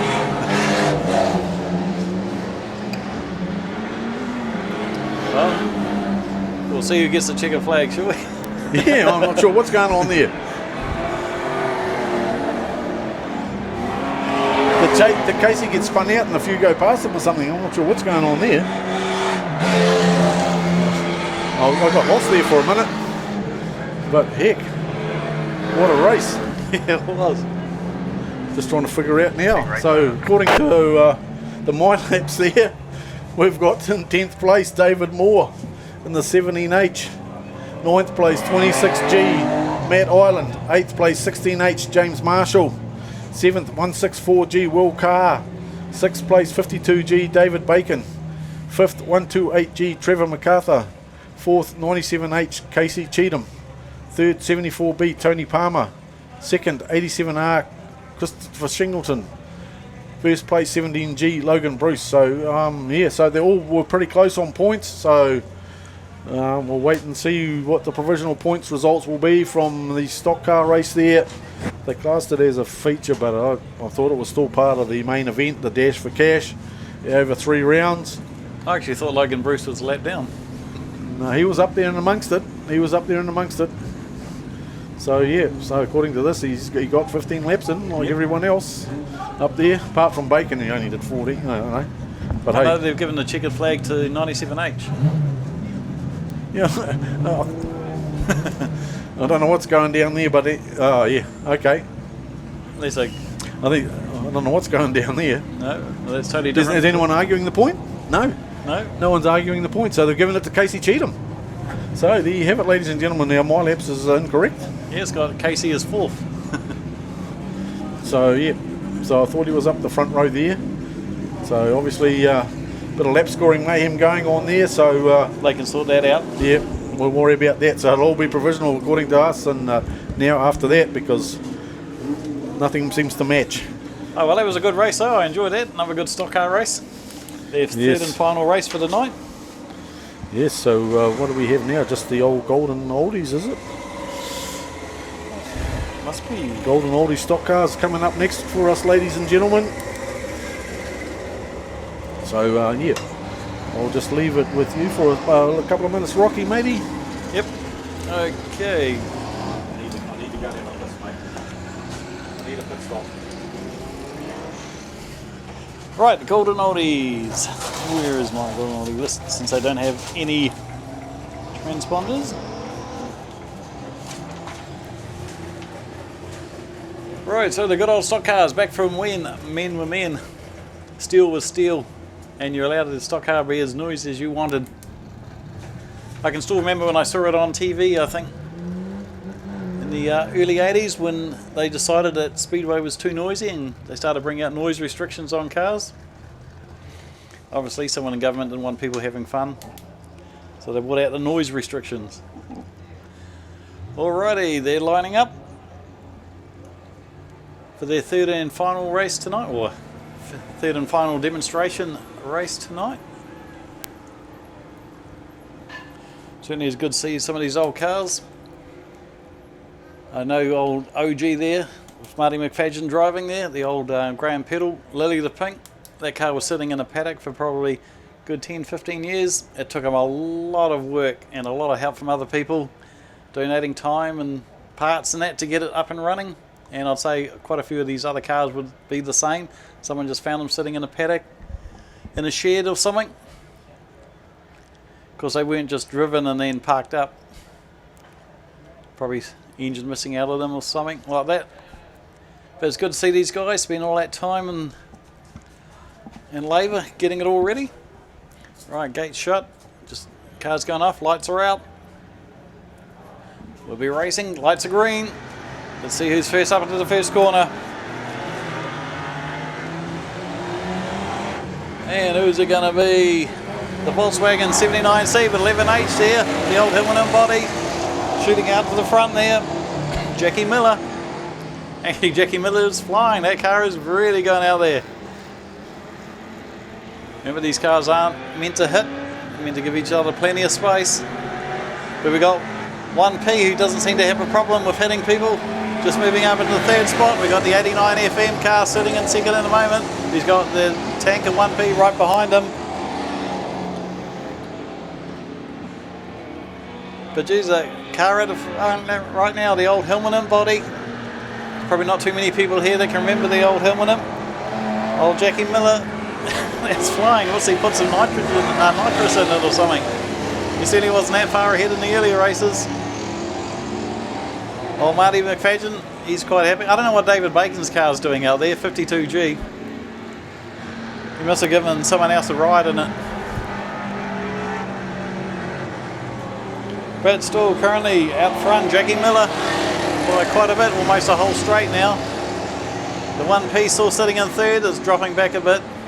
Can't get past the 89 FM. And who else we got coming around now? Obviously just happy to be cruising around the back there. The old 15R of Dave Nottingham. He's just out there having fun. Sunday drive, not doing too much. Looks like the tank now has moved up into second spot. 1P, Chris Gomans. But he's too far behind, he won't be able to catch our current race leader. Looks like Reese Lisser trying to move now into third spot. Still currently sitting in fourth behind the 89 FM car. But yeah, I just can't get over 11.8. Jackie Miller hasn't been going that fast all night. He's certainly done something to the cars. He just goes past 0G Lily the Pink.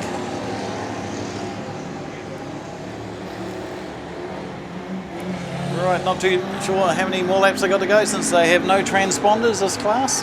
I wouldn't mind them having a transponder. It would be good just to see what their time is. You know, if they could stick a transponder on one or two of the cars. 11.8, he's just passing everyone. They might have to check the fuel, see what he's put in there. Might have put in some BP98 or something. But he's coming around now for the last lap. So Jackie Miller, 1 lap to go and the race is all his. Looks like the tanker 1P sitting in second spot at the moment, Chris Gomans. And the 89 FM car sitting in third. It looks like Mr. Chips Mister is trying to get past him. He might be moving up into the third spot. No, it looks like 89 FM's managed to get third spot. So yeah, it looks like 11.8's Jackie Miller, 1P Chris Gomans, and 5M Mr. Speed in third spot. Right, so that's the classic cars done and dusted. So what is it, race 3 of the North Island? Yeah, so it looks like, Rocky, we're going to the BF Goodrich Tyres in the Tyre General North Island Superstocks round 3 tonight for the Tier 1 Championships. Man. So hopefully all those cars that they were out there earlier getting lots done to them are all good to go out there. And we'll have plenty of action, but as was alluded to earlier, Ethan Rees has got a lot of work to do from the back of the grid if he wants to win. Yep. So do you want to read out the top 10? Yeah, so our top 10 drivers at the moment in this, so these are the ones that could possibly come through and win. We've got in 10th spot 422B Dylan Ashton, currently on 26 points provisionally. 9th place 77M Luke Alderdice on 28. In 8th position at the moment 10G Peter Rees on 36 points. 7th spot Brad Uhlenberg in the 85S on 37. On 38, 72A Cody McGee in 6th spot, and 5th spot 126G Asher Rees on 43 points. 4th spot 96G Brad McGee on 44. 3rd 1NZ Todd Hemingway on 46. He's also only the same as Josh Prentice, who's currently sitting in second. So if that was that would be a runoff between those two if it was for second and third there. So 5G Josh Prentice on 46 and Todd Hemingway 1NZ also on 46. And leading the pack at the moment is the 127G Ethan Rees on 49. So he's just a 3 points. So it's not much.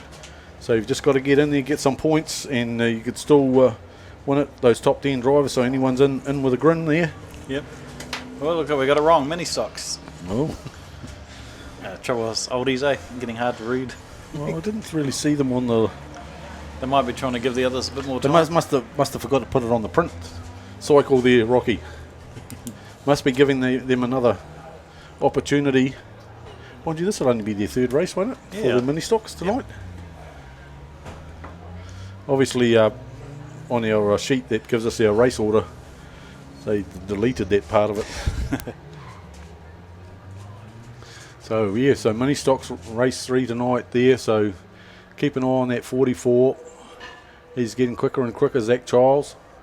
But I think he'll be off the back of the grid, so I think he'll have a bit of work to do in this next race. Yep, and Georgia Rogers coming from the back. I mean, she was just taking out everything in that last race. She was on fire.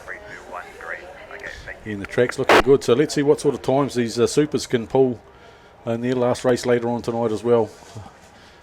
Because that track looks like it's come on. And of course, you got to watch out for that that Toyota towing those wheels. Jeez. Yeah, if you forget that thing sticks out 3 feet each side, you could take something out. Right, okay. Side by sides in. Good. I'd like to thank, of course, Gisborne Motors, your Ford and Mazda dealer, for donating it to the club. Oh, not donating it, but letting the club use it. Okay, drivers, lights out. 5, 4, 3, Right, here we go. 2, 1, green. We're racing. And they're off and away in this one, so we can't quite see, but we'll see who gets the jump in there. Looks like Malachi McIndoe in the 81G come out of turn 2 in front of the 85 Zach Davies. Zayden Gooch in there, the 95G. Oh, sideways. Oh, up on his roof. Is it up and over? Oh, that's not our... Yellow, 221, no, is it? no, I think that might be our 7. Josh Coates, I think. And I think there's actually an innocent party in that too. Another car went sideways. Because I think the 221, the young girl there, Jenna McCabe, I think that's who's still rumbling around there with the pink plates on. So I'm picking it'll be the 7G of Josh Coates. He's the only one who's been rebel rousing out there in his car tonight. So he'll be able to add that to his thing to talk about at school on Monday. Yep. Yes. Oh, what happened? Race 3, I got rolled. Oh, well, let's see if we get a replay on that. Okay, drivers. But I'm pretty sure he actually had nothing to do with it. He was just the innocent car. Yeah, no, so it's good to see them all moving around. The old pace car trying to catch up with them. and see them going around again, the old pace car trying to line them up. Right, so we got. They seem to have their own mind. Yep. Oh, there's 2 cars tangled up in there. Yep. All right, here's a replay. Let's have a look. So there you go. Malachi got a good start going on there. Then the 85 tucks in underneath. And then Coates, the 7G's on the outside. He's on the outside all the way down there. And they're all squeezing him. Oh, who got it wrong? The 23. So who was that? Troy Peach. Yep. Trying really hard. So that'll be the end of his race as well too, because I think he's tied up in that pile of mess as well. Down there on turn 3. But hopefully they just, it says they've got 10 laps to go, but whether they give them the 10, I'm not sure what they'll do with these guys, so we'll see what happens there. But I think there's a pretty casual rollover there. Yep. Okay, guys, we're going to do a full restart, original for Josh Coates, so yeah. Line up, a clutch start on the main straight. Thank you. All right, so you just got to drag it round so they can get it back on its wheels. Yes. Got to get it all done and dusted. Oh, restart too, yeah. They haven't completed a lap, have they? Nah, so he's going to have a chat with them. Hopefully they're all listening in their ears and that, so they'll all line up nice and neat. Get ready to go again. We'll get ready for another rollover and we'll be all good. So I may have jinxed all these cars a little bit because I said there was going to be some action tonight. Yep. And we got it in most classes. Yep, got it in spades. So you didn't see David Bacon's car come out in the Classics? I was wondering who was driving it. Oh, in the Classics? Yeah. Might have been old Steve McCaff because he never came out for race 2 in that 75. So whether that was a few issues as well, I'm not sure. So yeah, to be missing a couple of cars in this race, they'll both be going infield. Be like one of those big forklift things, I reckon. You just go in there, pick that car up, and go and then stick it in the middle and leave it there on its side for a while. Let all the oil run out of the motor. Yeah, when I was teenagers, they used to use tow trucks. We used to sit in the middle on the old tow truck. Yeah. I think there's still a few tracks that actually use those tow trucks. Nelson use them. Yeah. And I think Palmerston North still use the actual tow trucks. Some of them have got those flash, what do you call it, those machines there with the big forks on the front. They extend all out and they use those as well. But I don't think too many drivers like putting the forks under their vehicle and shoveling it around because of what they've got underneath. Yep. What are they carrying there on that tractor? A car. Oh, is it the car? Oh, that's too. Just the way the light was on it. So they're just trying to get it, and then they'll probably try and flip it over on a bit of flat. And there's Mr. Coates' car. Obviously, hopefully he's out of the car by now. Oh, I'd say he must be.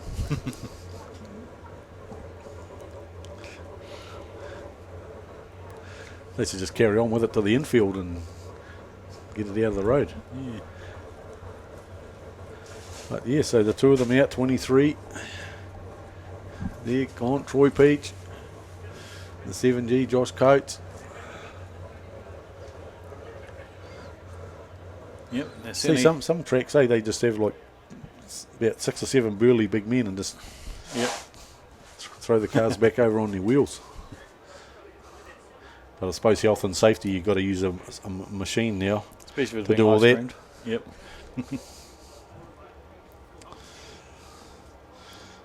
Right, so it can't be too far away. Get it back on its wheels, push it to the middle.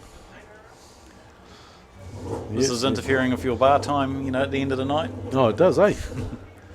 I mean, I thought we were going pretty well. We were ticking along quite nicely. Yeah. It's now gone about 9:23, so theoretically we should have had this race done and dusted and we were on to the Supers. And by 9:30 it would have been all over. What's the bar licence curfew? What time's that finish? I'm not sure. Alrighty. Come on.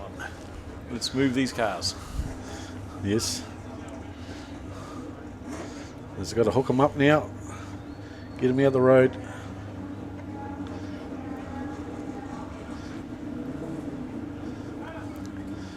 So here we have the firemen. They're doing the drive-by.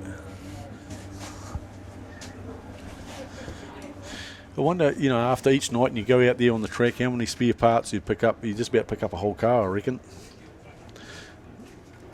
All the bits that seem to fall off that nobody ever finds again. With your little magnet running around the track.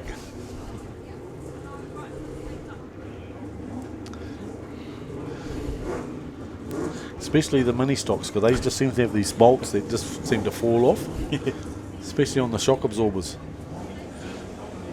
They're not held on by much, are they? In the minis. Right, just a little plate up the top corner there. Get your angle of the dangle right. Oh. Come on, move this car. What's the hold up? Don't know. It's getting past bedtime. Is he still in there? No, can't. Oh, maybe they need to get it out of gear. I wouldn't have thought the tractor would even notice that. Yeah, that's what I thought. They would have just towed it. Alrighty, so what's that, good 10 minutes? Yes, and so it's a good restart, so it'll be interesting to see how many laps they're going to give them, whether they're going to give them the full 10 or they're going to cut a couple off there. Only young fellas, they wouldn't know the difference. No. Right, lights will be going out shortly. Oh, well. They'll be getting hot on there anyway, just sitting there on a dummy grid. Oh, yeah, so, as they allude to, they still got to wear the same suits as the guys in the Supers. Yep. All that fireproof drama going on there. Triple layer. Sweat dripping off, can't see out the front now, boy. Turn the aircon on. 5, 4, 3, 2, Alrighty, we're about ready to start. And there was a good start there from Malachi there, just on as the green light went on, he was off. It was pretty marginal, but he got there in the end there. And of course the 85, Zach Davies chasing him hard again, and the 95 of Zayden Gooch. So let's see if we can get around and actually get a whole lap completed before anything happens with these guys. as they come around, but it's Malachi McIndoe out in front. Zach Davies, Zayden Gooch. In the 189, the Jaden James moves in ahead there, so hopefully he can do something that his uncles or brothers or whatever they are couldn't do out there in the supers. He's certainly trying the outside line anyway. Yeah, Conrad Gooch, he's up there as well in the 6G. He'll be trying to hold out his cousin in the 10 machine there. Starting to get a bit of a lead foot going, as old Conrad. He's got a bit of pace going, but also keep an eye on that 52 back here, William Johnston Priest. He's got a bit of work to do, but he seemed to have been going pretty quick the first two races. Even last night there, he was a mid-pack, 5th to 10th place there. But yeah, you get a bit of clean air, and obviously you're away there, so Malachi's had that clean air. They're struggling to stay with him there. Considering he's in the borrowed car, Malachi's doing very well, And he's a tall boy, Imagine that seat. I'm sure Mel is not tall. Well, he doesn't look like he's sitting too high in the car. Maybe they lowered the seat. Maybe. Yep. Oh, here we go. 16 round. Push around by the distance. Oh, that's poor old Georgia again. Yep. Yeah. Oh, so he'll be unhappy tonight. Yep. She's had a rough odor to go tonight there, and then we've got Jenna McCabe who's going to get in front of her there as they go into turn 3. But it's all Malachi McIndoe at the moment out in front of the 85 of Zach Davies and 95G Zayden Gooch. Chasing hard with also Brody Gooch chucked in there as well. So a couple of Gooches battling it away, looking for third spot there. Can they make it stick? Oh, tucks it down the low to Zayden. Can he make it stick there? Oh, a little bit of touching. Bit of rub, touchy-feely. Oh, there we go. Zach Davies spun around there by Zayden. That's the second place gone. Yep, I wonder who's going to go back out there again, or whether someone's going to get a smack. We're using their bumper to move them out of the road. But mind you, I think he spun out in front of them, didn't he? Yeah, I think we'd say he did. Yeah. But where are we? Oh, where's Malachi? He's just currently gone past the start-finish line now. Catching up to the back markers there. Noah Starr, who was our driver of the night last night. Because he punched got over the 22nd barrier last night for the first time. Yep. Noah Starr. So let's see if we can actually get him to the 19 seconds. That's what he needs to do. 1 lap to go. Final lap for these guys and gals.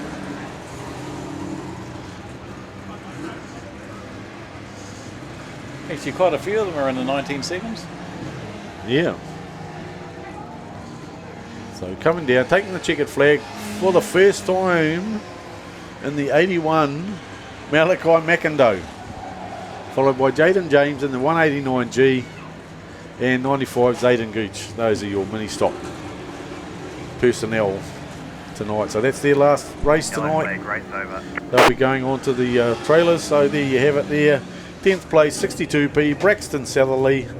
9th place 52G William Johnston Priest. 8th 11G Brad O'Connell Bacon. 7th 377G Stevie Durston. 6th 6G Conrad Gooch. 5th 44G Zach Childs. 4th 10G Brody Gooch. 3rd 95G Zayden Gooch. 2nd 189G Jaden James, and of course first in the 81 tonight Malachi McIndoe. So there you have it, ladies and gentlemen. Bit of rough and tumble going on out there between the 23 and the 7, but of course the old 7 just got caught up in the carnage. Yep. So what have we got? So it is next up, hopefully. Yeah, I saw them on the dummy grid. There's the BF Goodrich and the Tyre Generals North Island Superstocks Tier 1. Last race of the night for them, unless they go to a runoff. So, which could happen because some of them are pretty tight on the points. Yep. But we'll have to wait to make sure it's all official and posted, and we'll see what's happening there. So I'll have to keep an eye, because I know last night my boy kept texting me, but I wasn't watching my phone, and to see what was happening there with them and whatnot. So I've got another text here. What have we got here? We had a report that the lights are on a car in the car park. A Toyota with the license plate XZ8651. So by the time you're going to get out there, you're going to be dead in the water, ladies and gentlemen. So you might as well watch the next race. Yeah, so you might as well, stick around till the end of the night, because you're going to have a flat battery there on that XZ8651. When did they send that, an hour ago? No, he just sent that. He did send it an hour ago. It's flat. yeah. So sorry about that, ladies and gentlemen. Don't really hear the phone go ding ding ding all the time in here. So, you know. Got your finger on the pulse, eh? But yeah, lucky I checked, eh? Oh, it might be a bit late now. The lights will be out on that car now. So give him a hand as he goes around in a borrowed car. Good win there by Malachi McIndoe, 81G. Thanks to Jace Jones for letting him borrow the car tonight. Yeah, and as I alluded to, his dad's there down in the South Island with his saloon car, doing some South Island runs. He's been down there a lot this season. Yep. He must have some good ferry points or something going on there, because he'll be using them up. Probably more worried that the ferry won't be going. Well, that's it, eh? You know, you look at it lately. You know, you booked your ferry crossing and then all of a sudden, oh, sorry, either the sea's too big, the wind's too fast, or the boat's broken down. Right, just looking at the live stream, and then just looking at the stock cars in the pits, all lined up and ready to come out. So you got Dylan Marshall there in the 57V, ready to rock and roll. That looks like the 99S machine there of William Hughes there, the Silver Beast. Of course, on the other side of him, looks like that Todd Hemingway 1NZ. And then Sam Hughes there in the 77G lining up with the 77M tucked beside him there. I'm just trying to pick the 77M machine. Maybe there isn't. Oh, Luke Alderdice. Of course, there's Liam Gilbank, the young man from England. And of course, our rollover man, minus his wings tonight now, the 96M there, Mr. Towler, Dylan Towler. He's put a checkered flag on the roof. Oh, yeah. And the 96G, he's up there, Mr. McGee. Brett, he's up there on the points table tonight.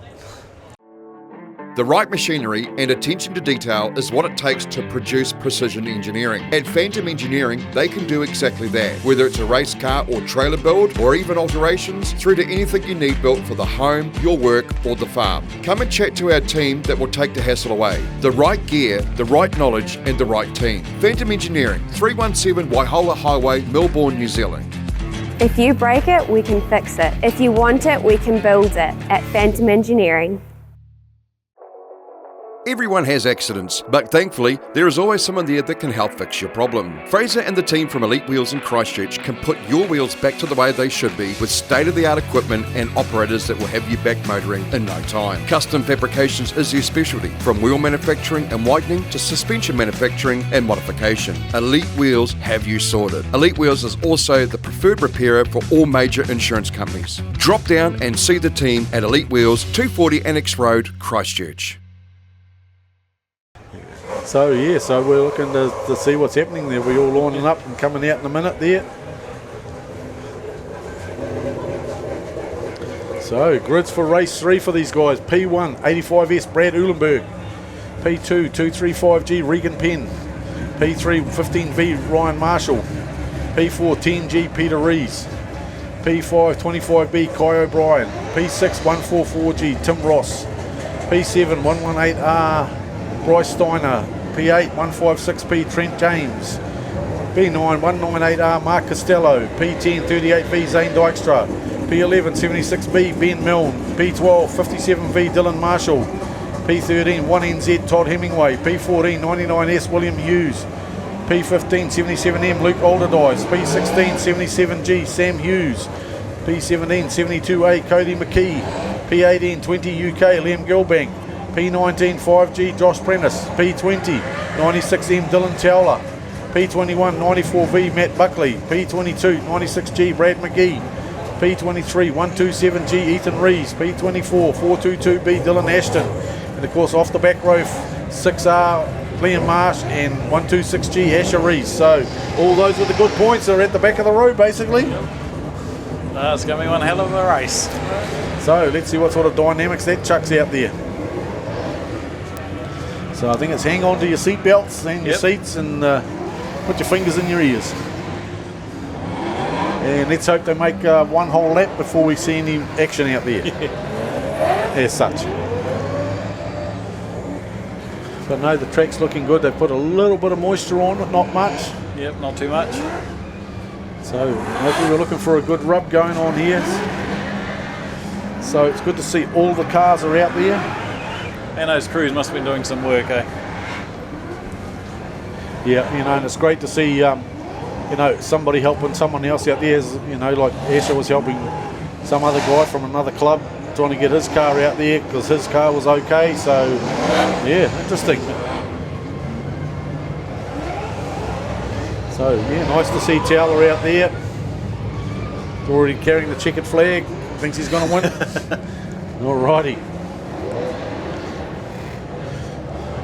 94. I just want to check the swing on Asher's car as he comes around. It's got the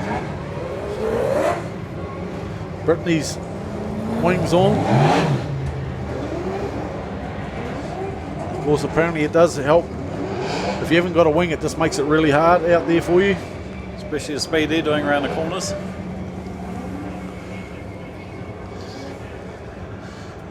In the old days, there used to be one big wing on one side and a little wing on the other.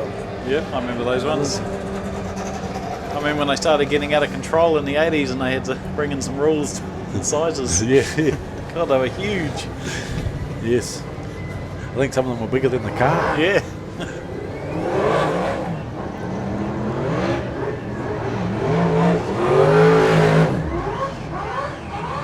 So it looks like they're starting to line them up now. The third and final race for these guys. So see how Regan Penn goes. He's pretty much in the front row, so I'm hoping he'll get a good run there. Him and Brad Uhlenberg. Where's Brad sitting at the moment? Mr. Uhlenberg. He's up there in 7th placing at the moment on his points, so he'll be looking to get out there. I mean, he could still take a win if enough of the other cars don't get mid-pack. So let's see who's going to jump up the scales this time from the back of the row and move forward. I mean, Peter Rees was a big mover in that last race. Yeah. About 24th or 5th or something, right up to 5th. So basically just about 20 placings he moved. So the dash to the first corner is going to be very interesting in this race. Yeah.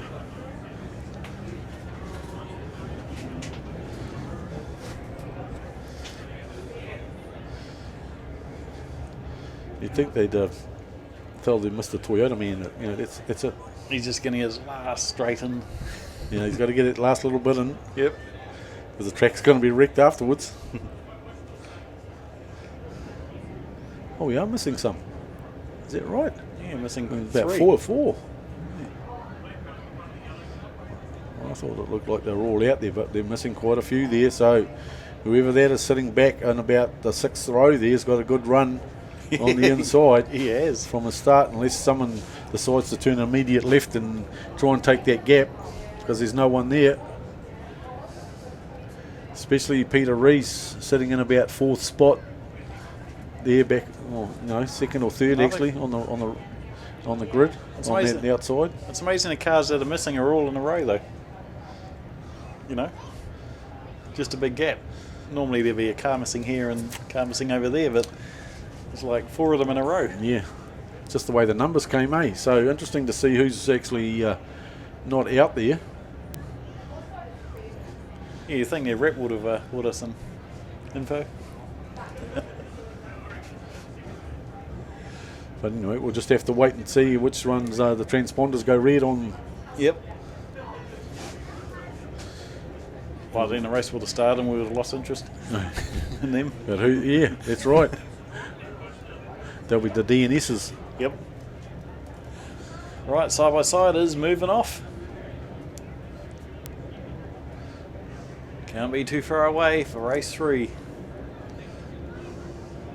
So the 3rd and final heat tonight for the BF Goodrich tyres and the Tyre General sponsored North Island title. And they're off. Who gets the run? Regan's maybe got a bit. He got shoved out of the road. So who's going to tuck in there first? Peter Rees is in there. Moves out of the front spot there. Tim Ross in there as well. Regan Penn. Oh, and it's mayhem out of turn 2. Few cars. Sam Hughes in the 72. Is it? Of Cody McGee stuck at the back of the pack. But it's Peter Rees, worked his way through, found a gap, tucked it in there. Ethan Rees. 23 to 6th spot. Ethan Rees moves up there. Amazing, amazing. Also from 28th to 7th, we've got Josh Prentice in there as well. So we'll see what happens after that. Maybe that was that big hole. Well, they're keeping it pretty clean at the moment. But the pace seems to be out the front. Regan Penn, Peter Rees.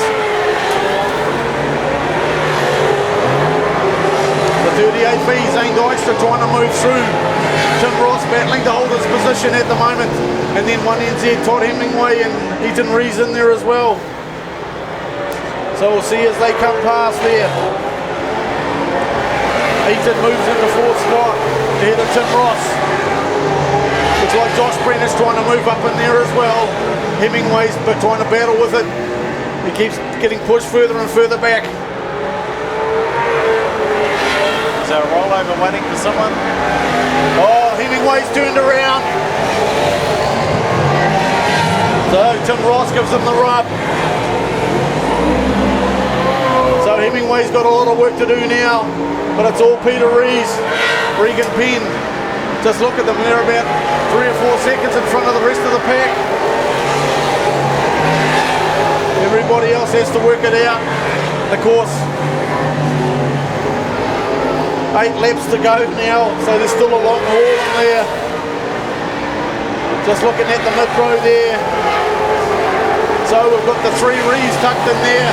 Ethan, Asher, and of course out in front Peter. Because old Towler, he's having a few issues in the 96M. Obviously can't get the power down.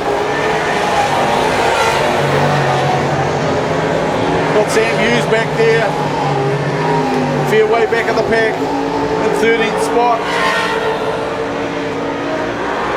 But Asher Rees from 29th to 6th spot at the moment. Oh, Towler just about causes havoc out of turn 1. So it's all happening there. Rees is catching the back of the pack. Tim Ross is at the back as well, so maybe he might run for Pete.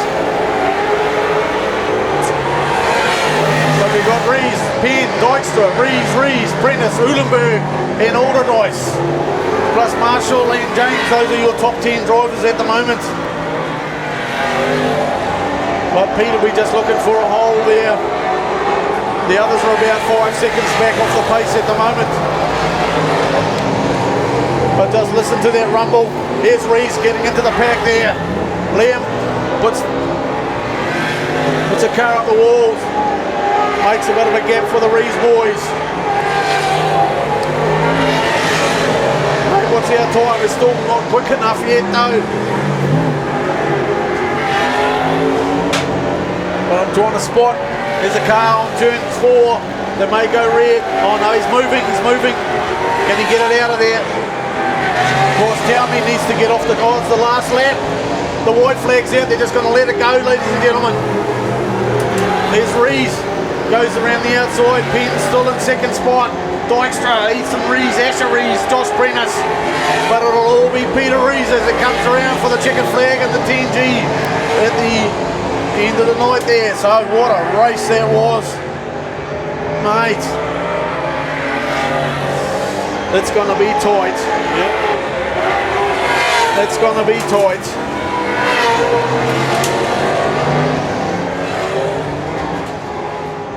But they certainly made sure Todd Hemingway wasn't going to be up there, ladies and gentlemen. So 10th place, 57V, Dylan Marshall. 9th, 77M, Luke Alderdice. 8th, 156P, Trent James. 7th, 85S, Brad Uhlenberg. 6th, 5G, Josh Prentice. 5th, 126G, Asher Rees. 4th, 127G, Ethan Rees. 3rd, 38V, Zane Dykstra. 2nd, 235G, Regan Penn. And first place went to 10G, Peter Rees. So those are your top 10 tonight for round 3. The final race of the night for the BF Goodrich Tyres and Tyre General North Island Superstock title 2025. So we'll wait and see what happens there. Wait for the points to be posted. See who's going to protest about the action out there tonight. But it all looked pretty fair and square to me out there. Yeah, it was certainly different to the second race, that was for sure. There's still a lot of rubbing going on there, bit of blocking going on, bit of tactics chucked in there. But yeah, well done Peter Rees taking out race 3. He's got to be happy because he had a crappy night last night. He wasn't even anywhere in the hunt. Yep. But I'd say it'd be pretty close between Asher and Ethan.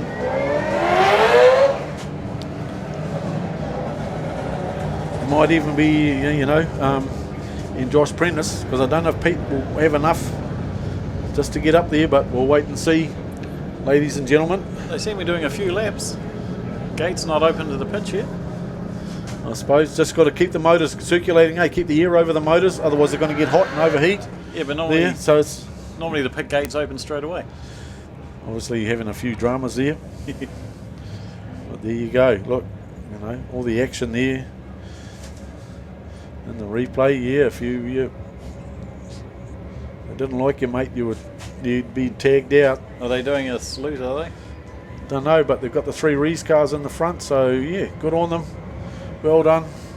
A lot of Rees cars out there tonight. So yeah, what a great North Island battle it was out there. So we've got 26, 27, we've got Josh Prentice. Where's Pete? Where's our number 1 man? 5G, 126G, and the 10G rumbling around at the back of the pack there after winning that race. 127G, 5G, 126G, 10G, 85S. Thank you.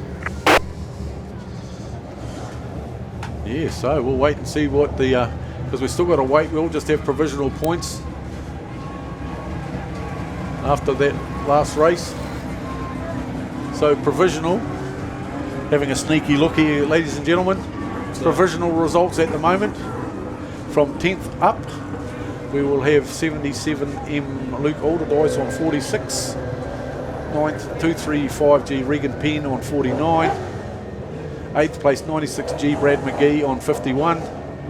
72A Cody McKee on 53. 6th place, 1NZ Todd Hemingway on 56. 5th, 85S Brad Uhlenberg on 57. 4th, 10G Peter Rees on 61. 3rd, 126G Asher Rees on 65. 2nd, 5G Josh Prentice on 67. And first to 127G Ethan Rees on 72 there. So that's your provisional results, ladies and gentlemen. We have to wait until the referees sign those off. There could be changes if there's some protests or anything going on. So just have to... So there we go, ladies and gentlemen. Yep, and doesn't look like there's going to be any runoffs unless they change the points. No. So we've just got to hang around now while they post that, and then we've got up to race 22 tonight will be the Saloon cars to finish this all off. And but it doesn't look like there'll be any runoffs if they stay as is. So we'll see what happens there. So yeah, so those other cars, they'll all be going over to the scrutineering shed there, getting all their weights and heights and whatever checked out to see whether they're allowed to hold the title. They'll have all the referees, the scrutineers all over them like a rash. Yep. Checking those cars out, and that'll be also the 4th place car as well, chucked in there, possibly in the 5th to make, just in case first, 2nd or 3rd has had to relinquish their spot due to some technical difficulty there. But yeah, so final race of the night tonight, ladies and gentlemen, is our Saloons with Ethan Cook off pole, and outside him looks like Dan Weston, is it, or Evan Mooney? Sorry, Evan Mooney in the 42. And we've got the 52 Super of Regan O'Brien on the next row back. Of course, Sean Robinson's selling his car because he's moving up to Super Saloons. Yeah, so he's not selling it because he's getting out. He wants to move up, but he can't move up if he can't sell the car because it's a lot of money. Yep. Of course, we don't really race Supers here in Gisborne, so he has to race out of town, join the mount track.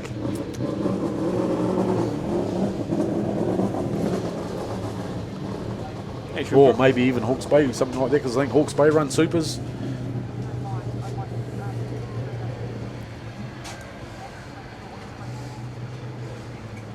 Yep.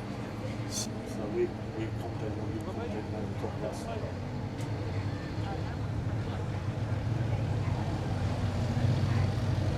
Oh, you can copy it.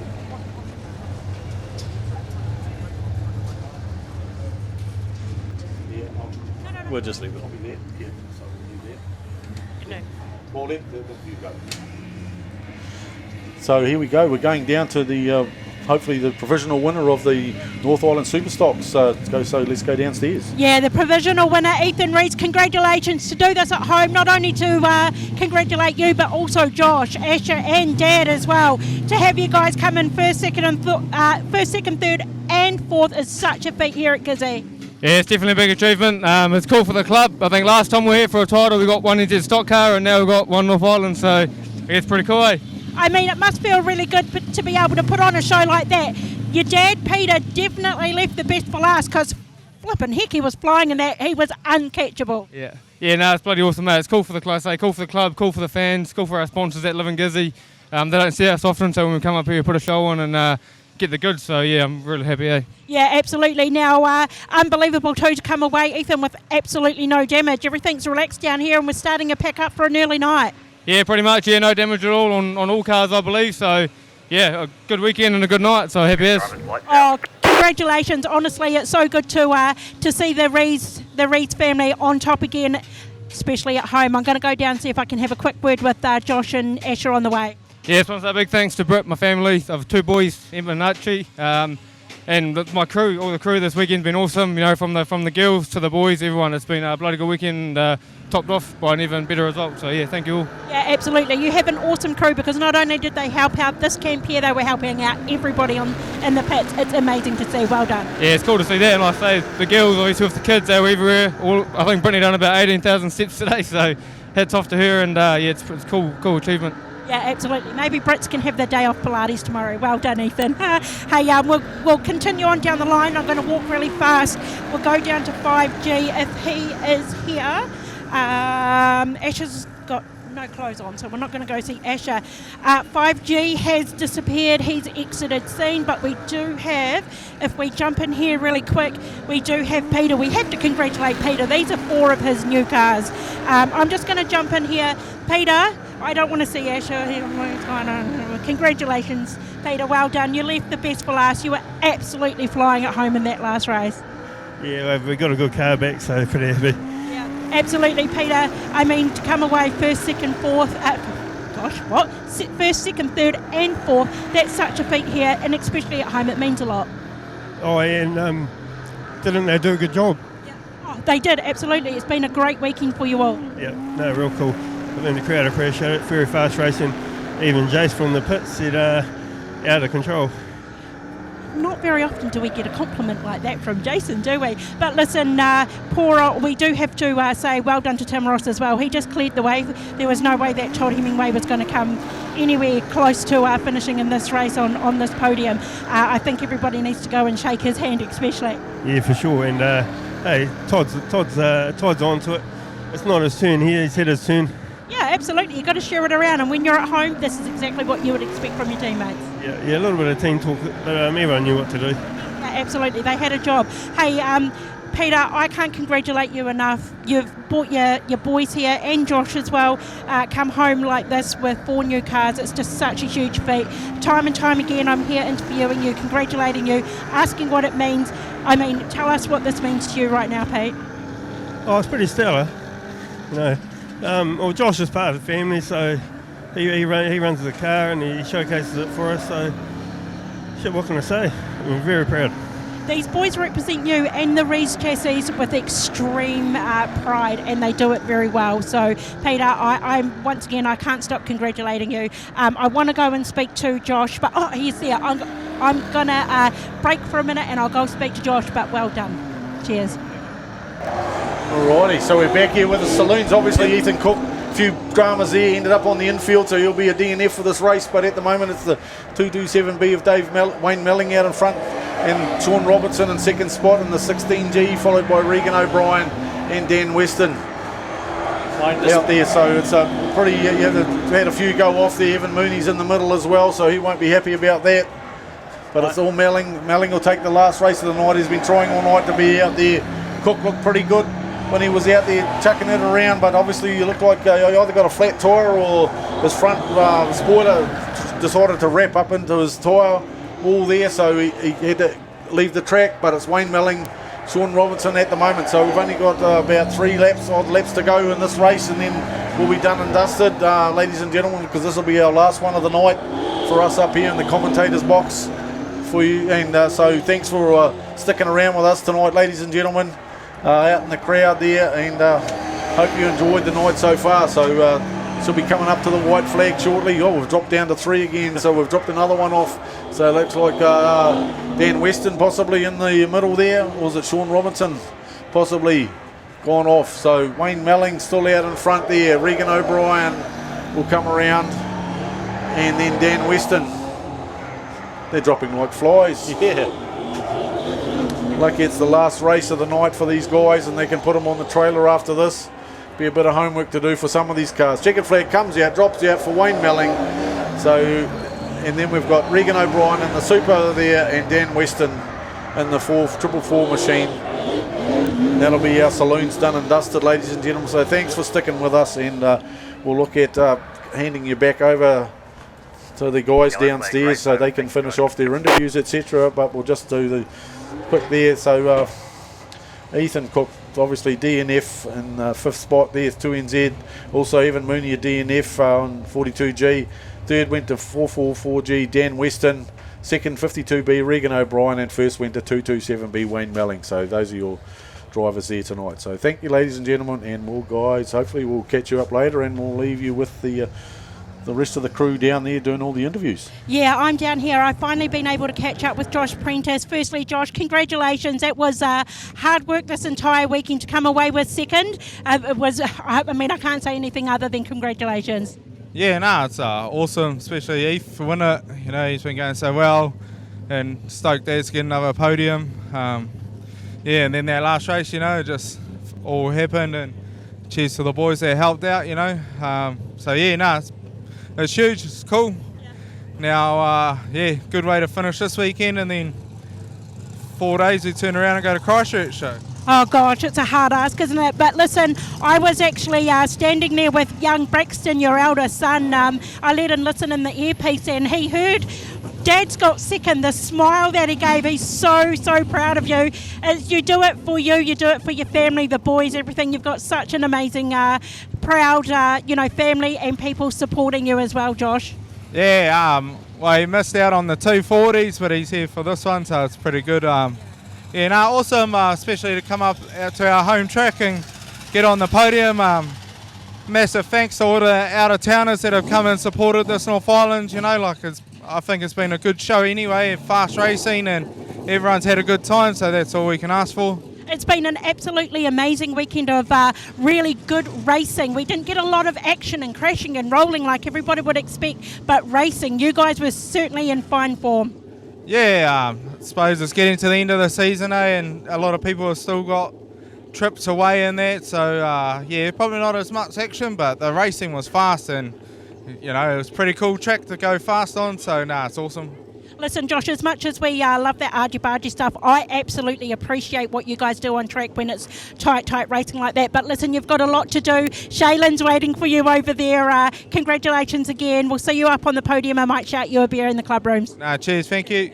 Awesome. I'll see if we can go and speak to Asher. He's got some clothes on now, so we can speak to him.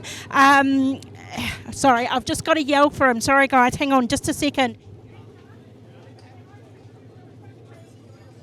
He is coming, guys. He is coming. I'm glad to see you've got some clothes on now, Asher. Asher, congratulations. Third place to you, and very well earned. You raced extremely hard this weekend. Oh, yeah, it's good for the guys, good for the club. We've got a good meeting under our belt as proving that we can host a national title here. So let's bring on more, We're ready for the New Zealands and the GPs and everything else. Club did a great job. All the guys out there on track, everyone did a great job. Second tier guys, obviously hard luck, but good on you for competing and getting back out there. And happy for the team here. These are new cars. We've said this for a while now. They're pretty cool, and if you can't beat them, join them. Yeah, absolutely. Actually, we do have to, we do have to thank everyone who came here, because it's a big long trip here. Everyone's going to make that big long trip home tomorrow. There wasn't many cars that came up here, let's be honest, but the racing was well worth it. I'm sure everybody got what they wanted to see, which was excellent racing over the weekend. Yeah, that's it. I think it was a dismal turnout. Like the travel puts a lot of people off. It's late in the season. A lot of budgets are blowing out. But I think we had quality over quantity here this weekend. There was high calibre of cars. It was real good racing. And from everyone that's come and seen me, it was the fastest racing they've ever seen Superstock. So we're definitely happy with how everyone's obviously taken to this, and a lot of people never raced here for a long time or ever, so yeah, very happy. Yeah, absolutely. Asher, I just said to Josh, there wasn't a lot of that argy-bargy stuff, but I absolutely appreciate what you guys do on the track. Congratulations. I, for one, had a great weekend of racing that I've thoroughly enjoyed. Cheers. Thank you very much. Cheers. So, guys, that's it. There's going to be a lot of celebrating in the Gizzy club rooms, as you can imagine, with the Rees coming home first. Josh is part of the family, second, Asher third, and Pete, old Daddy-O, in there coming away with fourth. We're going to wrap it up now.